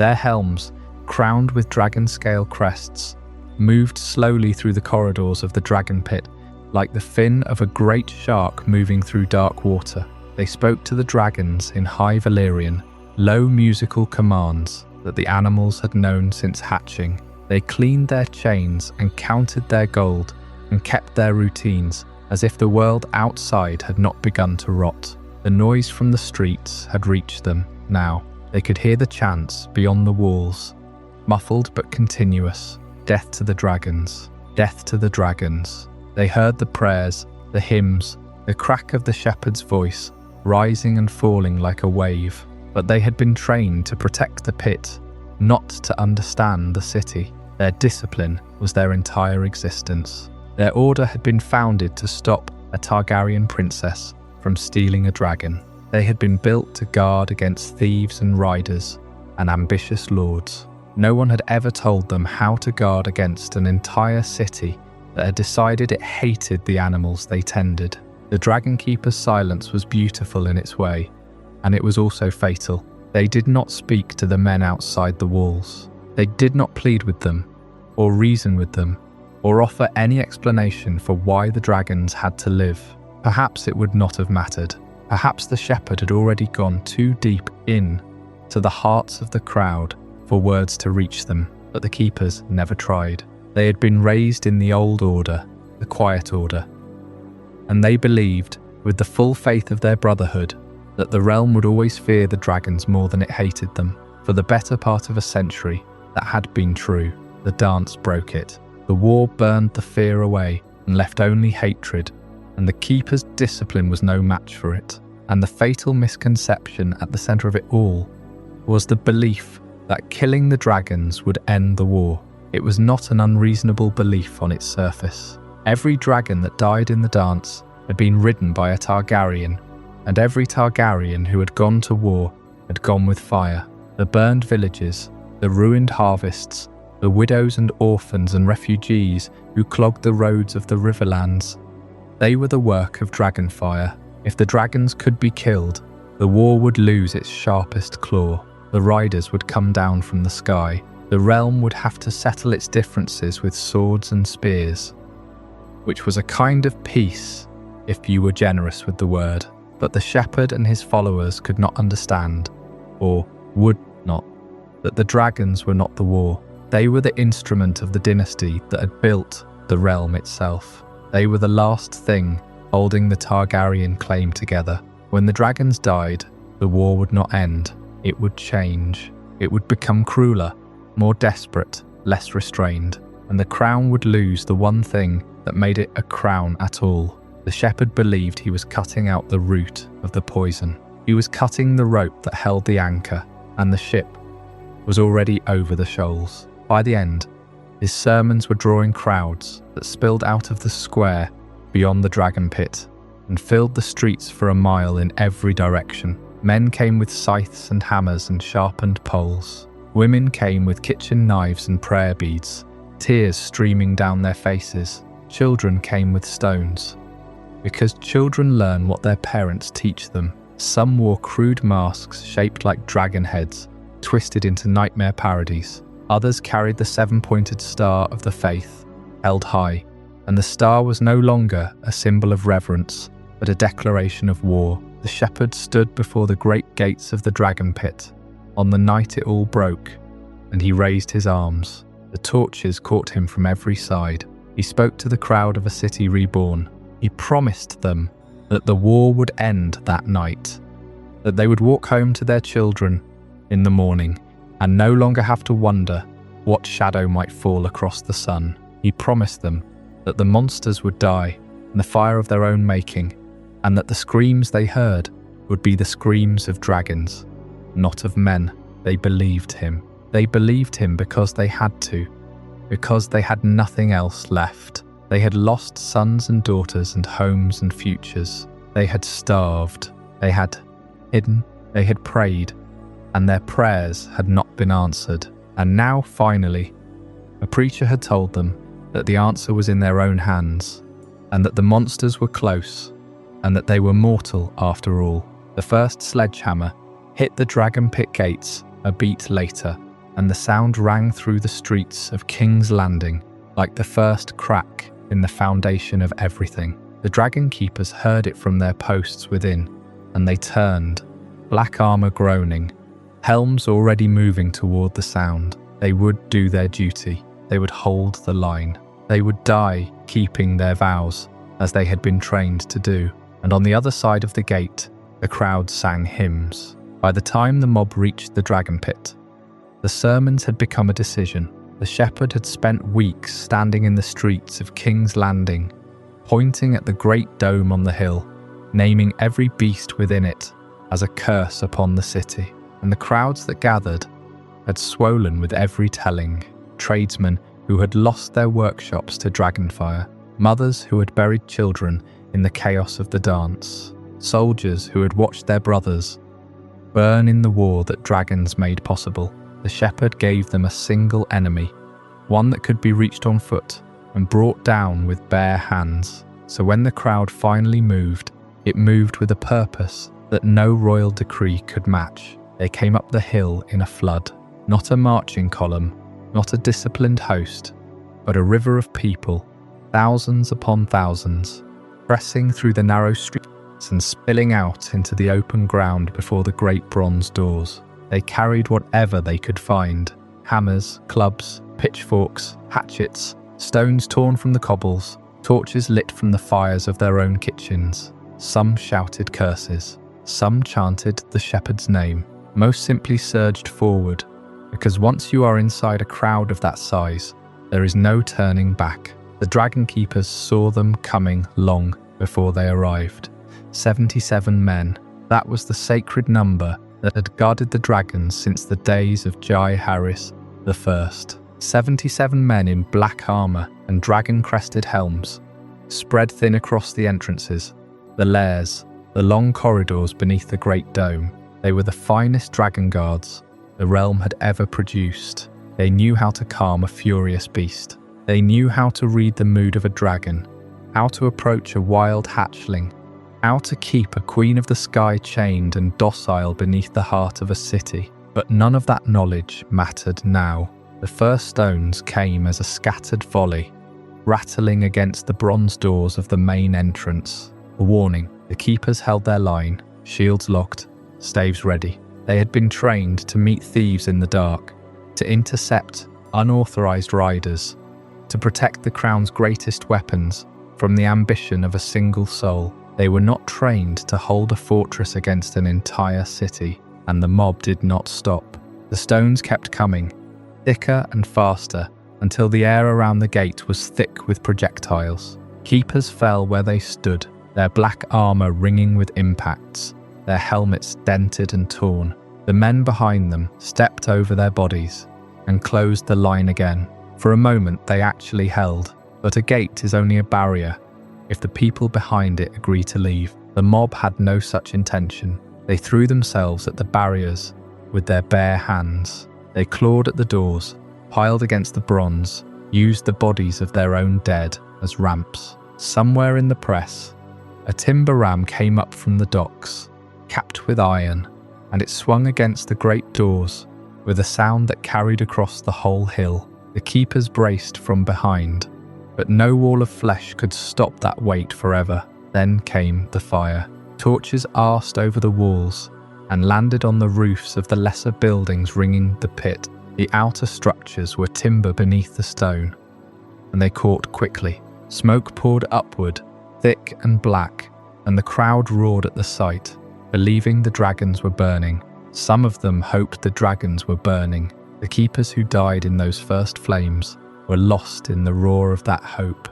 Inside, the keepers faced the impossible. The dragons had to be protected, but they could not be moved. The great chains that held them had been forged to be unbreakable, and they held true. The beasts who had grown old in those lairs, who had been fed and soothed and sung to in the old tongue since the day they hatched, had no understanding of what was happening. Some woke to smoke and panicked, thrashing against their chains, roaring, blasting fire into the dark. The keepers who had tended them for decades threw themselves into the chaos, trying to calm them, trying to buy them time with nothing but their voices and their presence. It was an impossible task, and they knew it. They did it anyway.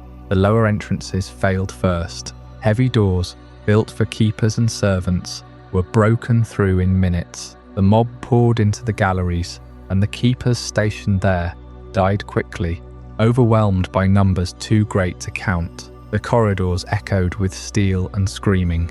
Men who had spent their lives learning the moods of dragons died in doorways they refused to abandon. Between the crowd and the beasts they had sworn to guard, the great doors fell when the ram finally splintered the bars that held them. The crowd poured through like water through a broken dam, and the great hall of the Dragonpit became a slaughterhouse. The keepers who remained formed a ring around the largest beasts, shoulder to shoulder, staves angled outward. They did not retreat. They did not lower their weapons. They died exactly where they had stood, in formation, the same way their predecessors had stood guard for 100 years. Men who had spoken high Valyrian to the great dragons fell under the boots of men who had never learned the language, and the words died with them. The spear line broke. The mob surged over it. The dragons roared their last, and the keepers roared with them. No one can say with certainty how many Dragonkeepers died inside the Dragon Pit that day. The accounts say nearly all of them. The few who survived had been stationed at the outermost edges, and they lived to describe a nightmare that no one who had not been there could fully believe. But what is certain is that many of them died alongside the creatures they had guarded for generations. The great grey and gold and bronze bodies lay tangled with the black armoured corpses of their keepers in the ash and the blood and the ruin of the hall. The order had been built on a silent bond between dragon and keeper, on the idea that these creatures could be tended, understood, trusted. That bond was buried in that hall. It was trampled. It was burned. It was gone.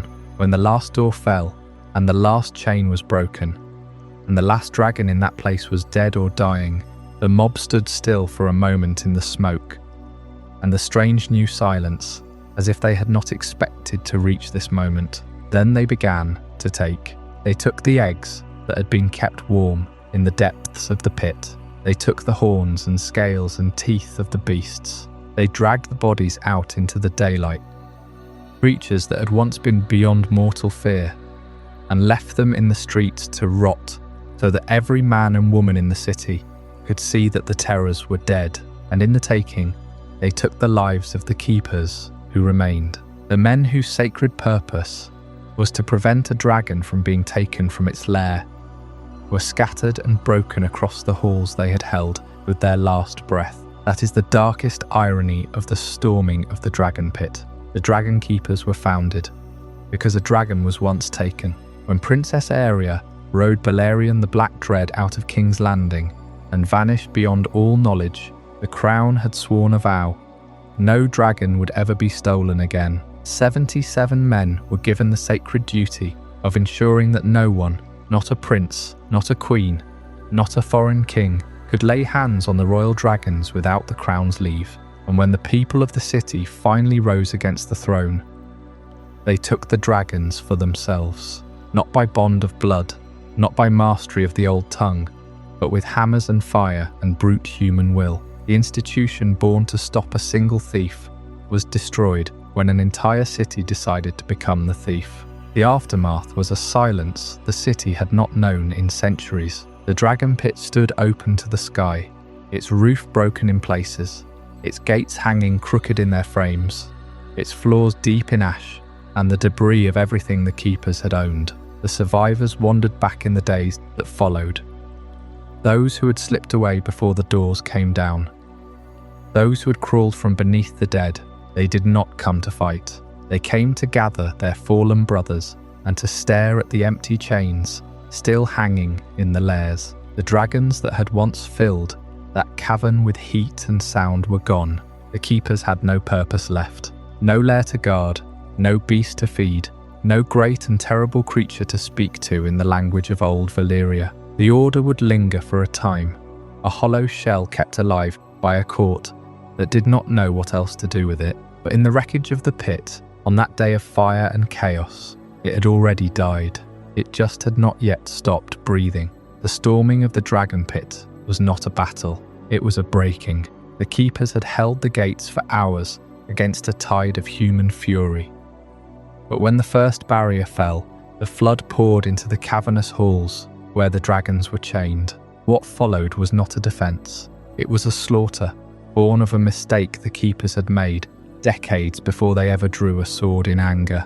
The dragons trapped inside did not die quietly. They died in terror, in rage and in confusion. The pit had been their sanctuary, a place of warmth and safety, where they were fed and tended by men who spoke to them in the lost tongue of Valyria. But on that day, the sanctuary became a tomb. The mob came armed with spears, with axes, with crossbows, with anything that could bite or cut or pierce. And the dragons, magnificent and terrible as they were, had nowhere to run.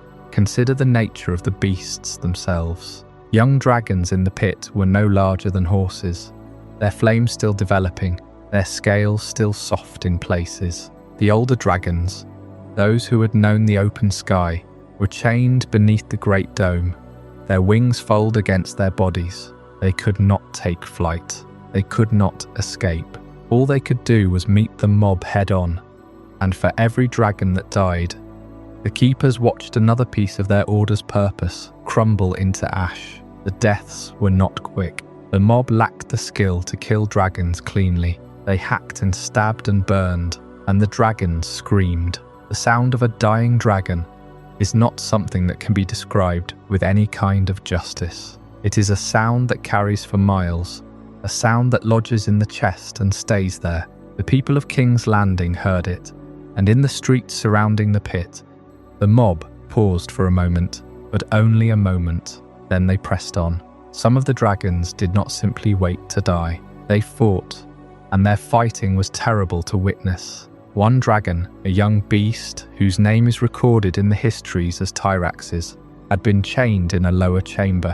When the mob broke through, he snapped his chains and tore into the crowd. He killed dozens, perhaps scores, before the sheer weight of bodies brought him down. A dragon cannot be killed by weight alone, but it can be trapped, and once trapped, the spears found the soft places. Tyrax's died buried under a mound of corpses, some of them his own victims, some of them his killers. Another dragon, a larger and older beast, called Dreamfire, had been housed in the great central hall beneath the dome. She had been a favourite of the Targaryens, a dragon with a calm temperament and a deep bond to her riders. When the crowd found her, she did not panic. She turned and faced them, and for a terrible moment, the mob hesitated. A dragon of her size could kill 100 men with a single sweep of her tail, but she was chained, and the chains were deep into the stone, and the mob realised this. They began to work around her, striking from angles she could not cover. She killed many, but she could not kill all. When she finally fell, the mob did not stop. They kept striking, long after the life had left her. The keepers who watched from the shadows say that the rage of the mob was not satisfied. It was only fed. And then there were the escape attempts. Not all the dragons accepted their fate. Some tried to break free of the pit entirely. The great dome above the central hall was pierced by shafts of light, narrow openings designed to let smoke and heat escape. A dragon the size of Syrax, the mount of the queen's own daughter, could not fit through those shafts. But smaller dragons could, and in the chaos a few of them tried. The keepers watched as a young dragon, barely more than a hatchling, clawed its way up the interior wall of the pit, seeking the light. It nearly made it. It reached the base of the column that held the dome aloft, and for a moment it seemed that it might climb high enough to escape, but the mob saw it and spears flew. The dragon fell, and the crowd surged forward to finish it. It was not a noble death. It was a desperate, pathetic one, and the keepers who witnessed it later said that the worst part was not the death itself, but the way the beast had seemed to believe, until the very end, that it could reach the sky. Syrax herself died a different death. She had been outside the pit when the storming began, and she had tried to land on the great dome to reach her keepers. The mob, seeing her, turned their fury upon her. She was not chained, she was free, and yet she chose to stay. She circled the pit, breathing fire into the crowd, killing dozens. But a dragon alone against an army cannot hold. She was brought down by a storm of bolts and arrows, and she fell among the dead in the streets. Her death was not a victory for the mob. It was a tragedy of loyalty. A creature who could have flown away, and instead chose to defend a place that had been, for all her life, her home. The keeper's failure, though, was not simply tactical, it was architectural. The dragon pit had been designed for one purpose: to contain dragons safely, but the very design that kept the dragons contained also made them vulnerable. The pit was a fortress from the outside, but from the inside, it was a trap. There were no rear exits for the dragons to flee through. There were no tunnels that led to the open sky. The only ways out were the great gates, which were designed to be opened slowly, with chains and pulleys. And by the time the keepers realized they needed to open them, the mob had already seized control of the mechanisms. The pits themselves were dug deep into the hill, with walls of stone thick enough to hold a dragon's fury. But those walls also trapped the heat, the smoke, and the sound. A dragon that could breathe fire could not see through its own smoke. A dragon that could fly could not unfold its wings. The chambers were vast, but they were not open. They were cages, and the mob knew it. When the last dragon died, the silence in the pit was absolute. The keepers who survived moved through the chambers, stepping over the bodies of the dead, both human and dragon. The floors were slick with blood and burned flesh. The great iron chains that had held the dragons were twisted and broken. The smell was indescribable. Some of the keepers wept. Some simply walked out into the streets and never returned. The Order would not survive this day, not because they had been defeated in battle, but because the reason for their existence had been dragged out of the pit and butchered before their eyes. The Dragon Pit had been a symbol of Targaryen power for over a century. It was the place where the dragons lived, where the royal family could summon their mounts, where the ambassadors of foreign lands were brought to tremble at the sight of living fire. It was a sanctuary, not just for the dragons, but for the entire idea of Targaryen supremacy. And on that day, that sanctuary became a slaughterhouse. The mob did not just kill dragons. They killed the idea that Targaryens could protect anything. If the crown could not protect its own dragons, in their own home, in the heart of the capital, then what could it protect? The keepers who survived were not heroes. They were witnesses. They had spent their lives in service to these creatures, learning their moods, their habits, their needs. They had spoken to them in High Valyrian, the tongue of old Valyria, the language of the dragon lords who had once ruled an empire. And now, in the space of a single day, that language had become meaningless. There were no dragons left to speak to. The dance of the dragons is remembered for its battles, for the great duels in the sky between rival dragon riders, for the burning of towns and the fall of armies. But the most important military defeat of the war may have occurred not on a battlefield, but in the heart of the capital, in a place that was supposed to be safe. The storming of the Dragon Pit did not turn the tide of a single campaign. It did not change the position of any army, but it destroyed the very foundation of Targaryen power. Without dragons, the Targaryens were just another noble house. Without dragons, The Dragonkeepers were just men in black armor with no one to guard. The war would continue. But the age of the dragon had ended, and the keepers, those who remained, were left to wander the halls of an empty sanctuary, listening for sounds that would never come again. The smoke was still rising from the Dragonpit when the truth settled over King's Landing. The mob had gone, the dragons were dead, and the crown that had ruled through them for more than a century no longer carried the weight of a single flame. Rhaenyra Targaryen and sat in the Red Keep, and for the first time since she had taken the city, she was powerless. Not because her armies had been defeated in the field, not because a rival claimant had marched upon her walls, but because the very creatures that had made her a dragon queen were now scattered bones and charred flesh beneath a broken dome. The storming of the Dragonpit had not simply been a tragedy. It was the moment the Targaryen presence in King's Landing stopped being an occupation and became an insult the city could punish at will. Consider what had just happened in a single day. The Queen lost every dragon that had been housed in the capital. Dreamfire, a dragon old enough to have known the age of the old king himself, had shattered her chains in the chaos and died among the rubble. Morgul and Shrikos, young dragons barely old enough to be ridden, had been torn apart by the crowd. Tyraxes had been crushed when the mob collapsed his lair around him. And Syrax, Queen's own mount, the dragon that had carried Rhaenyra through decades of peace and war, had flown down into the street without her rider and been pulled to the ground and hacked to death by common hands. The Queen's son Joffrey had died, trying to mount Syrax in the desperate confusion, falling from the dragons back into the same mob that would soon destroy her. And when Queen Helaena heard the roar of dying dragons from her chambers in the Red Keep, she threw herself from a window and ended her own torment. The Dragonpit was a tomb, and the keepers who had guarded those creatures were dead in the tunnels, or dying in the gutters, or hiding in the shadows of a city that had just learned it could kill dragons. This is where the collapse of the Order must be understood. The Dragonkeepers had never been mere servants. They were the institutional embodiment of a simple belief that the power of House Targaryen was sacred, unchallengeable, and guarded by men whose only task was to keep it safe. They were priests of a religion that had only one commandment: the dragons must be protected, because the dragons were the crown.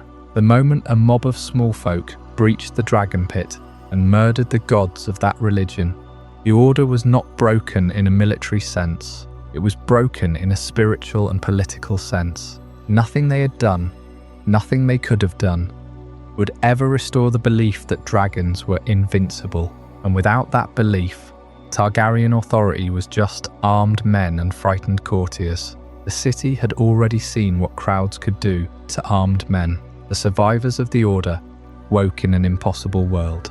The lairs stood empty, each one a stone chamber that still smelled of smoke and blood and something older, something that had burned hotter than any mortal fire. The great iron doors that had held dragons for decades, the doors strengthened by Jaehaerys the Conciliator and guarded day and night by his keepers, had been torn from their hinges. The chains that had fastened the largest dragons in the realm lay snapped and coiled on the stone like dead serpents. The tools of their craft, the goads, the harnesses, the meat hooks, the long polearms that had kept intruders at bay, were scattered, shattered, or stolen by the mob, and the bodies of their brothers lay where they had fallen, unrecognizable, trampled beneath the same boots that had torn the sanctuary apart. There was no stable crown to serve. Queen Rhaenyra was still in the Red Keep, but she was a queen without fire. Her enemies had seen her weakness. Her own courtiers whispered of abandoning her. The mob that had destroyed the Dragonpit had set a precedent that every other faction in the city would remember, and the Dragonkeepers, trained to follow the crown without question, looked around at the ashes and found that the crown no longer had any commands worth giving. The end of the Order, then, was a political collapse long before it became an administrative one. No one signed a decree on the day of the storming that disbanded the Dragonkeepers. No formal proclamation declared the order extinct. The institution simply ceased to make sense. When you have no dragons to guard, you have no purpose. When you have no authority to protect you, you have no standing. When the crown you served can no longer defend its own sanctuary, it certainly cannot defend you. Some of the keepers drifted away quietly, stealing out of the city in the chaos. Others remained, patrolling empty corridors out of habit, unable to imagine any other life. But their discipline was hollow, their orders were meaningless, and the solemn oaths they had sworn to a line of dragon kings had been rendered absurd by the sight of a butcher's mob pulling down the last of their charges in the mud. This unravelling reached far beyond the Dragonpit. The dance of the dragons had already been killing riders and mounts across the 7 kingdoms for years. Rhaenys and Mellies had fallen at Rook's Rest, burned and broken by Vhagar's fire. Lucerys and Arrax had died beneath a storm at Shipbreaker Bay, torn apart in the darkness. Jaehaerys had been cut down at the gullet, his dragon Vermax slain beneath him. Daemon had ridden Caraxes to his death, and taken Aemond and Vargar with him into the waters of the God's Eye. Each death had removed another pillar from the structure that held the Targaryen world together, and each death had made the institutions around that world weaker. The Dragonkeepers were not the only guardians whose foundations were crumbling, but they were the ones whose existence depended entirely on those creatures. The Kingsguard could stand without a king. The City Watch could patrol without a treasury. The Maesters could fill their ravens and their books without dragons. But the Dragonkeepers had one sacred function, and that function was ash. When Rhaenyra finally fled King's Landing, slipping through a hidden passage in the Red Keep in disguise, leaving behind the city she had entered in triumph. She carried no dragons with her. She was a queen reduced to a fugitive, and her fate at Dragonstone was cruel. Her enemies found her. Her life was offered to her brother's broken, twisted dragon, a creature kept alive by spite more than by health. Sunfire, one of the last great dragons left in the world, devoured the woman who had once been the most powerful person in the realm. It was an end so undignified that even the chroniclers who hated her paused before it, and with her death, the last pretense that the Order had anyone left to serve collapsed completely. But the collapse cut even deeper than that. The storming had taught the small folk a lesson they would never forget. Dragons were not gods. They were animals that could be drowned in numbers, pulled down by ropes and meat hooks and stones. The fear that had kept the Targaryen dynasty on the throne for 130 years had been punctured, and through that wound,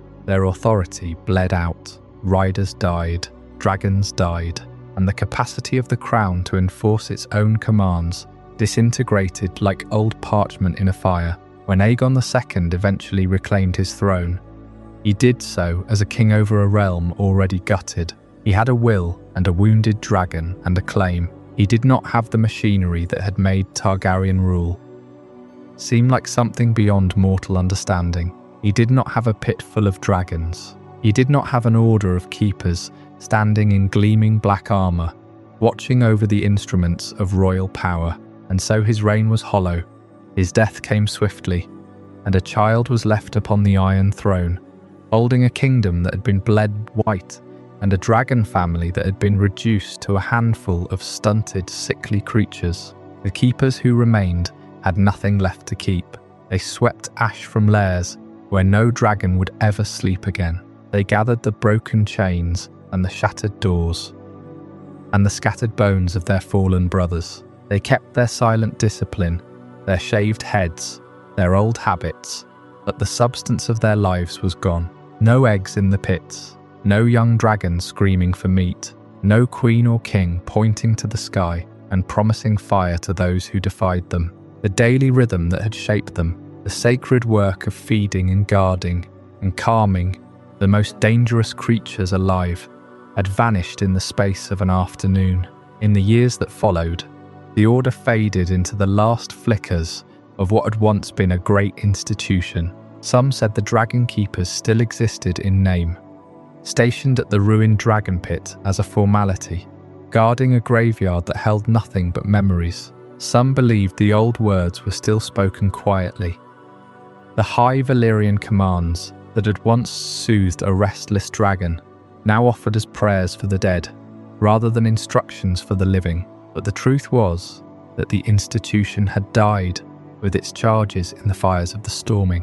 What came after was a shadow, a gesture toward a tradition whose heart had ceased to beat. And as the last of the Targaryen dragons grew smaller and weaker, each generation hatching from eggs that carried less fire than the one before, the few keepers who remembered the old ways watched over a dying species with absolutely nothing left to preserve. The secret knowledge of dragon husbandry, the art of approaching a creature of living flame without being burned, was passing out of the world in the silence of empty chambers. The order had been founded because a princess stole a dragon and a king could not bear the thought of it happening again. It had been sustained for generations by the bond between dragon and rider, by the need for order and control over forces no mortal could truly command. And it had been destroyed in a single act of collective fury when a city that had suffered too much remembered that the creatures above the gates were flesh and blood. The order did not survive the dragons. It could not. It had been built for one purpose, and that purpose had been slaughtered by the people it watched over. And so the Dragonkeepers passed into the dust of history, the way the dragons themselves became bones. The way the Targaryen dream of ruling through fire became a memory. The men who had once walked the pits in black armour, with dragon-scale crests running down their helms and high Valyrian on their tongues, were gone. The long knowledge of a forgotten art guttered out quietly, with no new eggs to hatch and no new riders to command them. What remained was the silence of the Dragonpit, the slow decay of the dragons that lingered on, and the last dimming embers of a power that had once seemed eternal. The city that had once trembled at the sound of dragon wings now had no dragons to fear, and the keepers who had devoted their lives to those creatures found themselves guarding ruins. Rhaenyra was gone, fled from a city that had turned against her, and soon to meet her end in a way that none of the keepers could have foreseen when they first swore their vows. The war was grinding toward its conclusion. But for the Dragonkeepers, the war had already ended in the worst possible way. Their purpose had died on the floor of the Dragonpit, beneath a collapsed dome and a mountain of bodies. But not all the dragons were dead, and as long as a single dragon drew breath, the Order still had a reason to exist. That is the crucial fact about the Dragonkeepers. They were not a political institution, not a military order that could retrain for new wars. They were bound to living creatures. Before the dance, those creatures had filled the sky with fire and shadow. After the dance, they were reduced to a handful of survivors, scattered across the realm. Consider what remained. On Dragonstone, a young dragon named Morning had hatched during the war, a fragile hope, a creature of new life born amid so much death. She was claimed by Rhaenyra Targaryen, one of the daughters of the late Prince Daemon, and for a time she seemed to promise that the age of dragons might not be over. But one hatchling could not undo the devastation of the past 2 years. Elsewhere, older dragons had simply vanished into the wild. Sheepstealer had been seen flying away with the girl Nettles, and then neither was seen again. Cannibal, the dark scourge of Dragonstone, proved the truth of his name by surviving the war that killed so many of his kind, only to disappear without a trace. Silverwing, once the mount of the late Queen Alyssa, had been claimed by the turncoat Hugh Hammer and then abandoned. She roamed the riverlands, growing wilder and more dangerous as the months passed.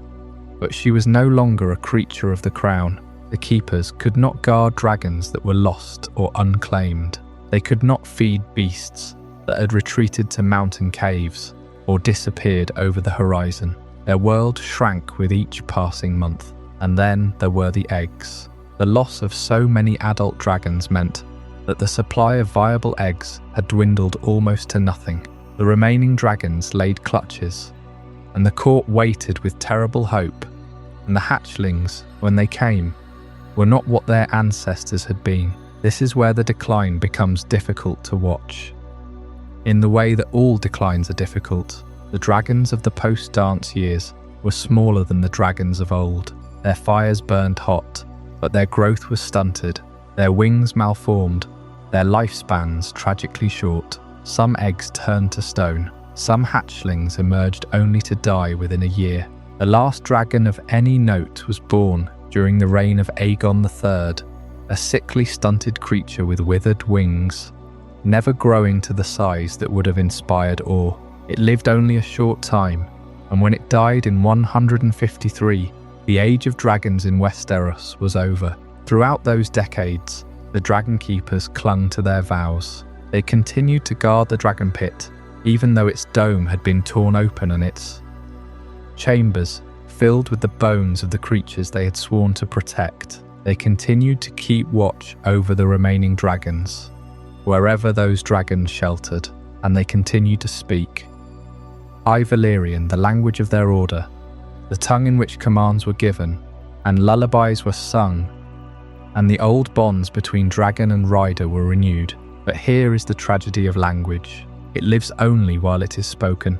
A language used only in rituals, only among a shrinking circle of initiates, begins to ossify. The keepers had no new initiates. With so few dragons, the crown saw no need to maintain the full complement for 77 men. The order was allowed to dwindle, deaths unreplaced, vacancies left open, traditions left untaught. A keeper who had spent his entire life in the silent company of dragons would speak High Valyrian to a creature that could not answer, and when that keeper died, the words died with him. No one issued a formal decree disbanding the Dragonkeepers. That is perhaps the most fitting end for an institution that had grown from a royal command. Between the storming of the Dragonpit in 130 and the death of the last dragon in 153, the order simply became unnecessary. The keepers were not dismissed. They were outlived. Each year, there were fewer of them, and each year, there was less for them to do. The gleaming black armor was polished less often. The dragon-scale crests on their helms were worn to dullness. The Dragonpit stood empty, its great doors chained shut, its halls given over to dust and silence. The last keepers were keepers of memory. They were men who had once stood within arm's reach of creatures that could have consumed them in a single bite. Men who had spoken in the language of old Valyria to beasts that had carried the Targaryens to glory. Now they were relics. They had no one to guard, no one to feed, no one to soothe with ancient words. They had only the fading echo of a purpose that had once defined their entire lives. What did they do those final years? They kept the records, perhaps. They told the stories to each other, the only ones who would understand. They preserved the techniques of dragon husbandry in their heads, knowing that no one would ever need to learn them again. And they watched as the last dragon, that sickly, pathetic creature, struggled through its short life and died and left them with nothing. When the last of those keepers passed, the knowledge died with them. The High Valyrian commands for dragon obeisance, the feeding schedules, the techniques for bonding and training, all of it became lost lore, the private language of a brotherhood that no longer existed. The Targaryens would try for generations to bring dragons back. Eggs would be placed in cradles, fires would be lit, prayers would be offered, but the knowledge that would have told them how was gone. Scattered in the memories of dead men, the Dragonkeepers did not fall in a single day. They were not destroyed by the mob that stormed their fortress.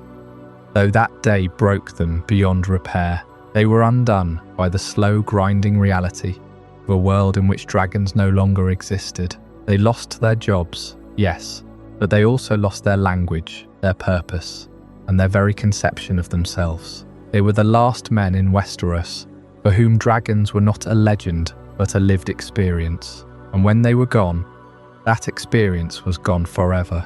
The Targaryens would spend the next century and more trying to recover what was lost, attempting to hatch eggs and raise hatchlings with no one left who remembered how. The dragons had left the world and they took the keepers with them. and in their passing, a thread of the old Valyrian world, perhaps the last thread, was finally cut by the end of the Dance of the Dragons. Those who guarded the royal dragons had seen the worst of what their calling could demand of them. The storming of the Dragonpit had broken the order in body and in spirit, and in the years that followed, those who remained watched over a dwindling collection of creatures that bore less and less resemblance to the beasts their predecessors had once shepherded. The last dragons were not like Balerion. They were small, misshapen, plagued by illness and deformity. Some hatched with twisted wings, others died within months. A few lived long enough to inspire a flicker of hope, but each generation grew smaller and sicklier than the last. The Dragonkeepers tended them, all the same, because tending dragons was the only purpose they had ever known. This was the slow extinction of an art, and when the last dragon finally died, so did the men who had devoted their lives to the care of those creatures. Not all of them died literally, of course, but the order itself dissolved. Somewhere between the end of the dance and the final years of King Aegon III's reign, the Dragonkeepers ceased to exist as an institution. The black armour was stored away. The helms with their dragon-scale crests were hung on walls or melted down. The 77 men who once stood guard over the greatest weapons in the world became a memory, and then less than a memory. To understand what was lost, we have to return to what the Dragonkeepers were at the very beginning. They were guardians of an impossible power. 77 men, dressed in gleaming black armour, stationed day and night wherever dragons chose to lair. They were created by King Jaehaerys I in 56 AC, after a crisis that exposed just how fragile royal control over dragons truly was. Princess Aerea had taken the Black Dread, the largest dragon ever known, and vanished. When she returned a year later, she was dying, and no one ever fully learned where she had gone or what she had seen. The lesson Jaehaerys took from that catastrophe was simple. Dragons were too valuable and too dangerous to leave unguarded, so he built an order around them, a monastic brotherhood bound by discipline and duty, trained in the old tongues, devoted to the creatures that made House Targaryen a dynasty unlike any other in the world. But the Dragonkeepers were never just guards, and the dragons were never just animals. The order existed in the space between reverence and control. The keepers fed the dragons, cleaned their lairs, kept the crowds away, and accompanied the royal family when they chose to fly. They knew the dragons' habits and humours. They spoke to them in High Valyrian, the language of a lost empire, as if each beast was a living relic of a murdered civilization. And woven through all of it was the implicit understanding that these creatures were not merely sharp-toothed monsters. They were power, a kind of power that cannot be quantified or contained, a kind that makes kings. And the Dragonkeepers were the ones who reminded everyone else of that truth every time they appeared in those black helms, with the scaled crests running down their backs. And yet the keepers themselves are almost never remembered. There is a strange imbalance in how Westeros remembers its own history. The dragons left a deep and enduring scar on the memory of the continent. Songs were written about them, banners display them. The maesters filled entire shelves with accounts of their fire and fury. The Dance of the Dragons, the terrible civil war that tore the realm apart, is still spoken of with a kind of horror that persists centuries later. People remember the battle above the God's Eye. They remember the burning of the city. They remember Balerion and Vargar and the names of the great beasts that once darkened the heavens. But ask them who fed those beasts, who mucked out their lairs, who risked death every single morning just to walk into the Dragonpit and set a meal before a creature that could swallow a horse whole. Ask them who learned to read the moods of these monsters, who mastered the ancient words that calm their tempers, who spent their lives in the shadow of fire without once becoming ash. And the answer is silence. The men who did that work are remembered, if at all, as footnotes, a sentence in a history, a mention in passing. The common folk of Westeros were always more interested in the dragons themselves because the dragons were the visible face of power. The keepers were merely the machinery behind it, and nobody sings songs about the machinery. The fate of the Dragonkeepers was to be invisible in their own lifetime and forgotten in their death. But that invisibility was itself a kind of tribute to their skill. They were so good at their work that even the most dangerous creatures in the world seemed almost normal when they were near.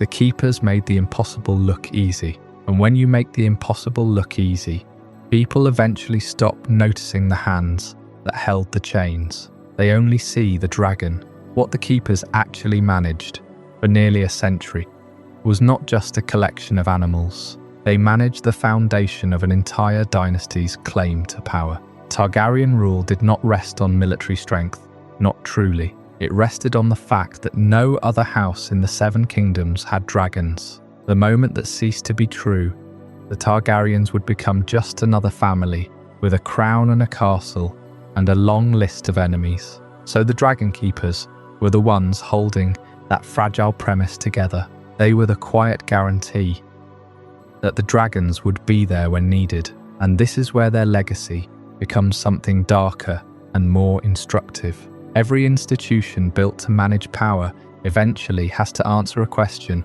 that no one wants to ask. What do you do when the power you manage is greater than the one who commands you? The Dragonkeepers were sworn to serve the king, but every dragon they guarded was a creature that could burn the king and his entire court to cinders before anyone could even run. The keepers did not control the dragons and never truly could. They influenced them, they tended them, they read their habits and spoke their language. But the moment a dragon decided to behave unpredictably, all that expertise meant nothing, and everyone in the order knew it. They were custodians of a fire that they could feed but never truly extinguish. The storming of the Dragonpit made this truth grotesquely visible. For one terrible day, the people of King's Landing poured into the pit with axes and pitchforks and pure, desperate hatred, and the Dragonkeepers could not stop them.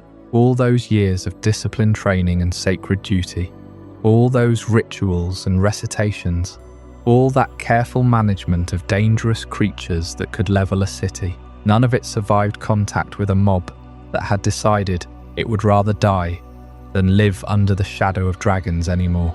The destruction was not a failure of individual courage. Many of the keepers fought and died in those tunnels. It was a failure of the idea itself. The idea that any group of men, no matter how devoted, could prevent the inevitable conclusion of what dragons were. When you build your entire civilization around a weapon that you cannot truly control, that weapon shapes everything you do, and when that weapon turns, or when someone else simply refuses to fear it, the whole structure falls apart. The Dragonkeepers were not the cause of that collapse, but their fate was the clearest illustration of it. They existed to manage the unmanageable, and inevitably, the unmanageable won. The Order outlived the storming of the Dragonpit, but only in the way that a candle outlives a hurricane. It flickered on for a time, because there were still dragons to guard, but those dragons were ghosts of what had come before.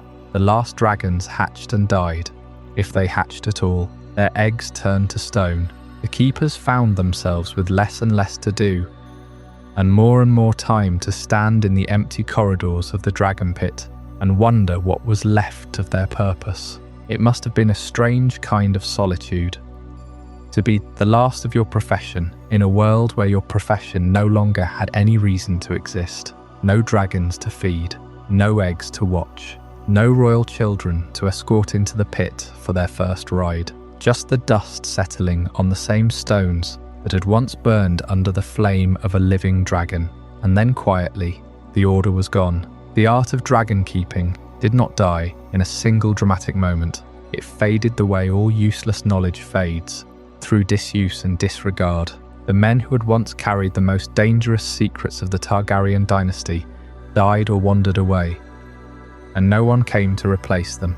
And when they were gone, the last thread connecting the crown to the Age of Dragons was severed. Here is the final reversal. The Dragonkeepers were created to ensure that dragons would never vanish from royal power. Jaehaerys I established the order after watching his niece disappear on the back of the Black Dread.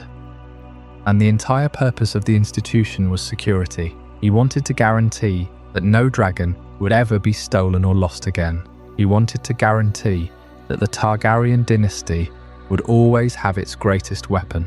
And for nearly a century, the Order managed to do exactly that. The dragons were not lost while the Keepers stood watch. But when the Order finally disappeared, it was not because dragons were absent. It was because the dragons were already gone.